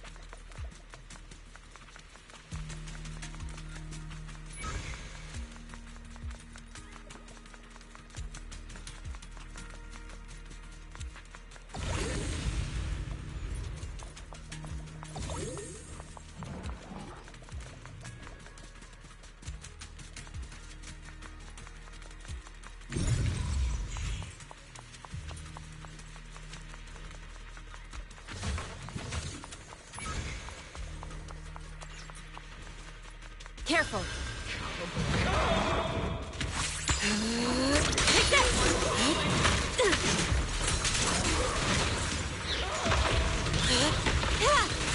I'll manage things. Let my song move everyone.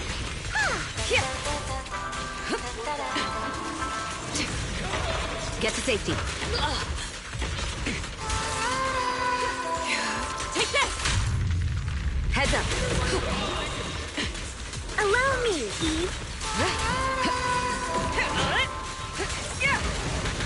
Leave it to me.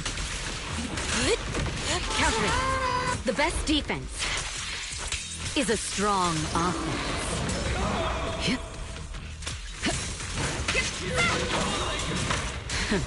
Allow me. Shift.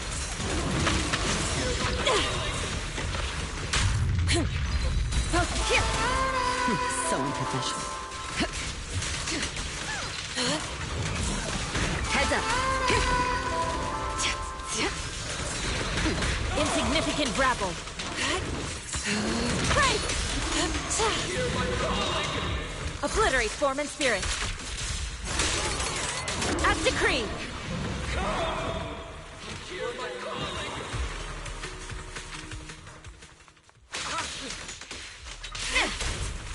So. Watch! Don't blink now! Countering.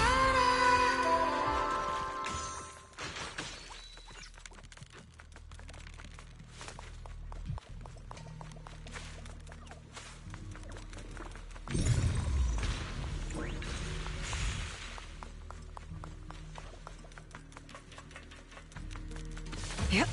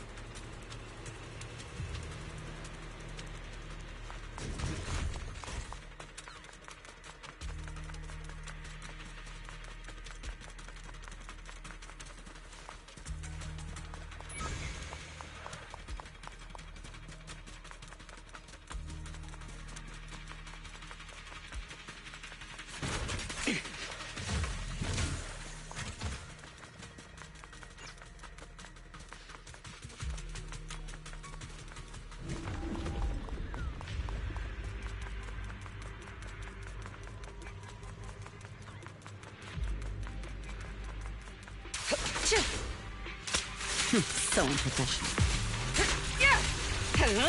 Don't even try. Leave it to me.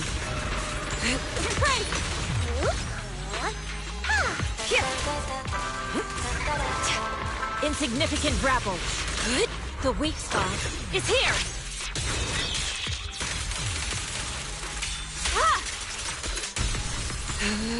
Be gone. Heads up. So unprofessional. The best defense is a strong offense. An opening. Take this! Leave it to me. Take this! Obliterate form and spirit. As decreed. Break! Countering. This song is dedicated to the world. All exits are now sealed. Take this! Be gone!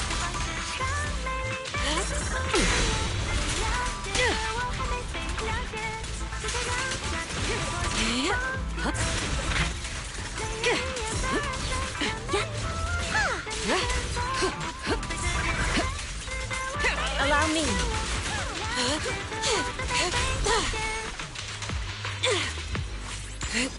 Be gone!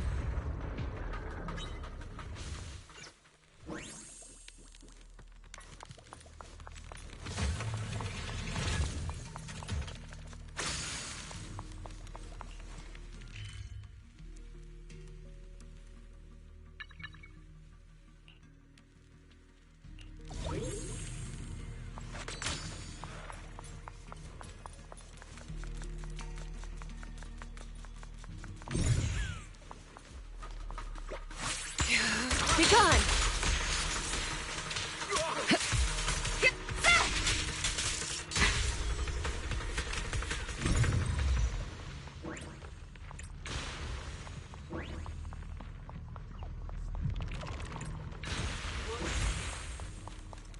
Get to safety. Insignificant grapple. Precision strike, initiate. Let's switch things. Heads up. Precision strike, initiate. Be gone! The best defense is a strong offense. An opening. Break!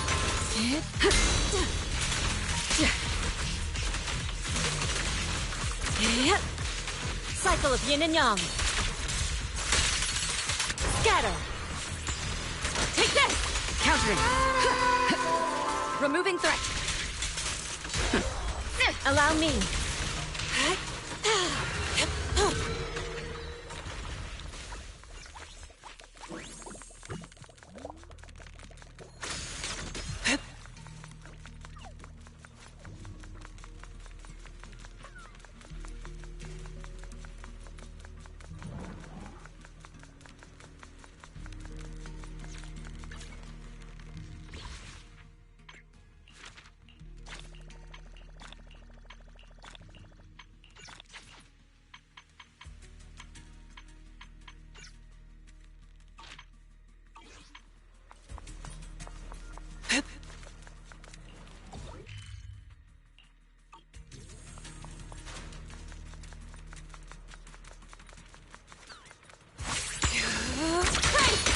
I'll manage. The stage is mine.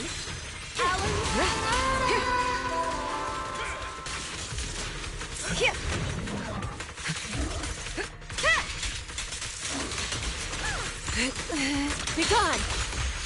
Your life ends here.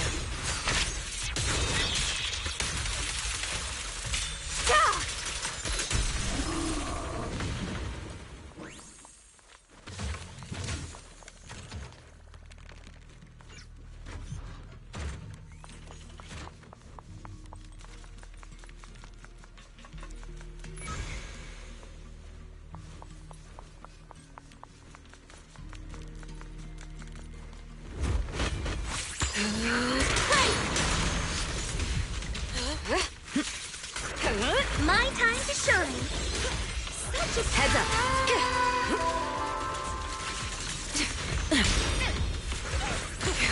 Be gone! Cycle of yin and yang.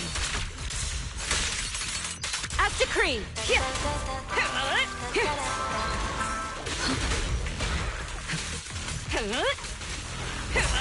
Removing threat. An opening. Break! I won't betray your trust. Your journey ends with me.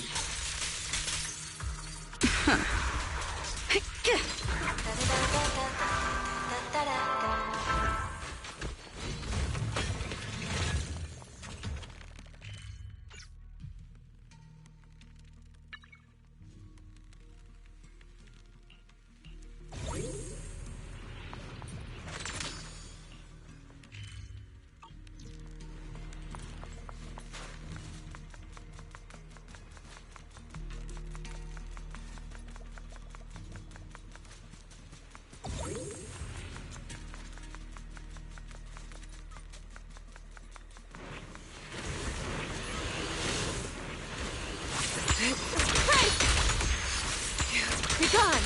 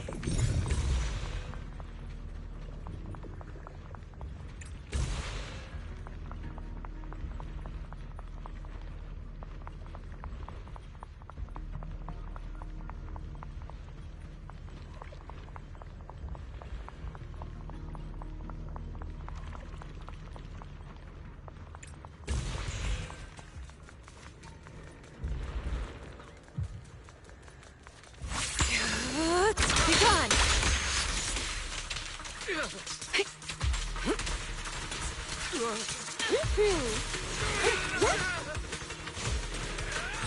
Yeah.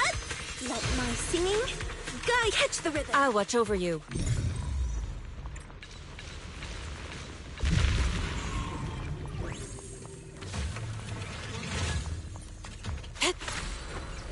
To the skies!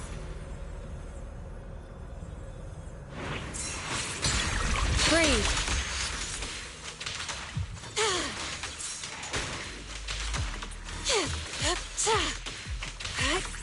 Be gone!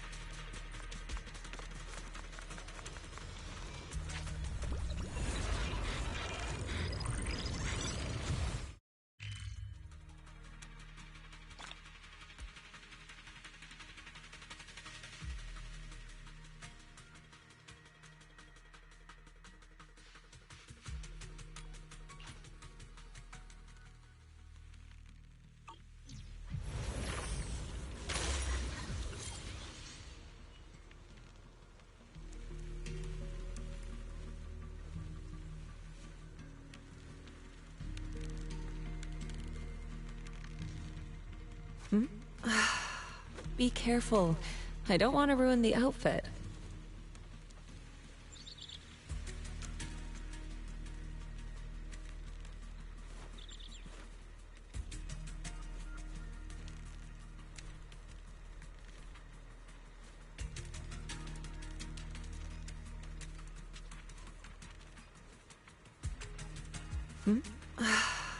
Be careful. I don't want to ruin the outfit.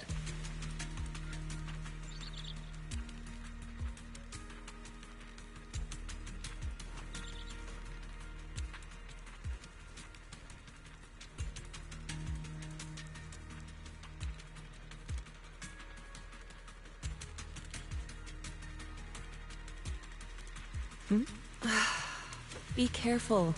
I don't want to ruin the outfit.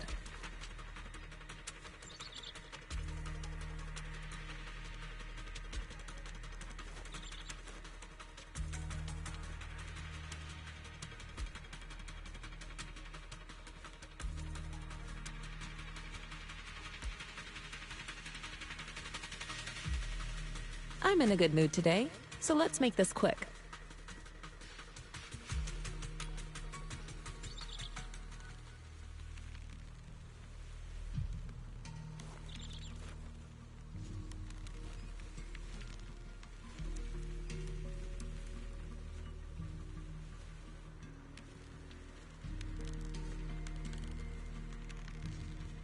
I'm in a good mood today, so let's make this quick.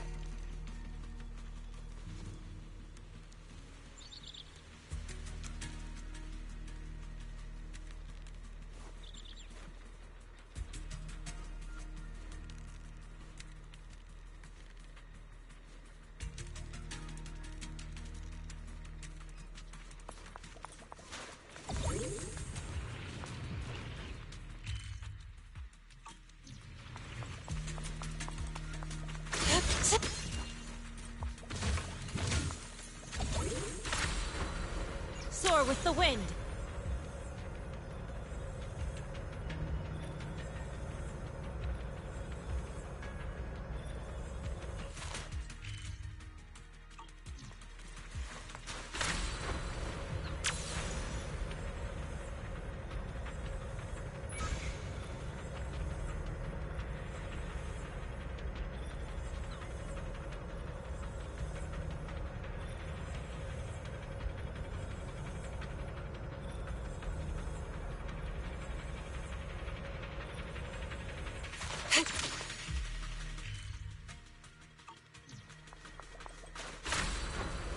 To the skies!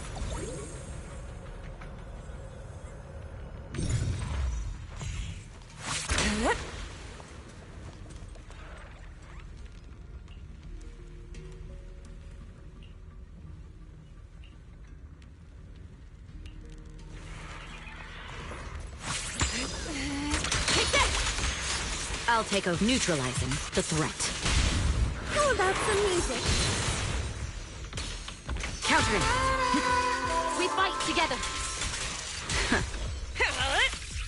Allow me. Break!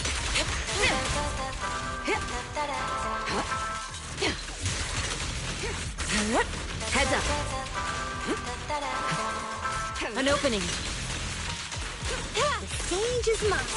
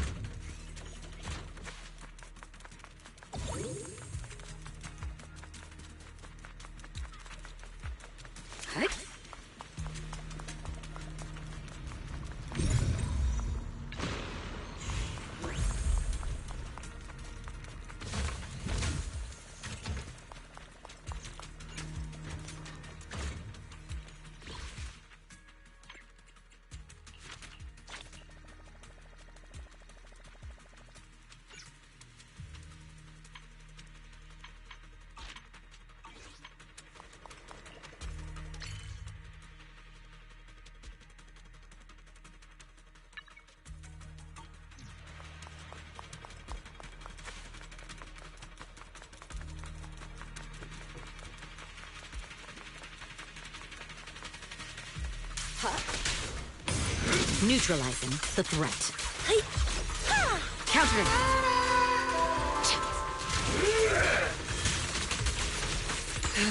Right!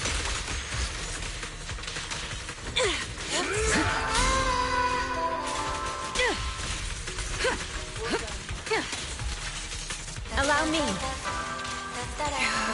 Be gone. Right! Take this! Here! Oh, that's amazing. Let's make this quick. It's so cold.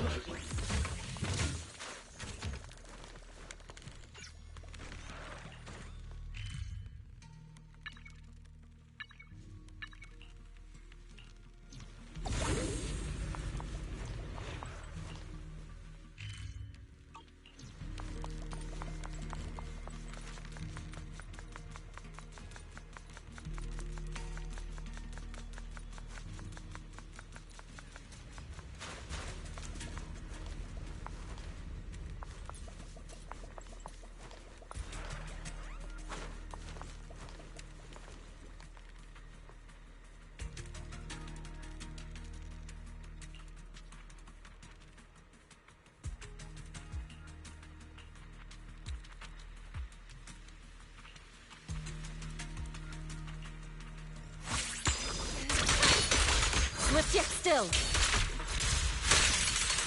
Scatter. Check your six. Nothing slips through my defenses. Final warning. Let my song move everyone. Heads up. And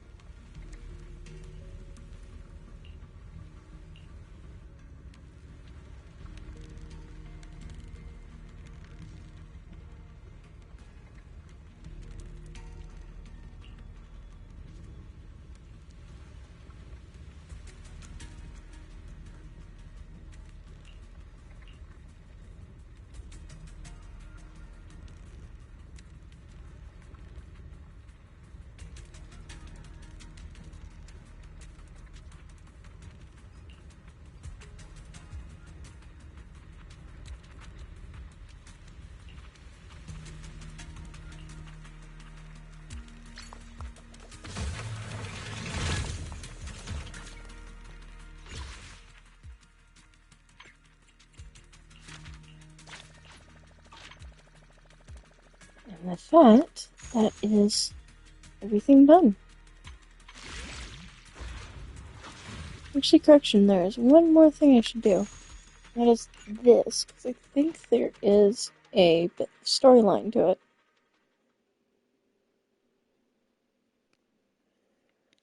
Unless it was a storyline that I did earlier, which that would make sense.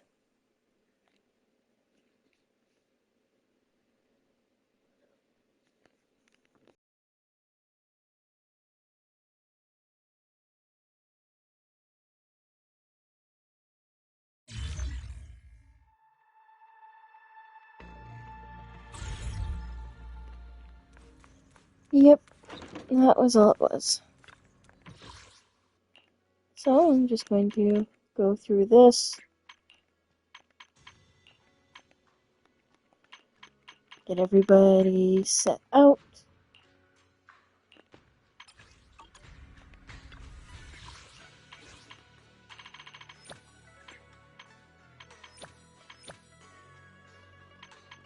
And then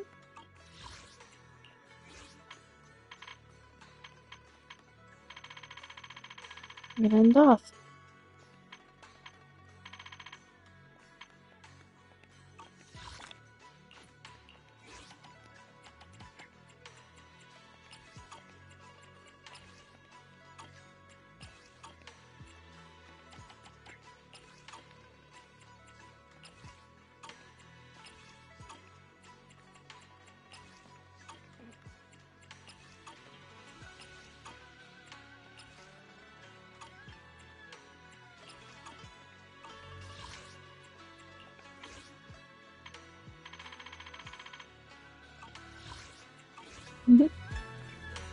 So, until next time, Need a fortune telling? I hope you'll have a great day, night, sleep. Do you want me to fight? Don't just think I can become even stronger. Whatever it is you're doing, I hope it's a good one. I hope it's an awesome one. Take your time. I'm listening. I'll see y'all Yeah, I guess this next outfit time. ain't too bad. Take care, guys.